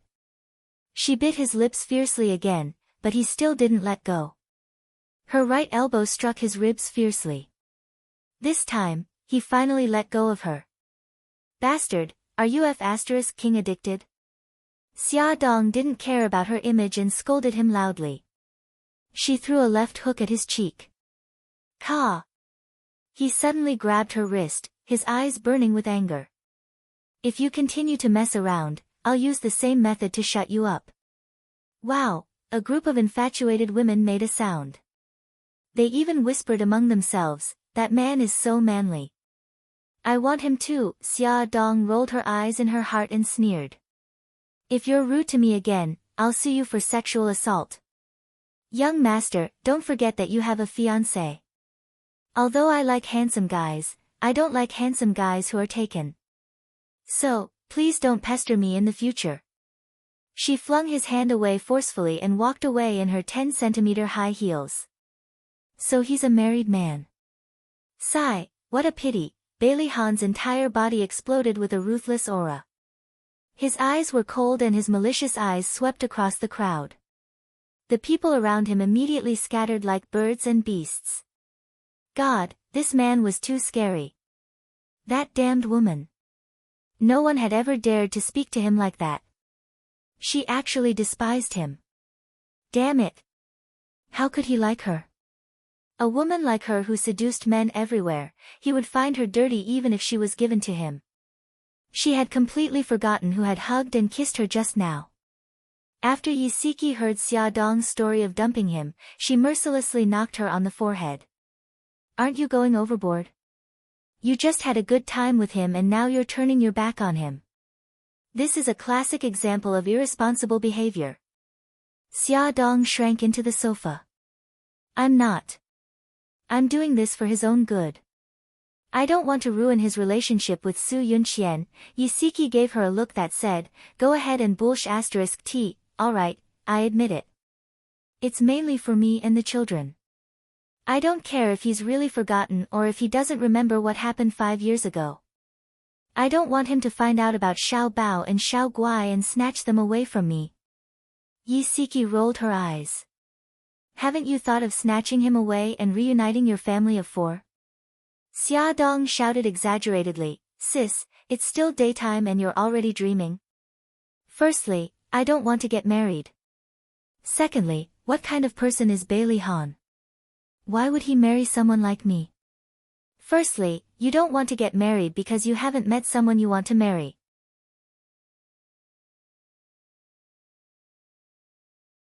Who knows, maybe Bailey Han is that person. Secondly, someone like you. What's wrong with someone like you? You're a high-class white-collar worker with an annual salary of a few $100,000. You can support yourself and your children. You're beautiful and capable. Only an idiot wouldn't fall for you." Yi Siki retorted in disappointment. Xia Dong hugged her and grinned as she rubbed her face against hers. "That's because you're my friend. That's why you can see the good in me. But Bailey's family is so rich that they can rival a country. They want to marry a daughter from a wealthy family. Would they marry a commoner like me? It's not impossible for a sparrow to turn into a phoenix. Aren't there many commoner women among the British princesses? Xia Dong blinked. That's just an example. It can't be promoted as the truth. Yi Siki poked her arm and smiled slyly. What about Bailey Yun? I think he's very interested in you. Didn't he ask you out to play golf some time ago? Spare me. I only treat him as a good friend. Moreover, he's Bailey Han's younger brother. If I really develop feelings for him, it'll be so awkward. He's such a handsome and rich eligible bachelor. How can you not be moved by him? Yi Siki held her forehead speechlessly. Oh my God, you're wasting God's gift. I really wonder if you like women. Xia Dong smiled sinisterly. Then aren't you in danger? Yi Siki hugged her chest and stepped back. Sorry, I already have a husband and a child. I'm determined not to be gay with you. Xia Dong's expression turned serious. She said in all seriousness, anyway, I won't get married. Dear, let's not talk about this anymore, okay? Yi Siki froze. Xia Dong narrowed her eyes. I'm planning to take the children out for a picnic and fly kites this weekend. Do you want to come along? Sure. But my old Lin has an operation this weekend, so he can't go with us. I know your gynecologist is very busy. Let's not make things difficult for him. Take your Nyonyo and my two little guys to the suburbs this weekend. Since there were women and children, Xia Dong didn't dare to take everyone to the mountains. She drove the car to the suburbs highway. About 500 meters away from the highway was a wide lawn with lush trees, a gurgling river, and unknown wildflowers blooming on the lawn. The scenery was quite beautiful. Xiao Guai and Nyonyo were like wild horses that had escaped their reins, running around happily on the lawn. Ad, Xinwu 799. You're tuning into the Blissful Bookshelf YouTube channel. We're so grateful for your support, and don't forget to subscribe to join us on this incredible journey through captivating stories.